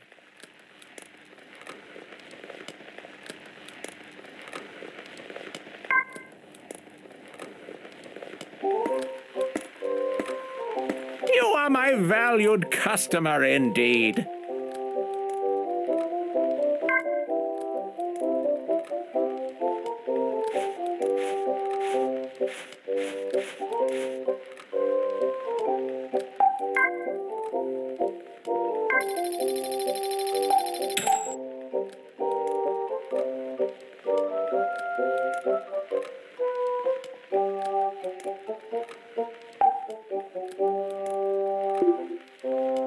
Well then, this is goodbye.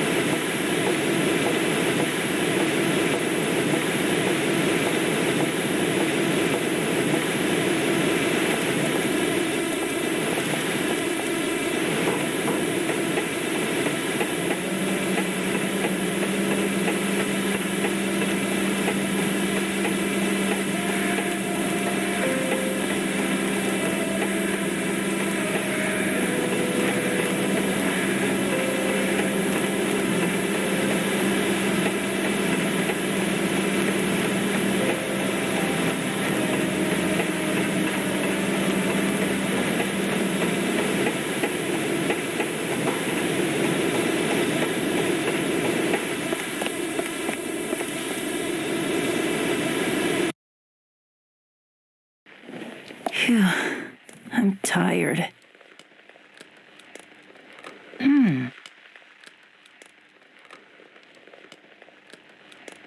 Wow. What'd I tell you? Great view, huh?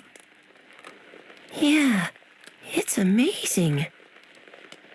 I was saving the best for last. Hey, what's the matter? What are you crying about, weirdo? I'm sorry. Quit it. You're making me feel weird too. I don't want this to be the last time. What are you talking about? Mommy told me this is the last time, but I don't want that. I want to come here again with you. What are you babbling about? I get it. So stop crying. Fine, have this. Oh, where did you get this stone? It's so pretty. I found it here. Pretty cool, huh? Let's find more here next time. Next time? Honest? Cross my heart, hope to die. You keep this one so you know what to look for on our next trip. Okay. And don't talk about this being the last time ever again. Okay. But Mom said... I promised we'd come again. And real men don't break their promises. Right. Thanks.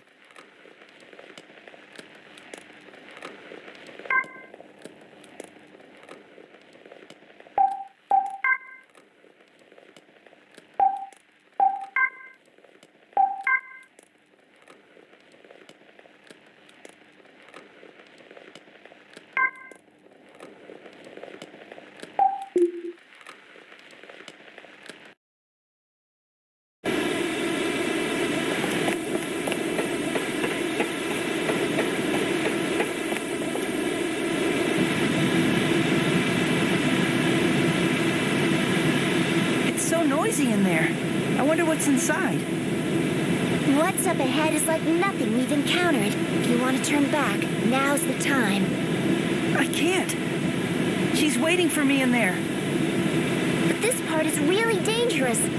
Listen to me for once. She's in there. I have to go. Fine. Man, you're so stubborn. Don't say I didn't warn you. Okay. Oh, now you're all cooperative.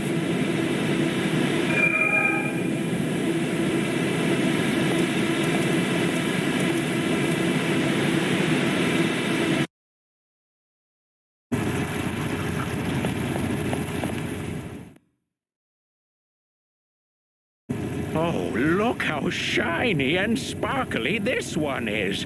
What do you think of it, Princess? Princess, I found this on a beach far to the north. The ocean sparkled just like this stone. See how lovely? Pink and precious. Please That wake up, merchant guy. Princess. He isn't human, is he? Princess, look at this. If you peer into this blue vial, you'll get a sparkly treat for your eyes. Please smile for me like you used to, Princess. It looks like that girl in the crib has been dead for a long time.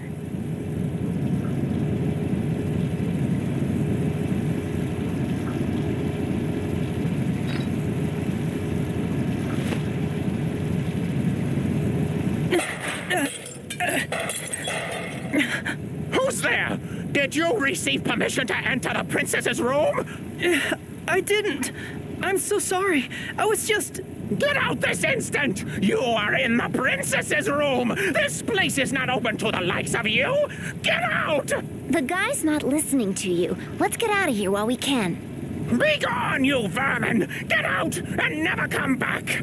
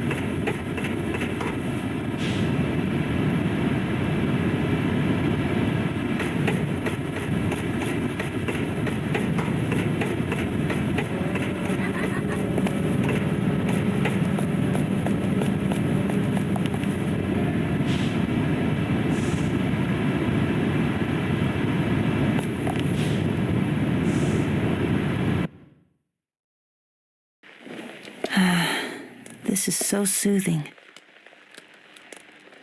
Hey, is this?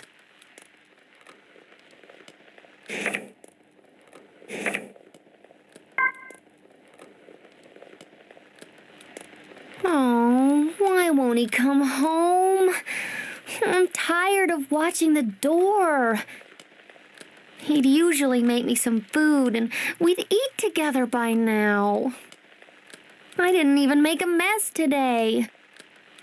I didn't chew on the carpet or anything.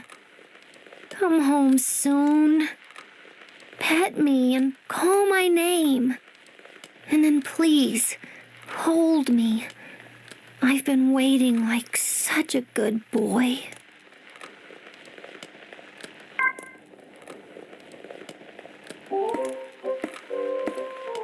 Feel free to ask should you ever have any need for my services.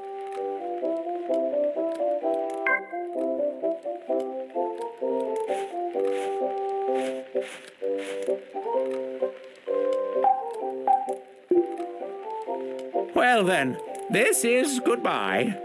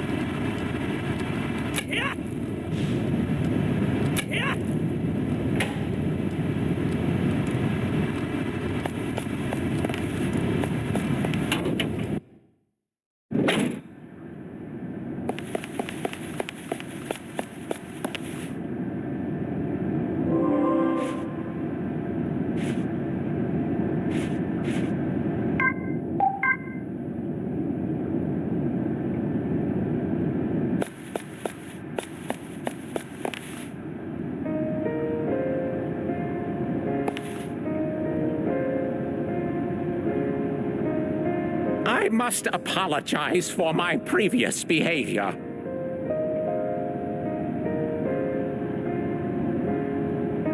It's okay. I just got a little scared. Such rude behavior is inexcusable. I was under the impression at the time that you intended to harm the princess. As a sign of my most earnest regret and sincere apologies, please accept this. Oh, how cute. It's a little chick plushie. It's got your face. Wonderful observation. The princess adored this little doll. And it was handcrafted by yours truly.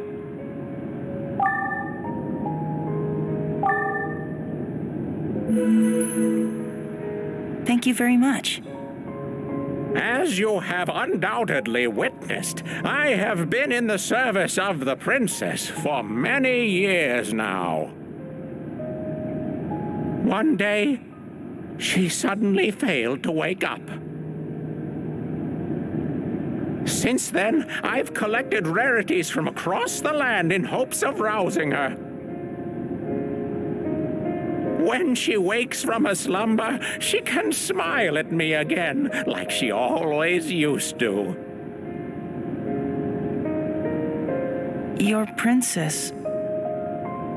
That little girl is...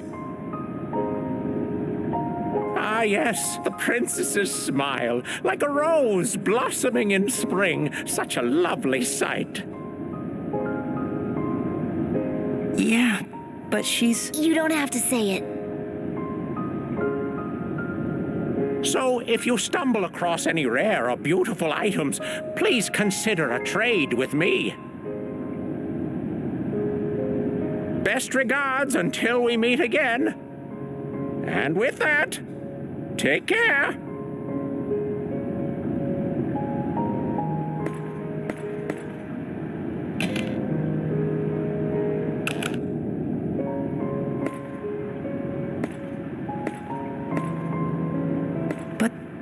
little girl is. I know. But sometimes not telling the truth is the best thing you can do. Maybe. Death is something only humans perceive, after all.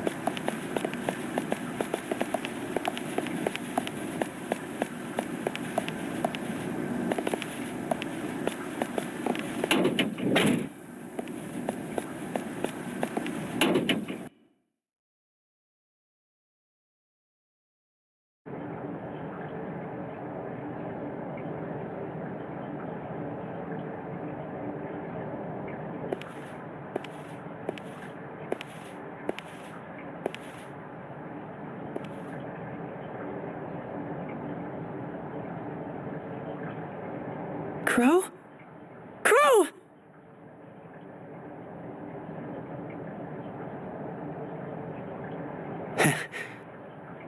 Nice job recognizing me. Good thing, too. My battery's about to run out any second now. I know, pretty lame, right? Seriously.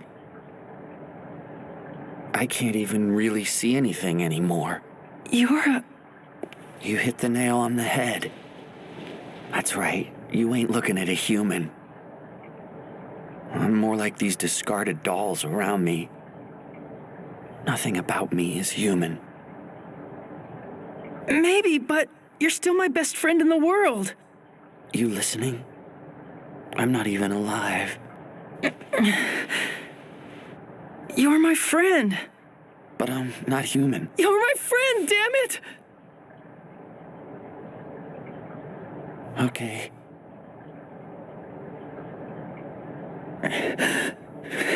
I'm your friend. Come on, don't cry now. Okay. It's sort of funny. I'm almost jealous that you're able to cry. But really, it's enough already.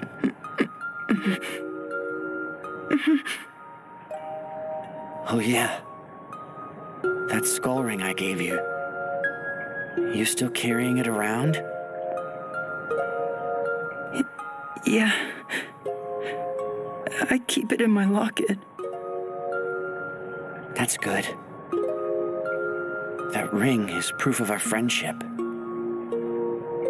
Our friendship. You know, you're the first real friend I ever had. You are my number one friend. My best friend. My best friend. My best friend. My best friend.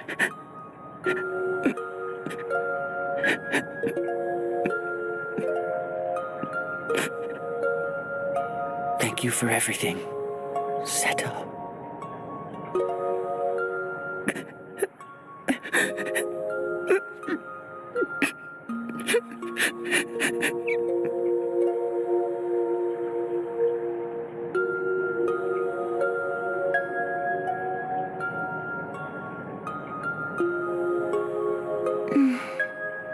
Come on, he shut down. You're wrong. He died.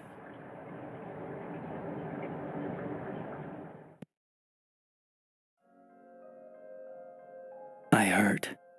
I tire. And I collapse. When I'm staring into the darkness, I find myself somehow entranced by it. Suddenly, I hear laughter. Fearless, mean, and yet kind. It calls to me. The days we spent together are long gone, drifting away like clouds in the breeze, even though memories are often fleeting. All I need to do is close my eyes, and your face appears. Clear and forever young.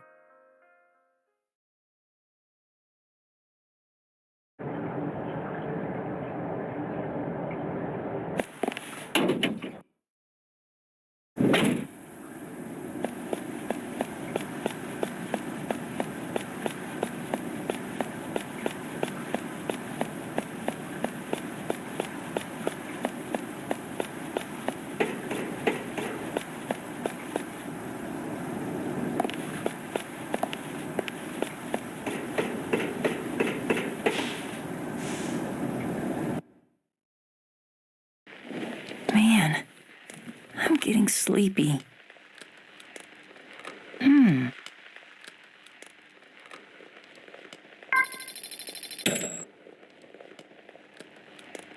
I can't die yet.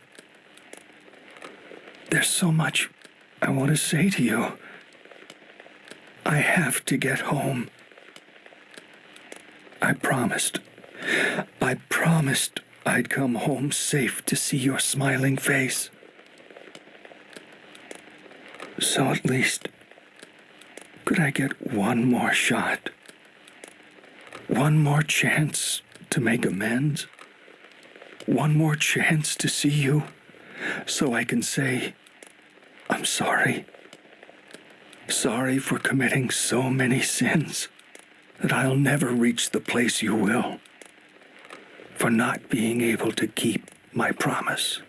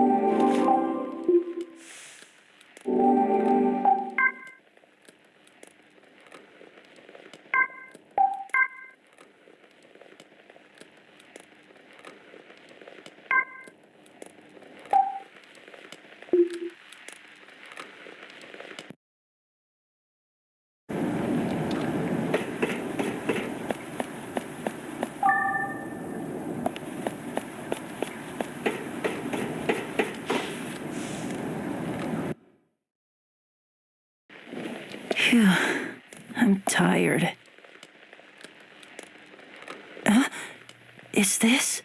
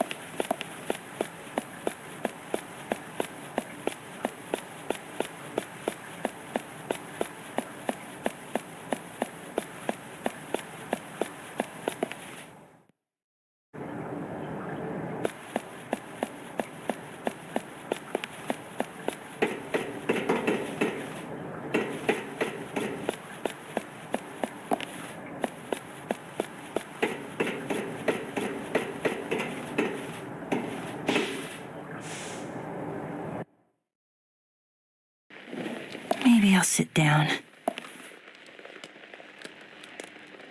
Hey, could this be...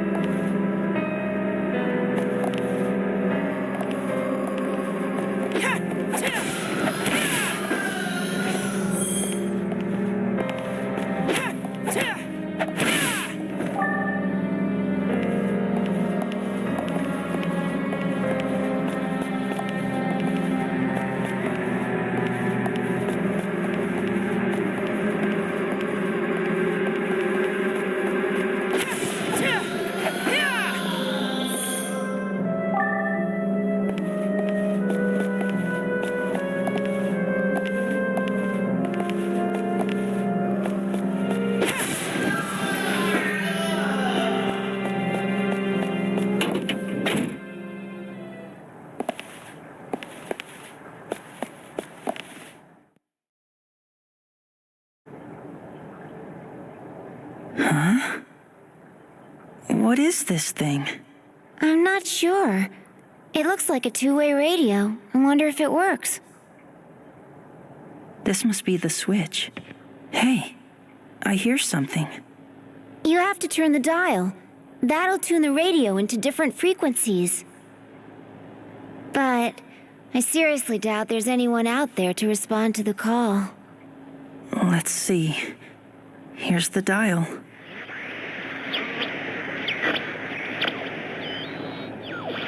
Anyone? Is anyone there?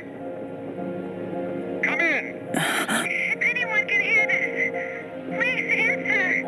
Can anybody hear me? Is anybody there? Hello? Anyone at all? If you can hear... Hey! You hear me? Can anyone hear me? It has to be there. Please respond! Please! Someone answer me! I'm here all alone! Me? You me? Everybody, where are you? Come on, everyone! Don't give up! You gotta answer, please! I don't want to be alone. Somebody!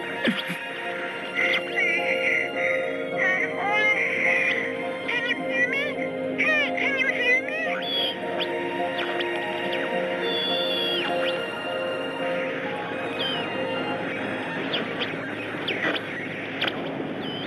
Hello? Where are you right now?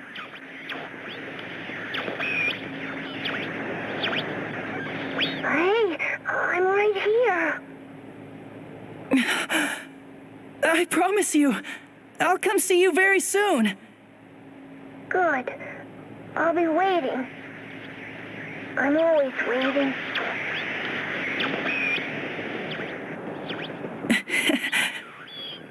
I knew it. I knew that I couldn't possibly be the only one left in the world. See? There are still other people.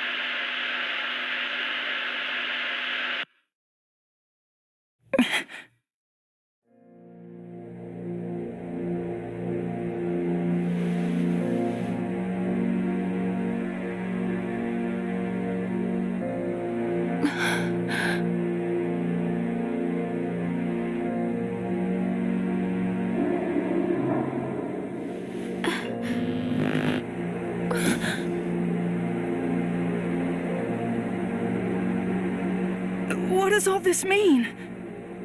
It means he's finally ready to begin. Follow me.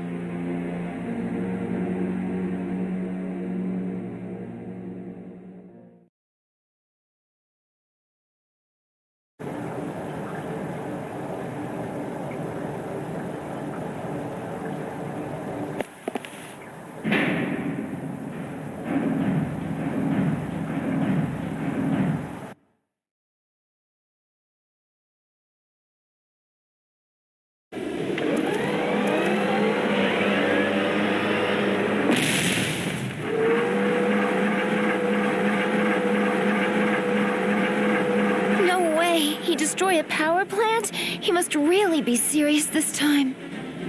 How dare you bring an intruder here, Sai? What were you thinking? Stop! He's just a kid. He can't do anything.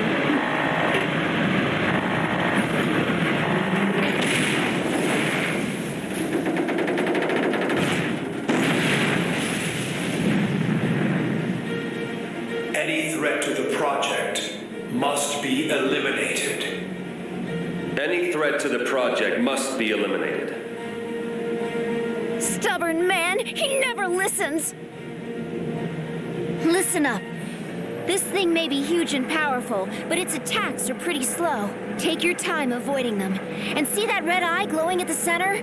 That's the controller for the whole thing. Take that out and you'll stop it dead. Controller? Stop it dead? How? Man, you're slow. Use an arrow or something to shoot at that red thing. It's your only chance. Okay, I got it.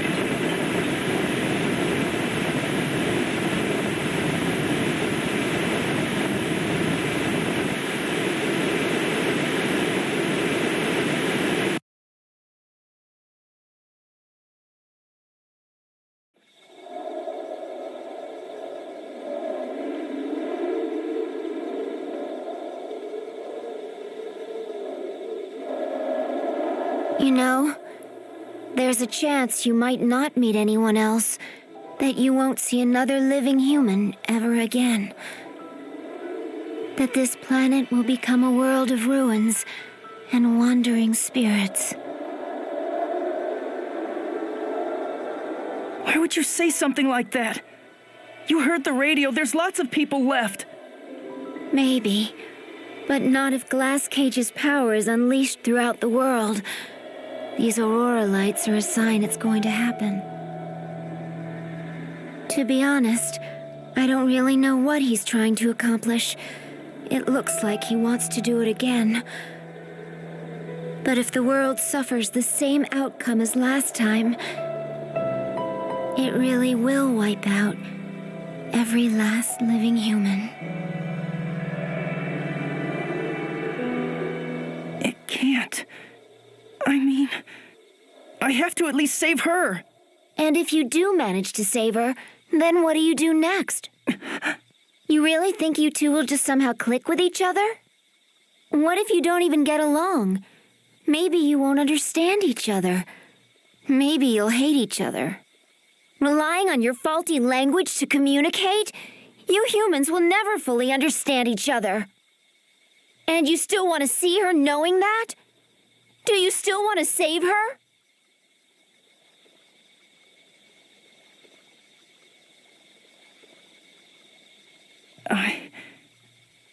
I don't know if we'll understand each other perfectly.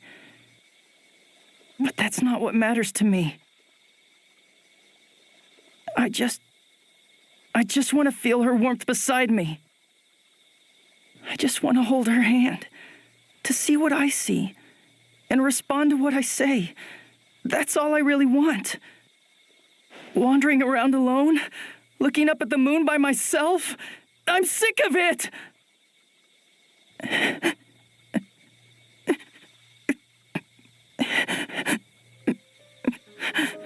Listen, do you really want to save that girl? Even if you're successful, she might still reject you, you know? Who knows, she might even hate you. So are you sure you want to do this?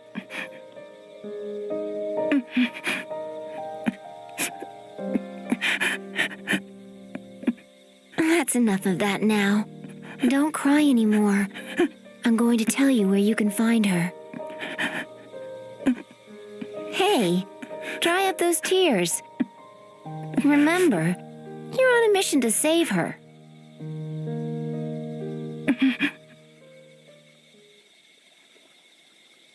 I know the exact location where she's being held. Follow me.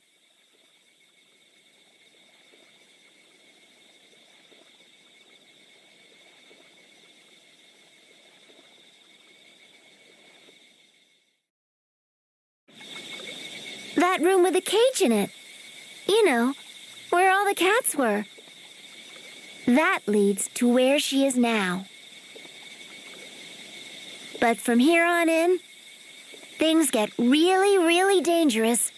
You could call it quits, but I already know you won't. That's right. I'm stubborn. I know. We have to go. She's waiting. Yeah.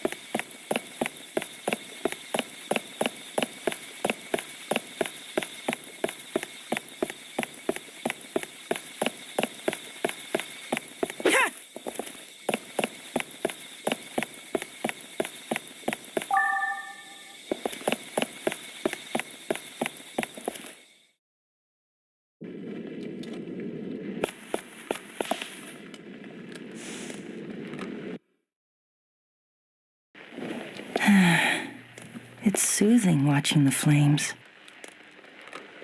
Wow. Hey, where are you going? I'm gonna go explore the dam. Huh? But Mom said we can't go out today. What? Why not? I don't know, but something about how now that we can understand each other, we, gotta be together as family. You idiot. There's a lot more on your mind that you're not saying. Wait, how come I even know what you're thinking? 'Cause it's like I said, this is something big. Well, I don't get it. Either way, I'm going.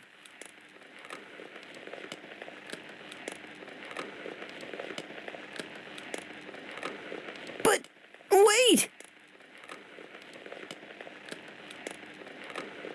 Don't tell me you want to come with me.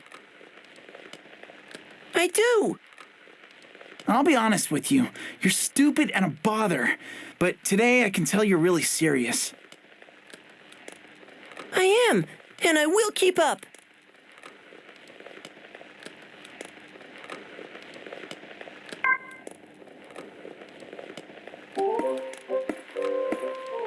Feel free to ask should you ever have any need for my services.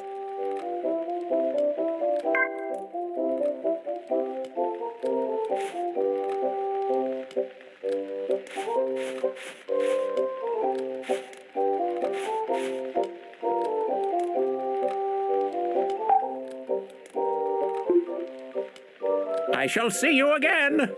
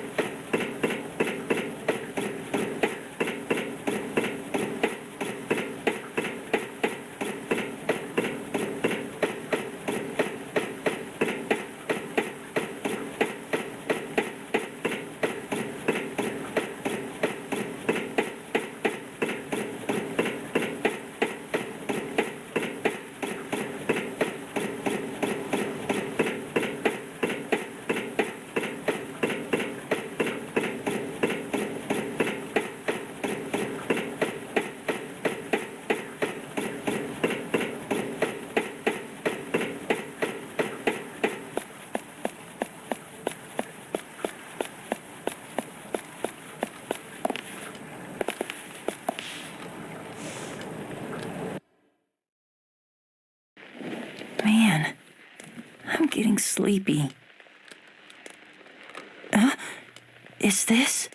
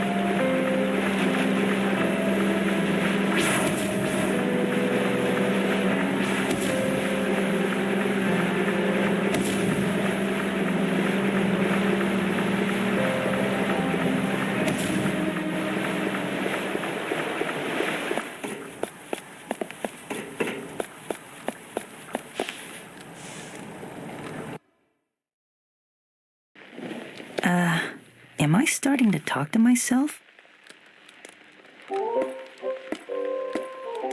Feel free to ask should you ever have any need for my services.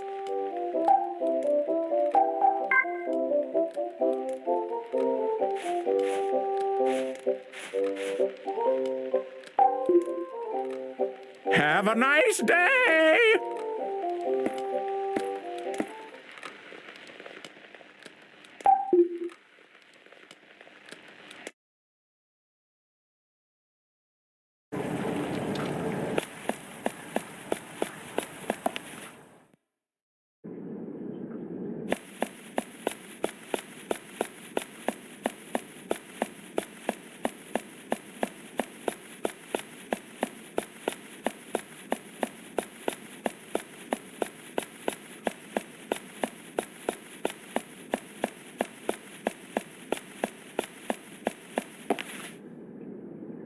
Enter this code into that keypad.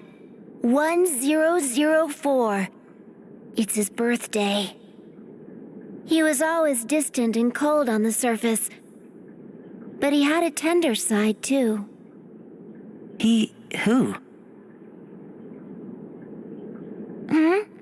It doesn't matter. Just enter the code already.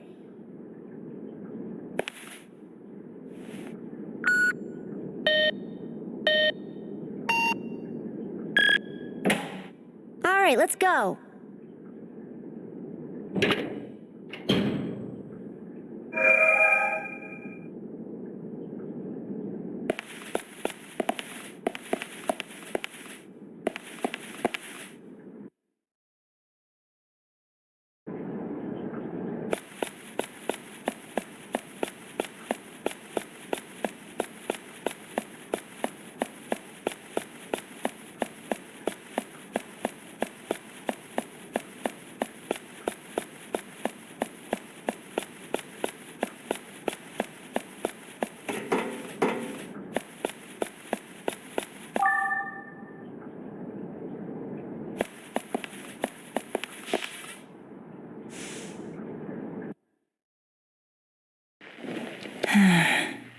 It's soothing watching the flames.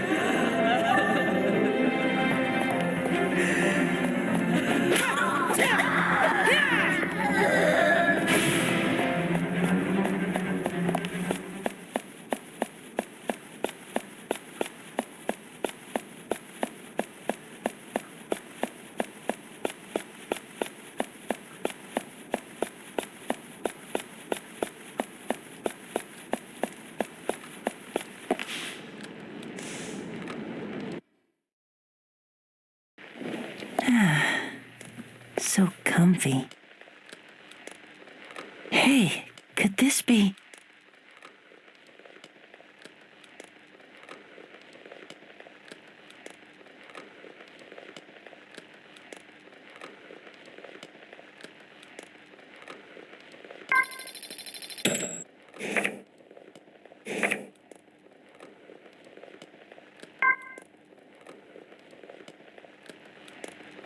Dawn was just about to break, and the subdued rays of morning light were finally spreading across the sky. I was taking my time, strolling through the bustling scene of the early hours. The clamor hurt my ears. Angry shouts rang from the main street, while flirts could be heard in the alleys. I avoided the hubbub on my way. Just being in a foul place like this made me remember the life I'd led. There was a shop with its door propped open. The music that wafted from within was not what you'd consider uplifting. The sign by the entrance was half shrouded in dark. The word Sylvia adorned it. Boss, I think you've had enough, a sweet voice said from behind the bar. The bartender was a long-haired woman in a sleeveless dress who was leaning against the wall. I know it's up to you, but I think you've been hitting the bottle hard lately. The voice was young and lilted, like that of a male cat calling to a female.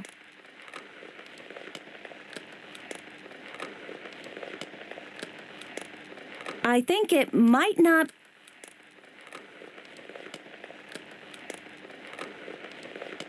Rika? A glass clattered hard against the bar's surface, cutting her off. Silence followed. Fine. Don't listen to me then. The girl behind the counter took the glass to fill it, but grumbled in disapproval. I'm just saying this out of concern for you. You look exhausted these days. And the last lady to run this place, well, you know. Rika!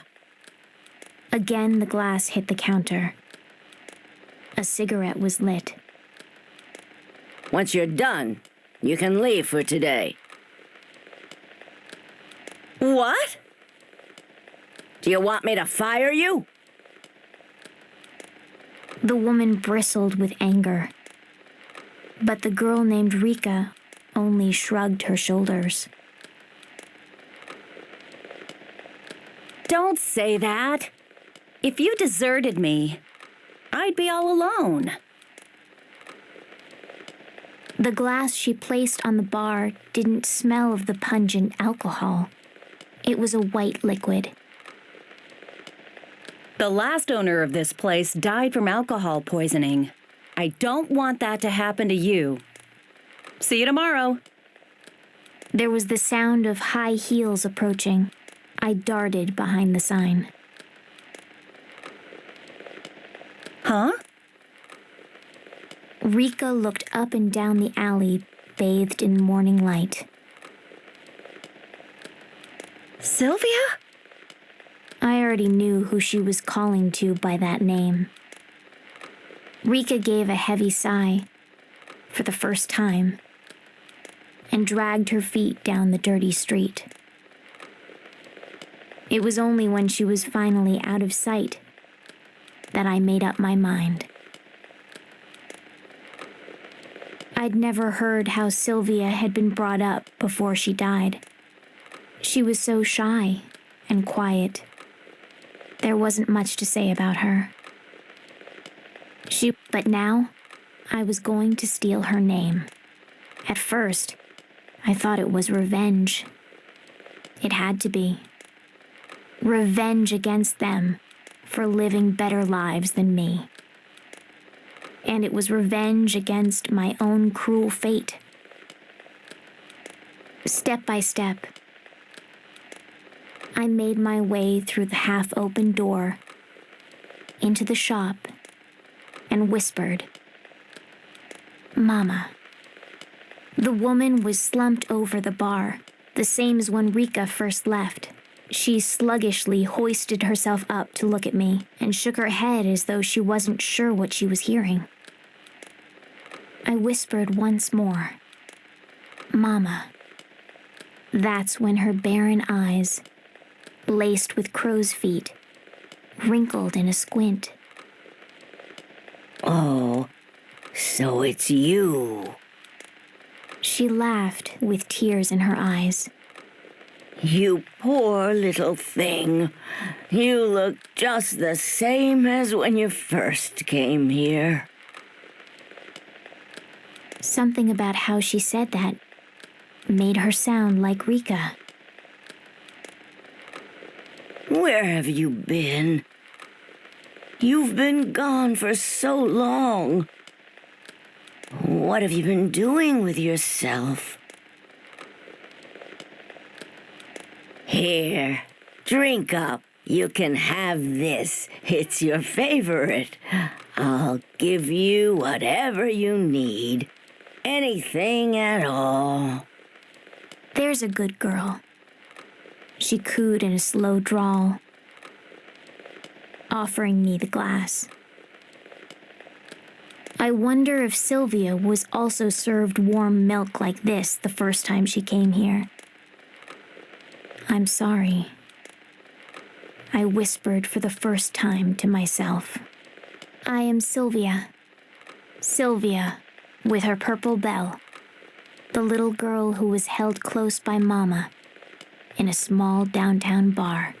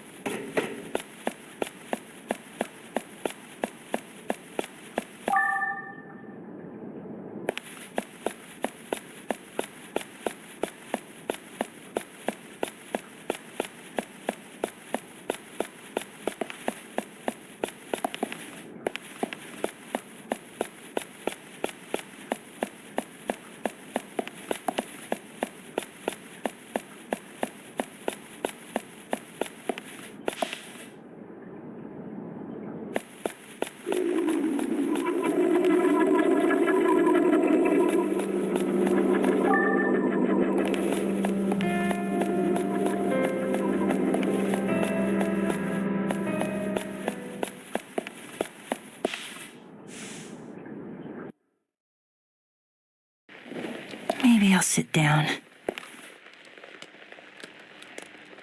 Hey, is this?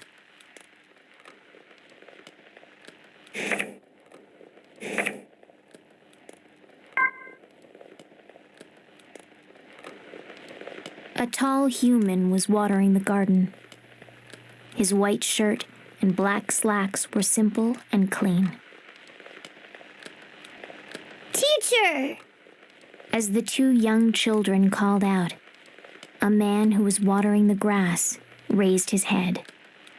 Yes? Anything the matter? The man they called teacher kneeled down to peer at the young boy through his glasses. Teacher, when's Lot coming back? The question came from the little girl. Even from a distance, I could see the man's face grow dark. Teacher, will Lot ever come back? The little boy looked up expectantly, but their teacher could only furrow his eyebrows and purse his lips. More children gathered, questions alight on their small faces. Their matching white shirts were tattered with use. I could imagine that Lot, too, had joined this circle with her signature yellow bell. The young children didn't appear to have parents. They lived in the big, plain house with the man they called teacher. Now, what's taking her so long? She's gone away before, but... The teacher murmured an excuse, but the children wouldn't be soothed. We want to play with Lot again. Maybe Lot's sick. Maybe she's hurt. I bet she misses us. She must miss us. As worry spread among the children, the teacher asked them a question. Let me ask you, does it make you sad to think that Lot's lonely? Of course. We miss her. The teacher nodded and continued. Then, if Lot knew how you missed her, it'd make her sad, right? As I watched from a distance, I hesitated momentarily. I knew that the yellow bell that Lot possessed was from this orphanage, which was why I'd come. But I couldn't imagine that she really had a family in this place. Would anyone care if she were gone? Their worries now put to rest, the children returned to their games, but one girl lingered behind. A freckled girl with curly hair. But we're all... The girl mumbled, looking down at her feet. We're all still sad, even if Lot isn't lonely. The teacher put his hand on top of the girl's head. I suppose there are some things that can't be helped. I know what you do at night. The girl blurted, looking at him hard. If you really felt it couldn't be helped, then you wouldn't be out searching for Lot every night after we've gone to sleep. The teacher quickly put a finger to his lips. Everyone's worried enough as it is. But now I'm more worried about you, teacher. The man simply nodded with a sad smile at the girl's words. I know that. And I'm sorry. Then, with the hose still in hand, he looked at the sky and spoke aloud. Between you and me, I'm not all that worried about Lot. I'm sure she'll still survive outside these walls. All that matters is that we all considered her family. I'm sure she wants to treasure those words too, because the family we made here is the only one we've ever had. As far as I'm concerned, we're Lot's family, and as long as she knows that, everything will be okay. And to be honest, I believe that Lot will return someday. Night came, and the lights in the orphanage winked out. I slowly crept out from the shadows that spread before the orphanage. The moment the teacher saw me, he stopped in his tracks. The light from the full moon completely transformed me. I rang the bell, knowing it was all I could rely on. Lot? Is that you? Yes. It's me, Lot. So then, does this mean you're ready to come back to our home?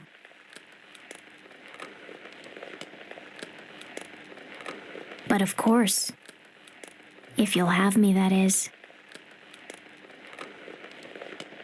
Back at the orphanage, the freckled girl was trying her best to calm the children who were crying from the teacher's absence. For days now, she'd taken his place guarding them at night. Holding the young girl to him, the teacher announced my return to all the children, to all the family. I am Lot. Lot with her yellow bell. A gentle member of this orphanage, with a bigger family than anyone could ask for.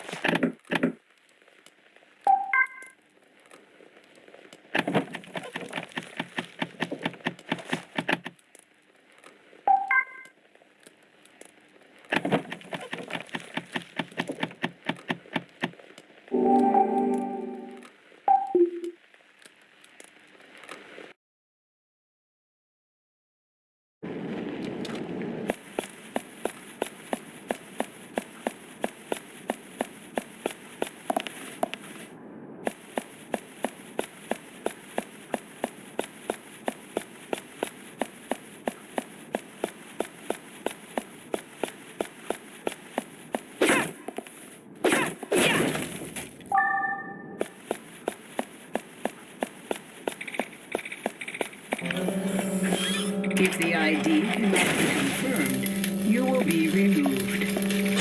If the ID cannot be confirmed, you will be removed.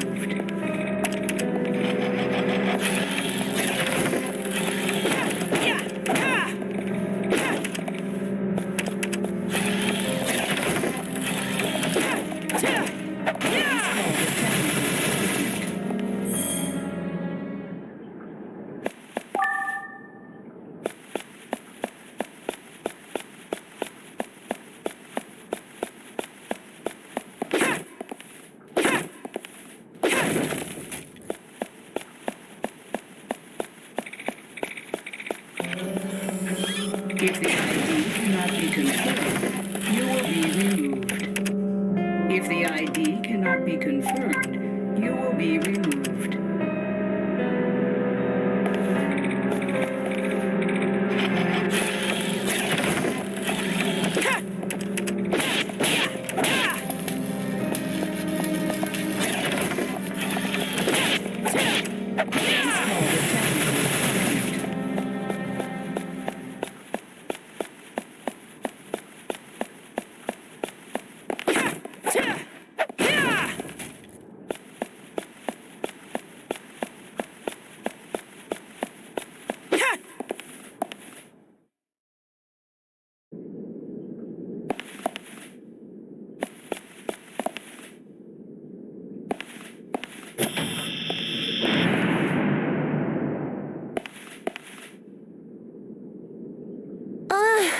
The security's been activated. It's locked tight. Well, only one way to go. Forward! Right.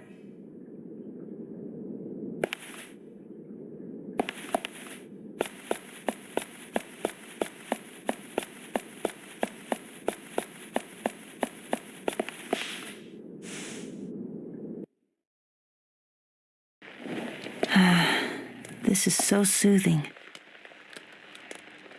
Hey, could this be?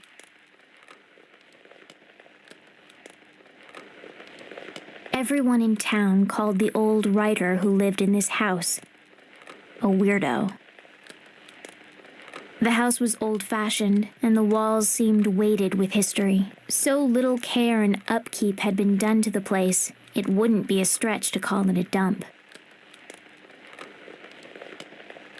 The front door was always open, and not because it wasn't locked, but because there was no lock at all. Some would think that an invitation to burglars, but the place was such a mess that you'd lose all interest in stealing the moment you stepped inside. The house reflected its owner, an oddball, aged and in disarray. And this day, that oddball writer was laying in the middle of his hallway.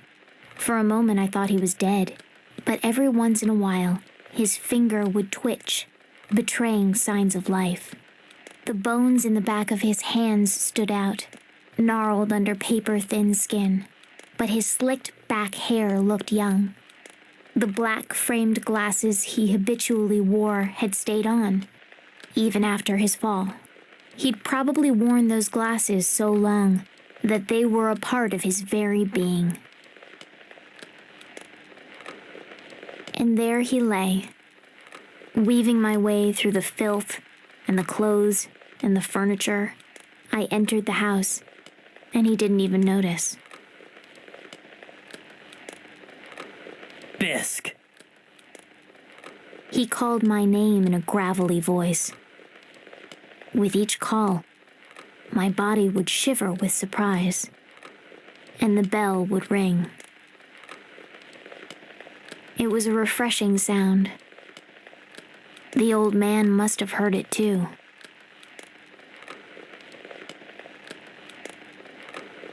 He immediately leapt off the floor and turned his back to me. Not another step. The man almost spat out.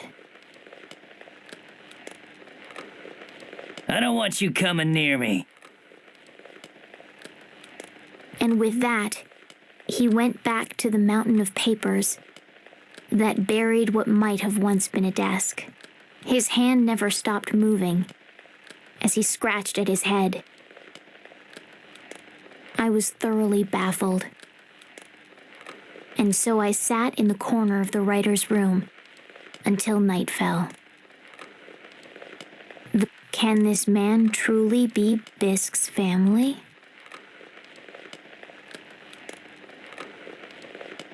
I came to check up on him every few days, but each time he'd act just as wild and nonsensical. When he wasn't throwing himself on the floor, he was completely immersed in his writing.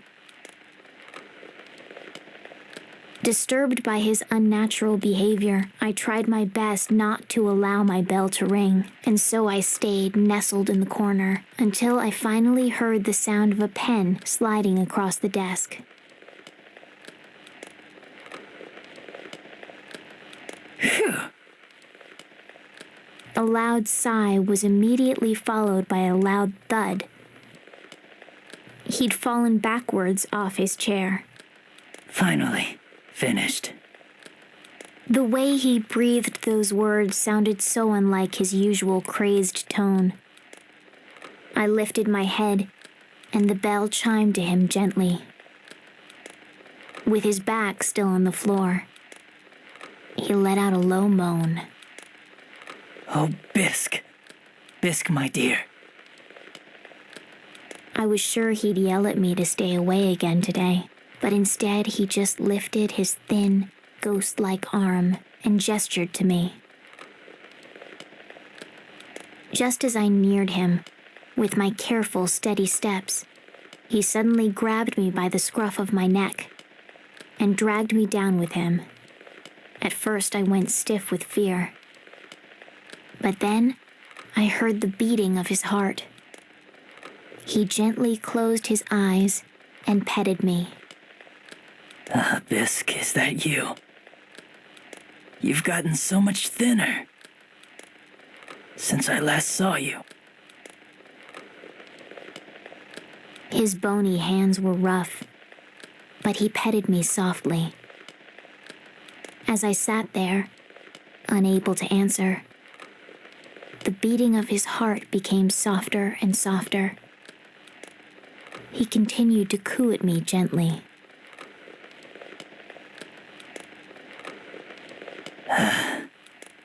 Finally, I'm able to sleep. His last words sounded more like he was speaking them from a dream. As the hand on me never wavered, I finally realized. My doubts were cleared. I understood now that this was the orange-belled Bisk's family.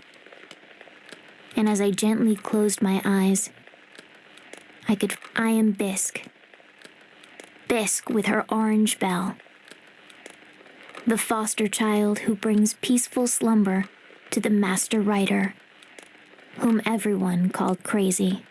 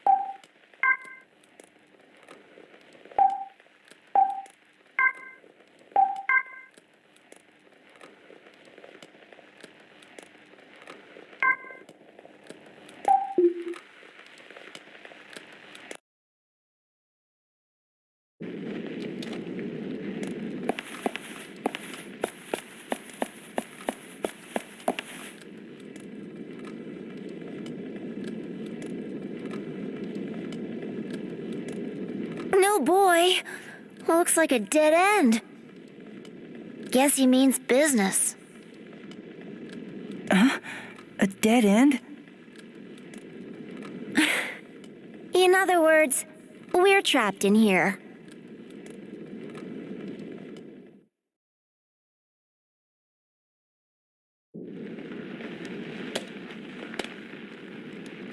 I guess this is the end. Huh? What's the matter? You're a guy, aren't you? It's too early to throw in the towel.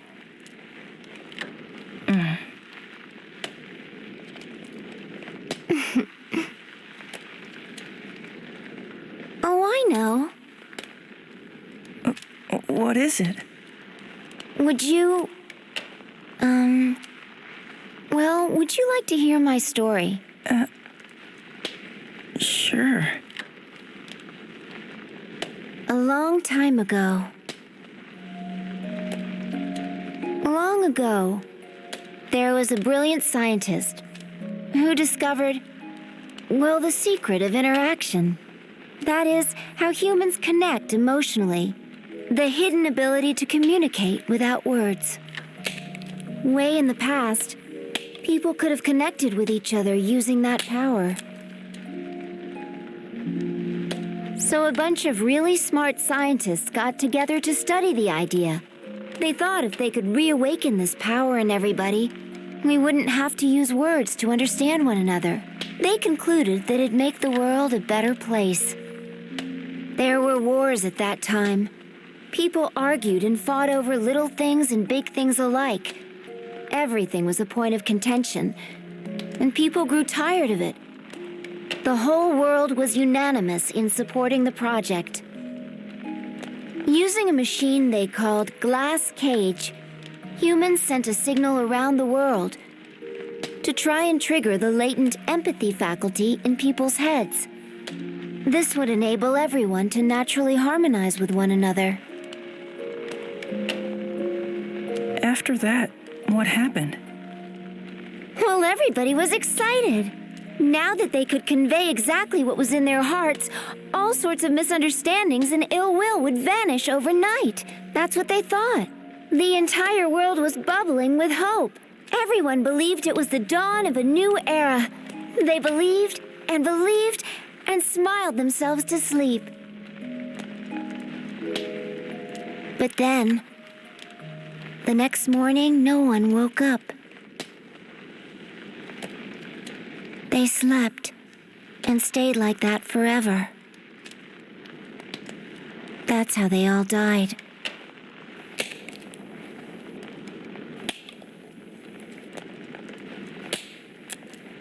And you think it's happening again? Yeah. That girl? She's gonna be the catalyst for it. Catalyst? Her heart will make the connection and connect with everybody else on Earth. If it succeeds. What if it doesn't work? I told you. It'll be worse this time. Not a single soul will escape.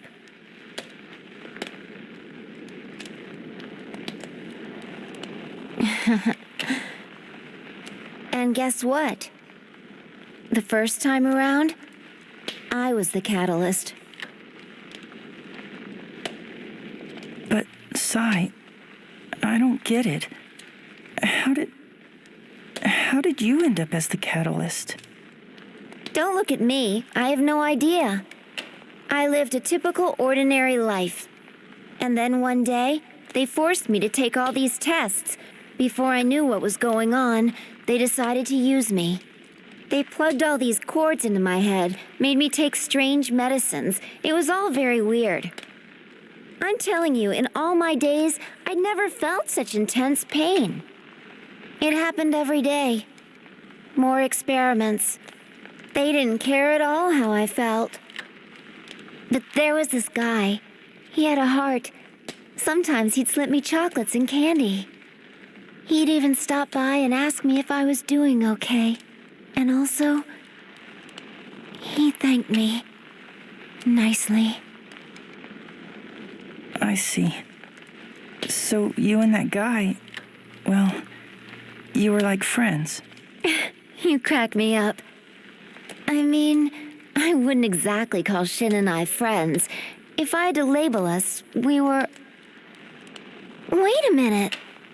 How'd that cat get in here? The door's still locked shut. And the exit is blocked with rubble. Quick! After him! He might lead us to a way out!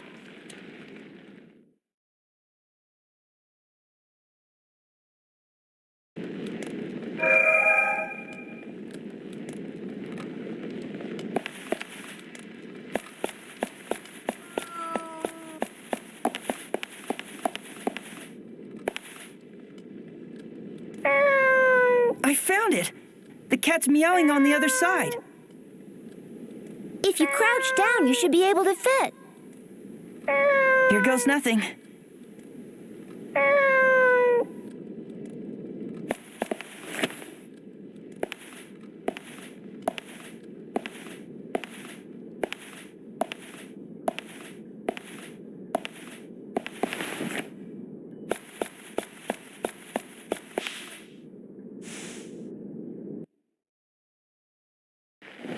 Achoo! I hope I'm not getting sick.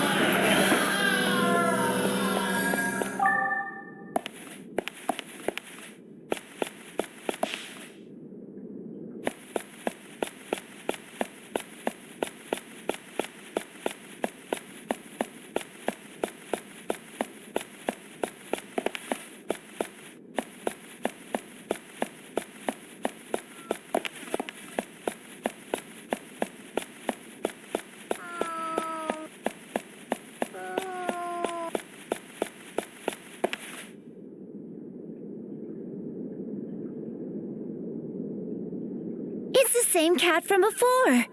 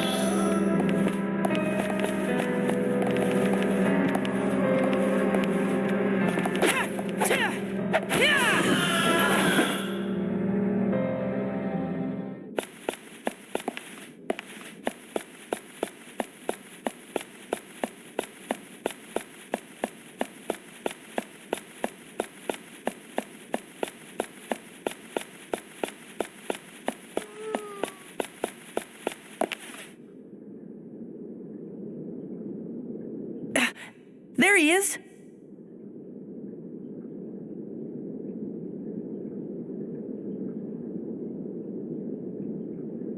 How did he get here in the first place?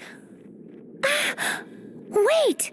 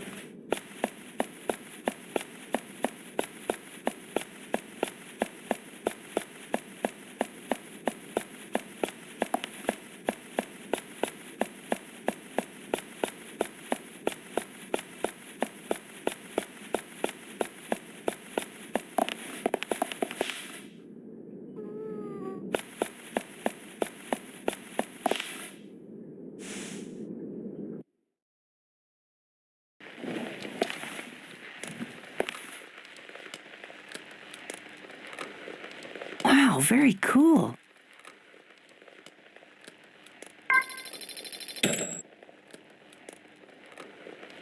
Though you're still so small, you'll soon be born.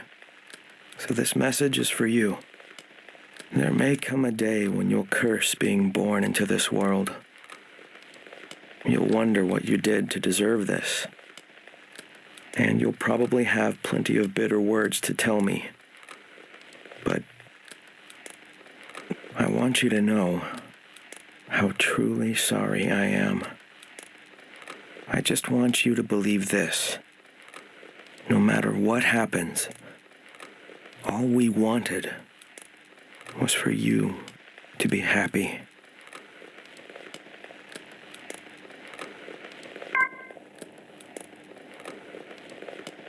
To-do list.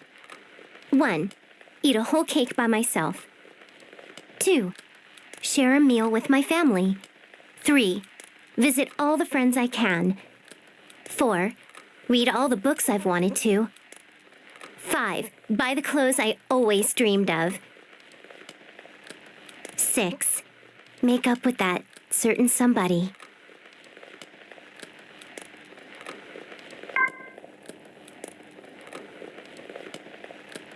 The silver bell wasn't a particularly outstanding decoration, but it did ring the most beautifully.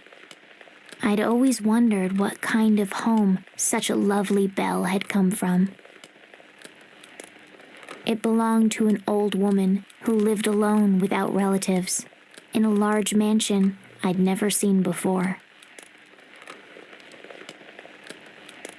Madam, it's time for supper. Thank you, dear. Madam, the lilies in the garden have bloomed. I've put them in this vase.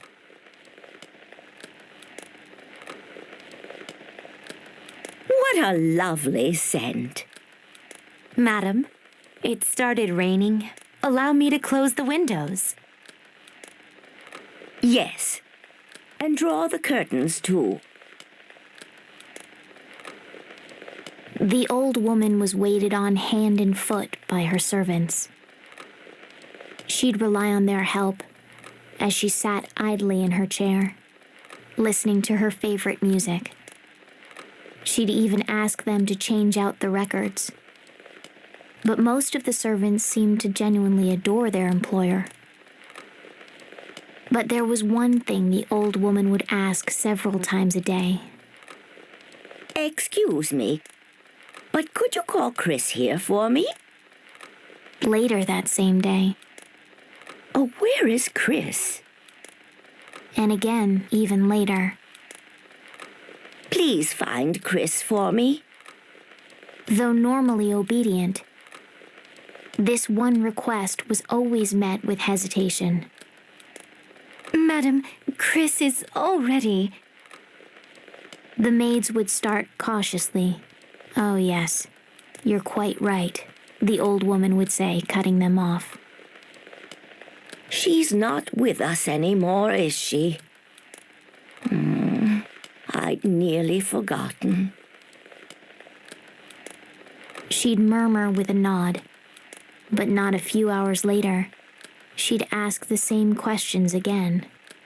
She had them stop her favorite record. Oh, wherever could my darling Chris be? One rainy night, the mansion was in an uproar.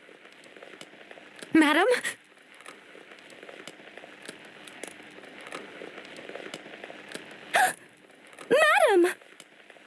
The servants dashed through the halls in a frenzy. Finally, one of the maids shouted in despair.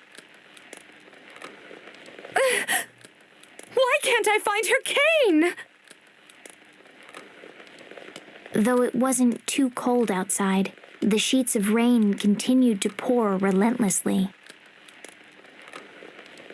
She couldn't have gone outside, could she? A chill passed over the gathered servants before they set out. They put on their coats and called for help outside. I tore my eyes from them and made for the rain-drenched town. Amidst the downpour, I smelled the sweet fragrance of lily. In the back lane of a park, far from the mansion, I made out the figure of the old woman. She was surrounded by a crowd who moved and gabbed around her.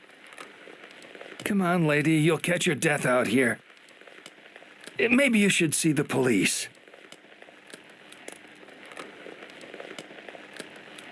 The old woman's shoes and designer clothes were soaked through.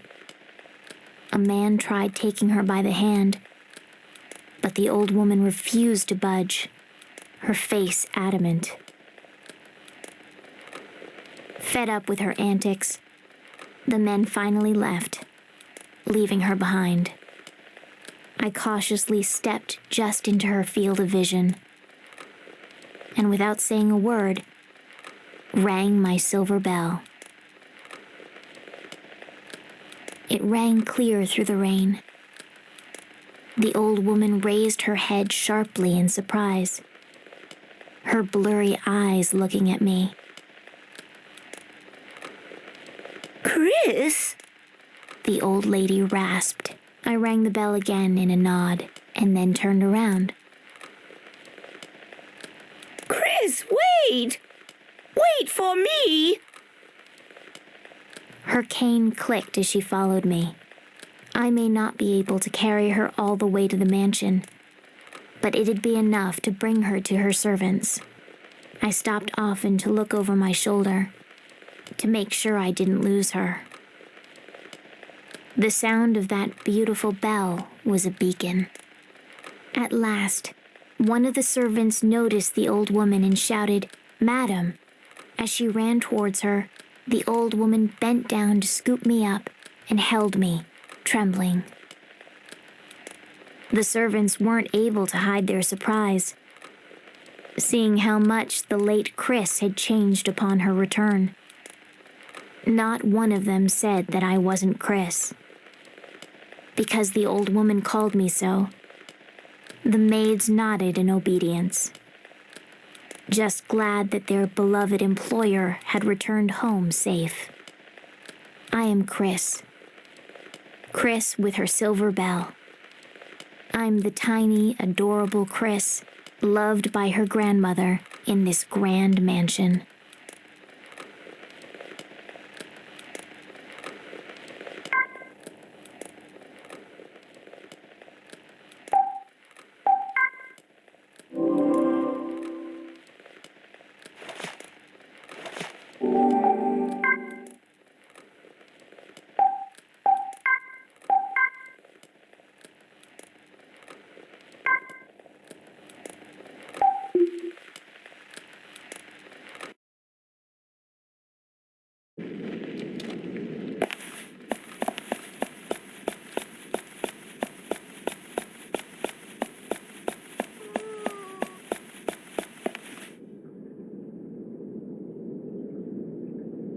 I never expected a weakling like you to make it this far.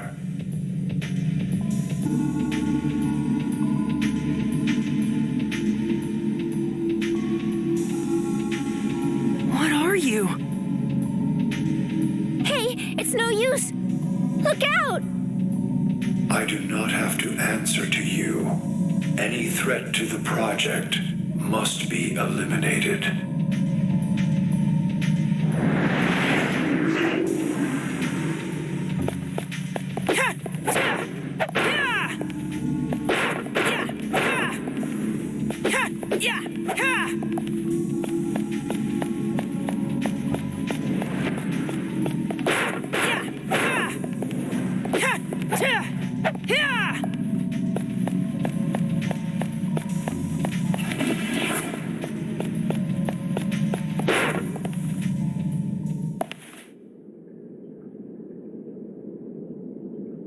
Fool. Your existence amounts to nothing more than a goldfish swimming upriver. When we were conceived, the age of man ended.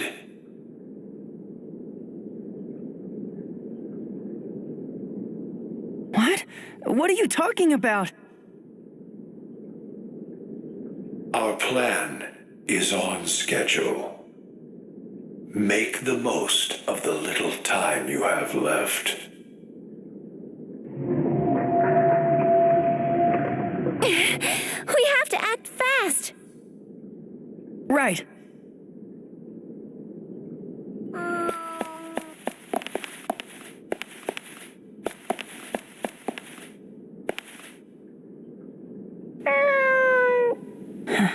I guess the cat ran in here. It'll be tight, but you can squeeze through. Be super careful. Right.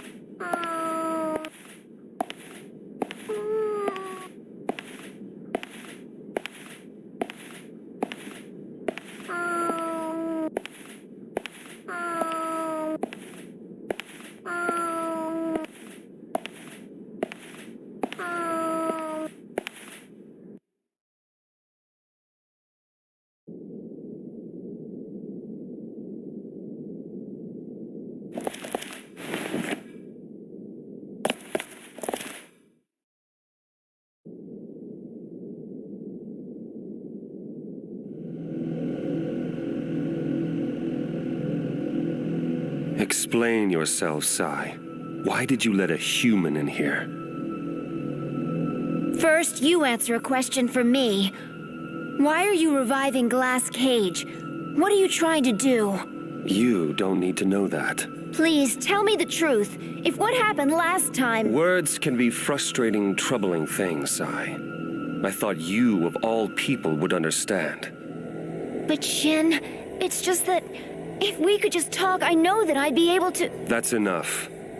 Soon, everything will be in order.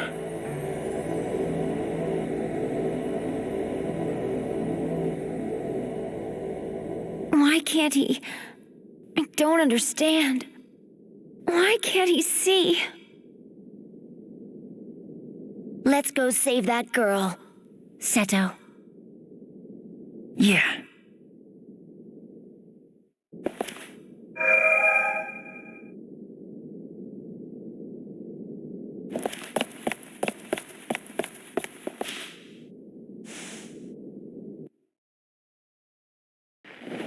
Maybe I'll sit down.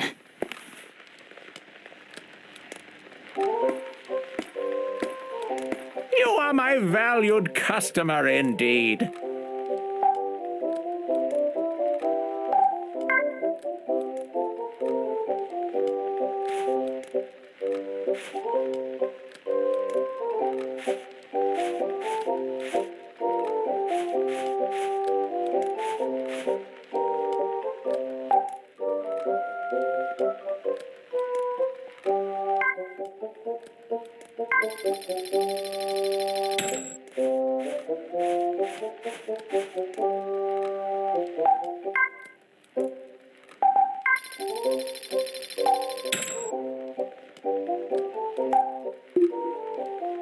Well then, this is goodbye.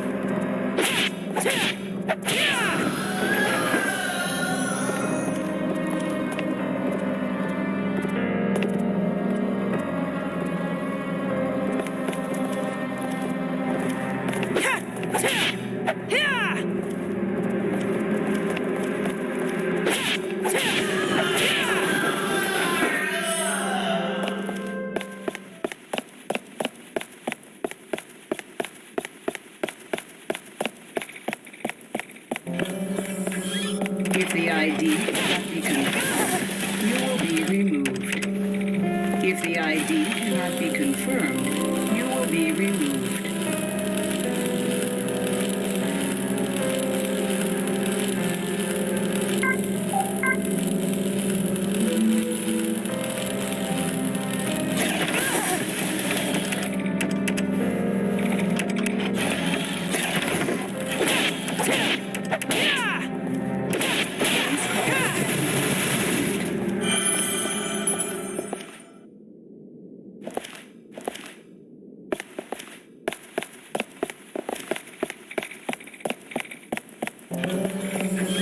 If the ID cannot be confirmed, you will be removed.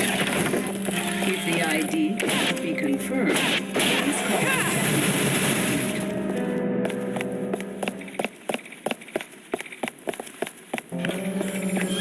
If the ID cannot be confirmed, you will be removed. Please call the technical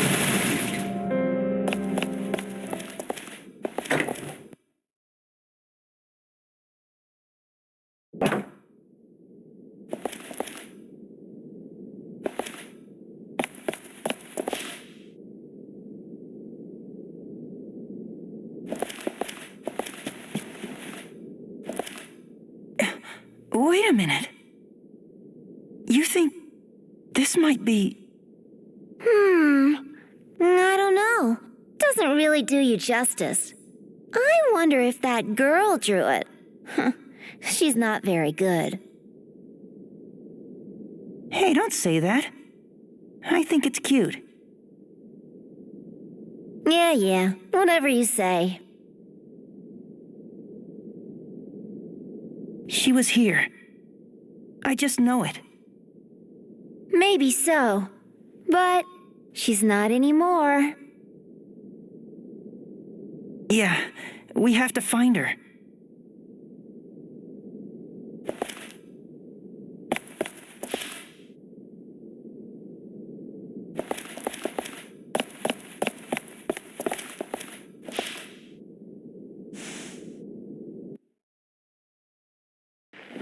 Phew, I'm tired. Nice surprise.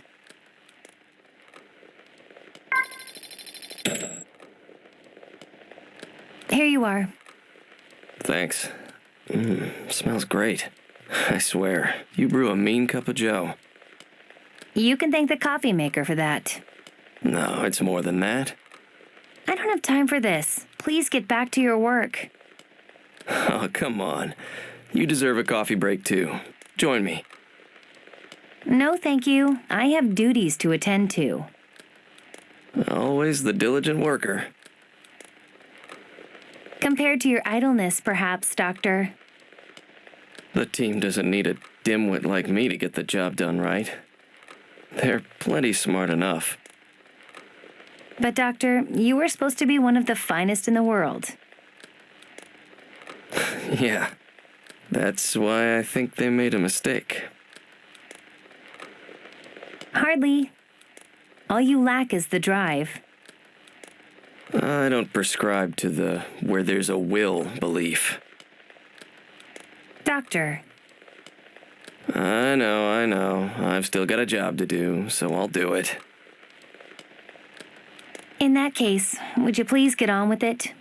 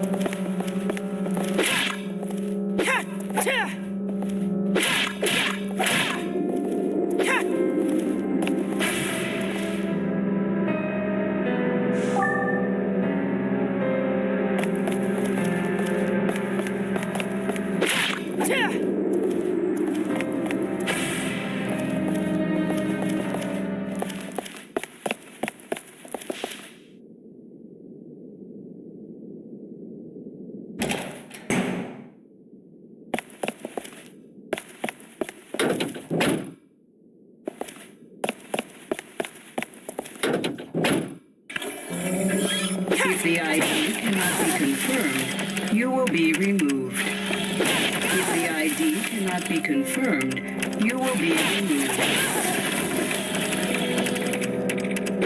Please call the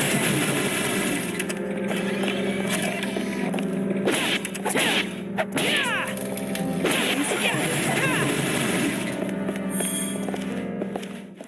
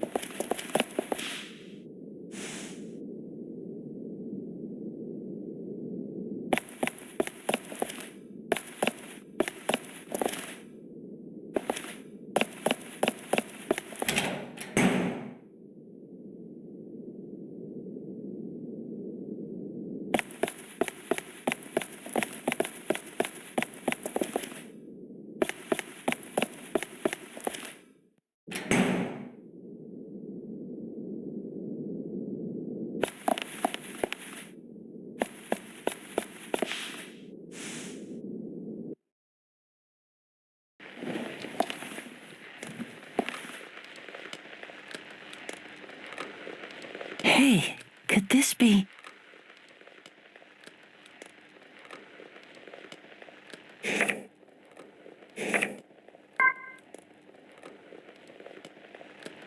August 2nd. Today was just like any other. Quiet, uneventful, which I couldn't be more thankful for. Even so, the speed at which this research is progressing leaves me astonished. People think it's that geniuses work. But from my standpoint, I think we're moving too fast on this. There's something not right about it. The scientist in me wants more proof. In fact, I don't feel that there's any need to rush something like this. She could stand to take it easier, too. Of course, she'd chew me out if I ever told her that. My assistant is a little too diligent. She won't let me get away with slacking. Oh well. Anything looks like slacking compared to her work. I haven't a doubt that working under a more promising researcher would guarantee her a brighter future. I've found plenty of opportunities for her to relocate, but she's more stubborn than I thought. Either way, I more than welcome the idea of drinking her coffee every day. Just writing about coffee has me craving some now. Hey, another cup, please?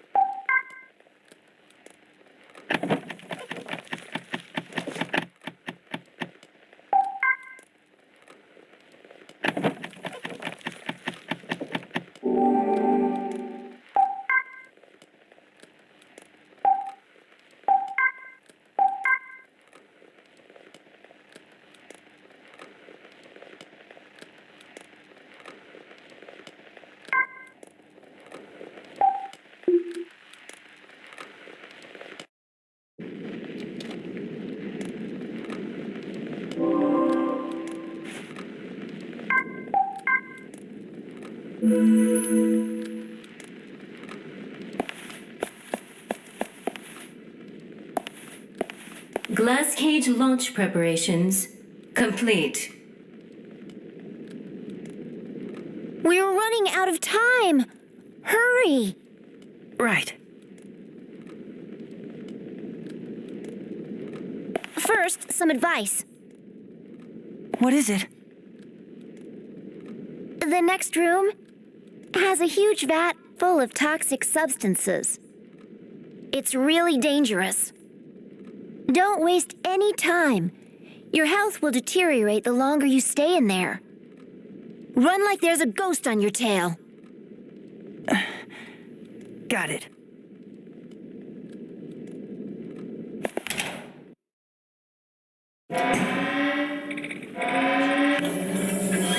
If the ID cannot be confirmed, you will be removed.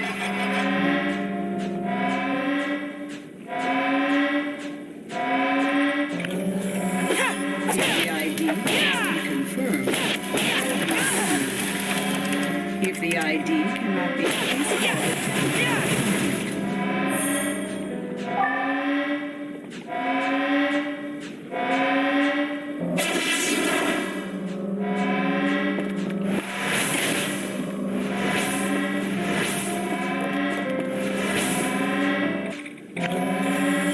If the ID cannot be confirmed, you will be removed.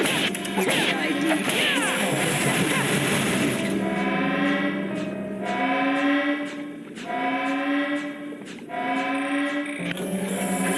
If the ID cannot be confirmed, you will be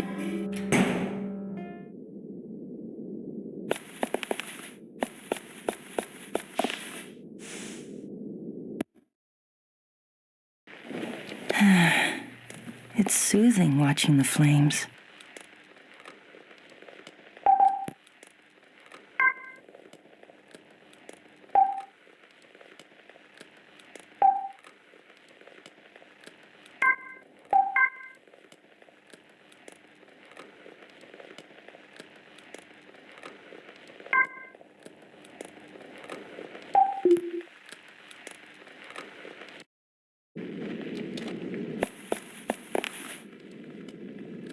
This next room is guarded by motion sensors. Motion sensors? Well, that means that when one of them is tracking you, you can't move a muscle. What if I do? You'll have a whole mess of trouble to deal with. Then I won't move. How hard can that be? I mean it. Don't even blink. Got it? Really? Really. I'll do my best. No blinking, huh?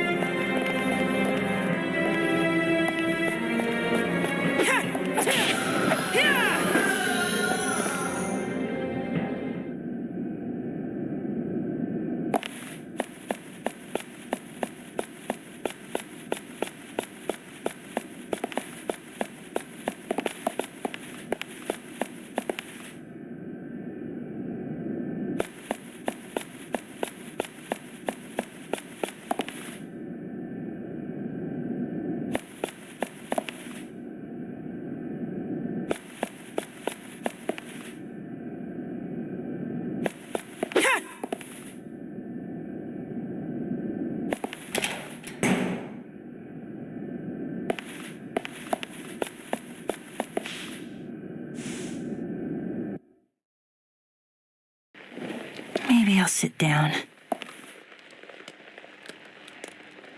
Nice surprise. Well, well. Things have definitely taken a turn for the weird. This is something else. I mean, we're guilty of murdering mankind. Don't you have anything to say? Please. I thought we didn't need words. That's true, but come on. I like the sound of your voice. Are you looking to be written up? Sheesh, can't you take a joke? How? How can you remain so calm about this? You're the one acting unfazed. Yes, but you know my true feelings. I'm scared. I'm scared of dying. That's normal. But you're not alarmed in the least. You knew this would happen. You're reading too much into this. I'm just a scientist who hates to work. But... You know what I could use? A nice cup of coffee. You want coffee at a time like this? You know that caffeine can keep you from sleeping. You can't escape it forever. Yeah, so can't you do me this one favor? There's nothing else I'd rather have as my last drink. Fine then. I don't take milk with it, and for sugar, 2 spoonfuls. I know how you like it, Doctor. good. Thank you. Excuse me, but... Yeah?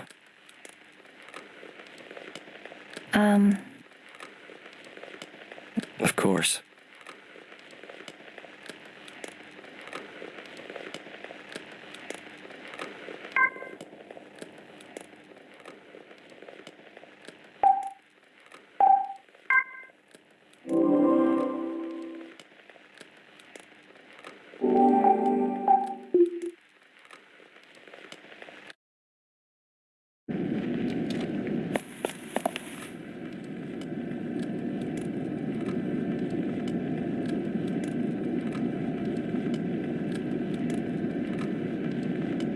This is it.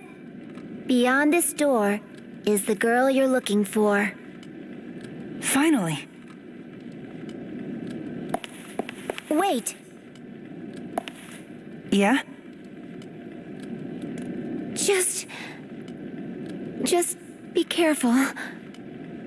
You hear me? I will. And thanks, Sai.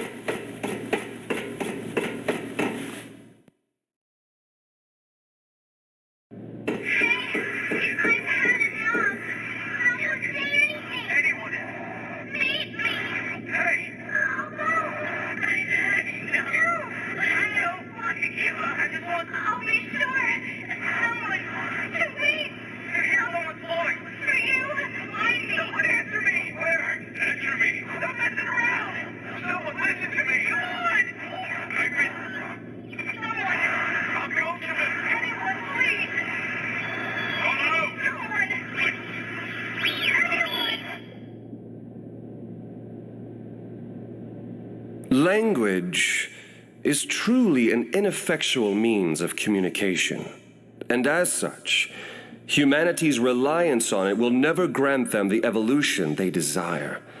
Indeed, humanity has digressed to an outdated organism. Then what's activating Glass Cage supposed to do? What else?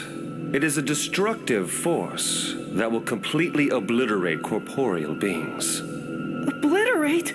No! Why would you do it? What would you possibly gain from something like that? Your petty verbal arguments are nothing more than a vintage relic. No explanation I can offer will make you understand my aim. Humans are held down by too many chains. There's too much noise. It's a disorganized mess.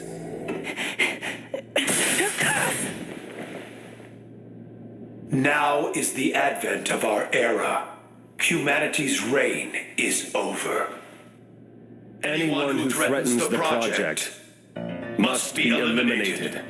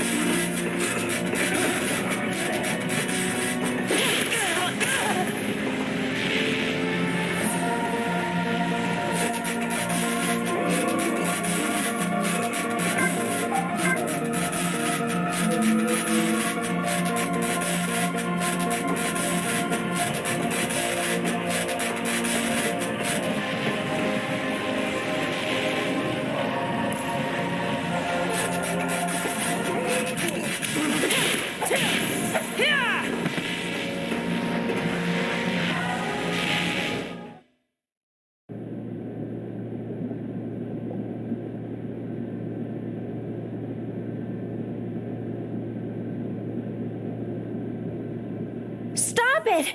If you hurt him anymore! I may have underestimated the boy's sheer resolve.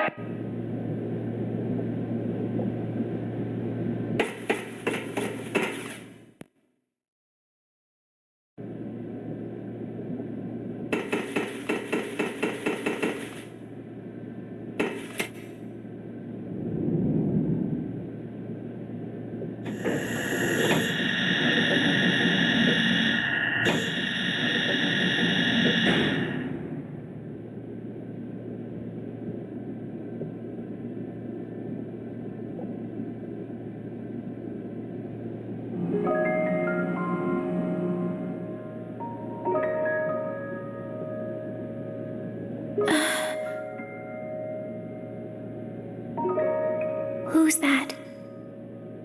Is someone there? I can hear you breathing, you know. You okay? It's me. Who's there? Can't you see me? I'm sorry. I can only see shadows. But it's okay. I'll get my sight back very soon.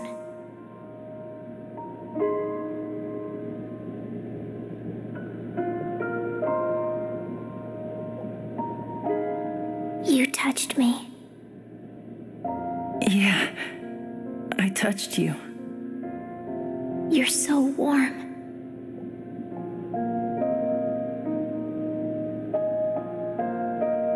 Who are you? Tell me. It's me, Seto. And my name is...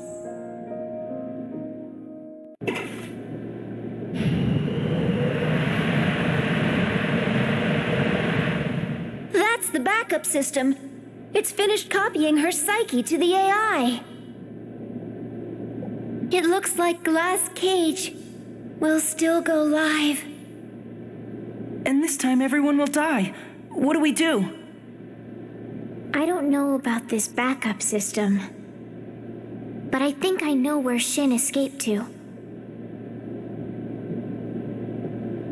We have to go there. It's our only hope. Let's hurry. Are you okay? Yeah, I'm okay. All right, let's go.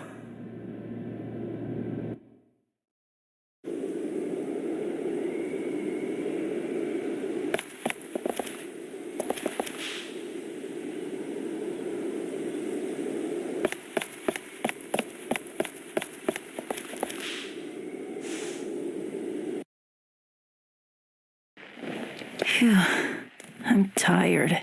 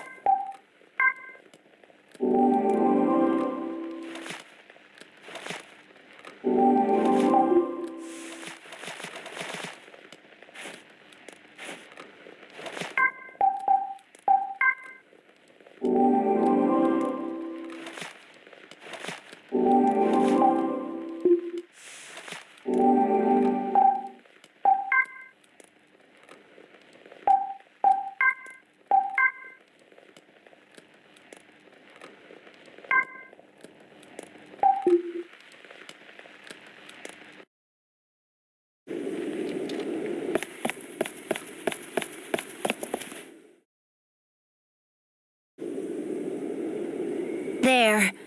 That must be where Shin is. Scary. You guys wait here.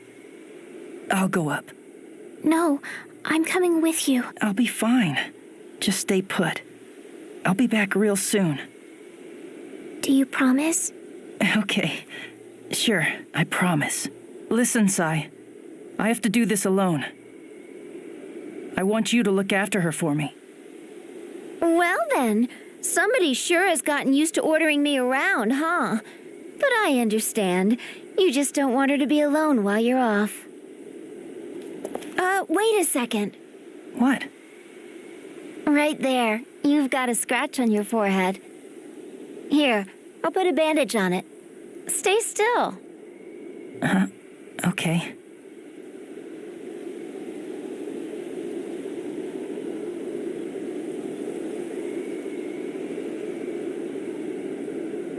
For good luck. I guess it's pretty weird for a ghost to be talking about good luck. Come back alive, okay? And Seto, whatever you do, stop him. Yeah, I will.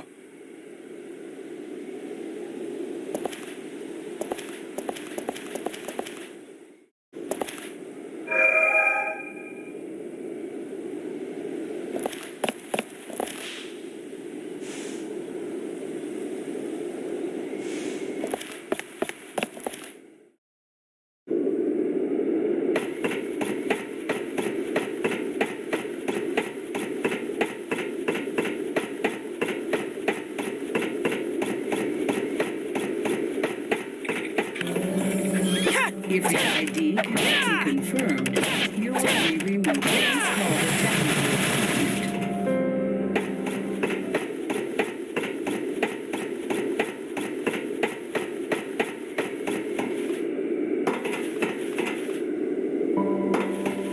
I am happy you made it this far. It's you. But how? The probability of you fulfilling your mission is...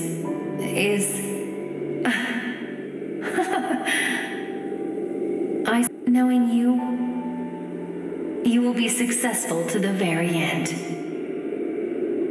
I am by your side, always watching over you.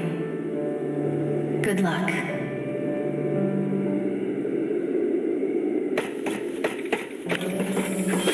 If the ID cannot be confirmed, you will be removed. If the ID, please call the technical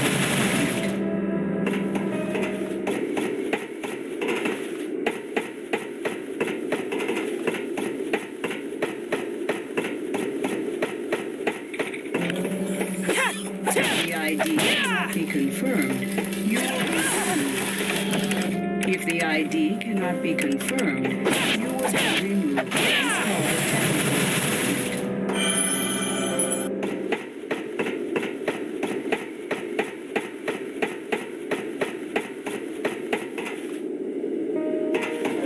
Well, well.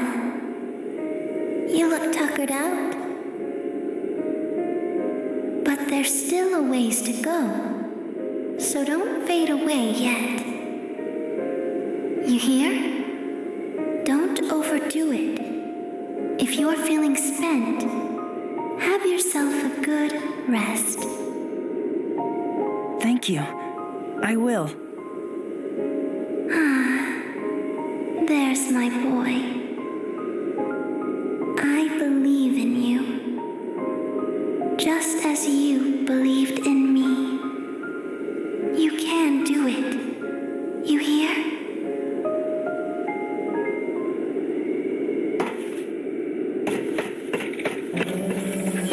If the ID cannot be confirmed, you will be removed. Please call the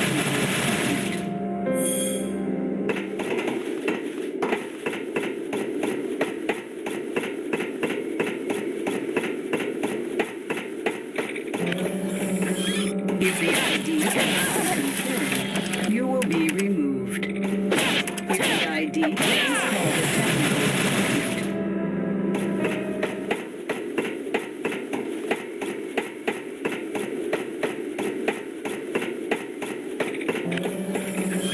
If the ID cannot be confirmed, you will be removed. Please call the technical department.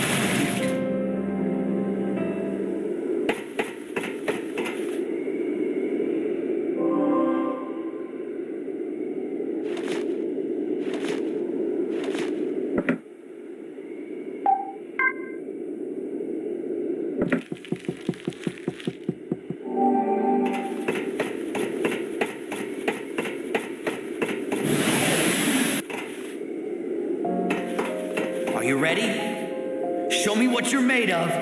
You're almost there. Crow! Oh, don't get so excited. I said I was your friend, right? And because we're friends, we gotta look after each other. Thanks, Crow. No problem. Now don't kill yourself, but give him all you got.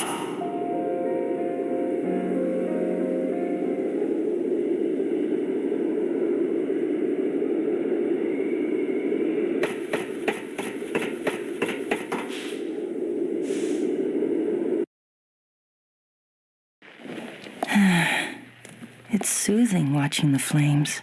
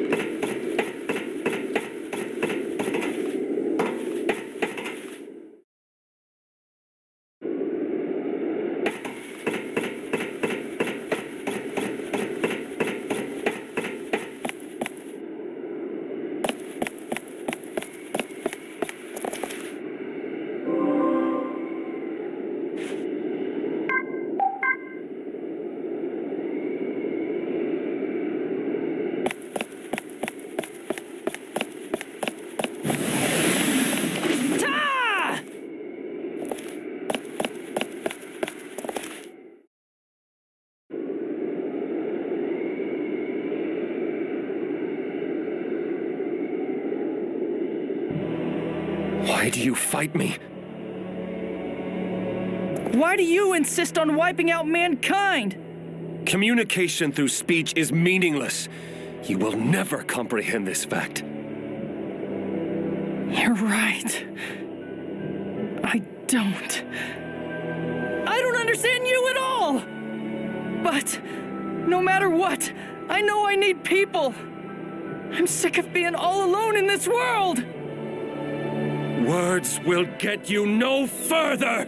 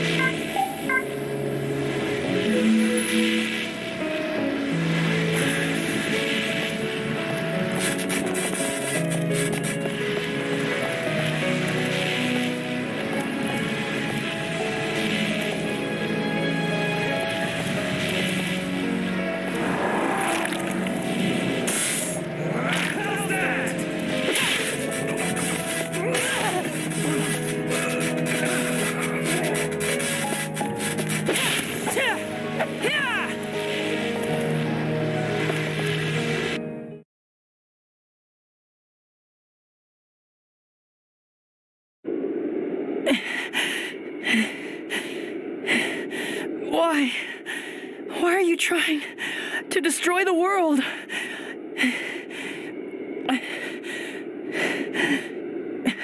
It turned its back on me.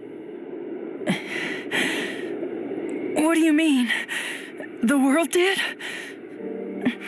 Long ago, when I was part of the Human Empathy Expansion Project, I secretly made myself the first test subject. I felt it was my responsibility that a project of this magnitude be carried out as safely as it possibly could. As a result of the tests, I no longer relied on words to reveal the thoughts and feelings of those around me. I believed in the success of this project to grant everyone the ability to empathize by making their thoughts transparent. But you see, when I listened to the thoughts of those all around me, all I heard was jealousy and contempt. My colleagues acted kind, but behind their innocent words was concealed resentment. Some of them envied my scientific ability and youth. Others opposed the very core of my character. They were wolves in sheep's clothing. Such contempt, flooding the air around me. The weak scorned, the strong envied. Even the elderly were regarded not with respect, but disdain. And at the heart of all those negative thoughts was always me. Me. Whatever empathy may have been felt for others was quickly trampled by people's self-interest. The world is overflowing with hatred and spite. So long as that bitterness remains in the minds of men, this thing we call society will be nothing more than a farce. The world is a hell packed with mean-spirited monsters imprisoned by their very natures, who hold on to hate, revenge, and ill will. Even my parents turned against me. They saw me as a monster. They showed me nothing but hatred. Nobody ever understood me. No one loved me. Wanting to end it all. Why is that wrong?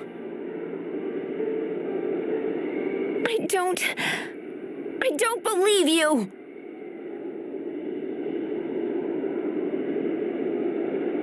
You? I thought you supported me in my ideas. We'd both become AIs and start a new world. No, not like that. The only thing I ever wanted was to be with you. I just wanted to be near you. I needed to be part of your life. When I was brought to the lab, I was so lonely and scared. But you smiled at me and told me to hang on. When you visited and snuck me candies, you touched my hand with your gentle touch. The way it made me feel. You have no idea how happy I was. Shin, the truth is that I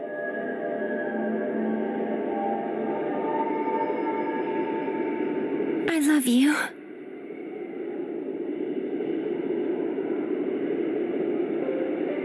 But why couldn't I sense that emotion? Don't you see? When it comes to the important things, I guess you just have to put them into words.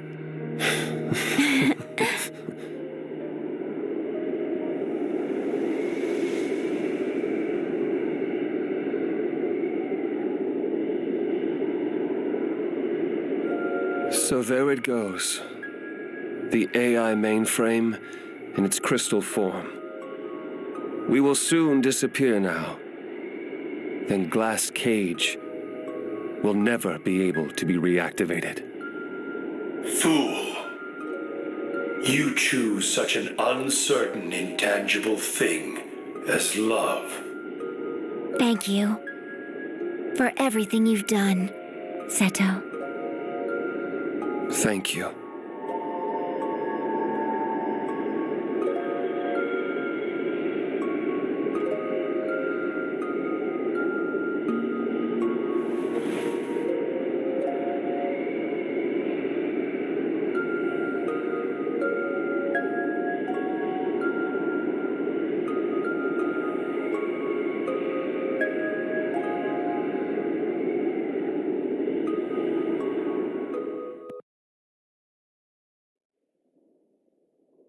And then we traveled together. And after countless summers, one day, I was all alone again.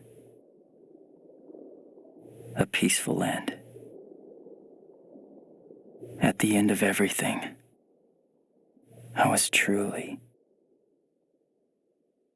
and utterly alone.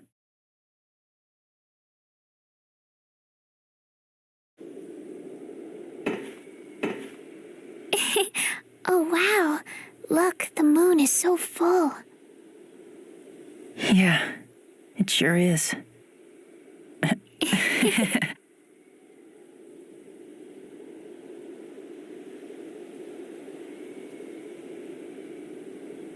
Oh, hey, listen.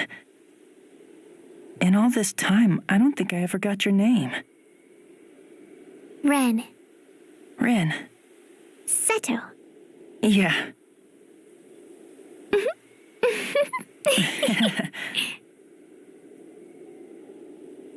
Well then, there are still plenty of survivors all over the world. Let's go find them. Okay.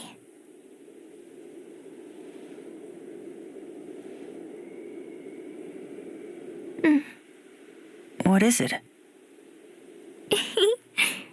Thank you, Seto, for being here. Hey, Ren! What is it, Seto? Thank you for being with me, Ren.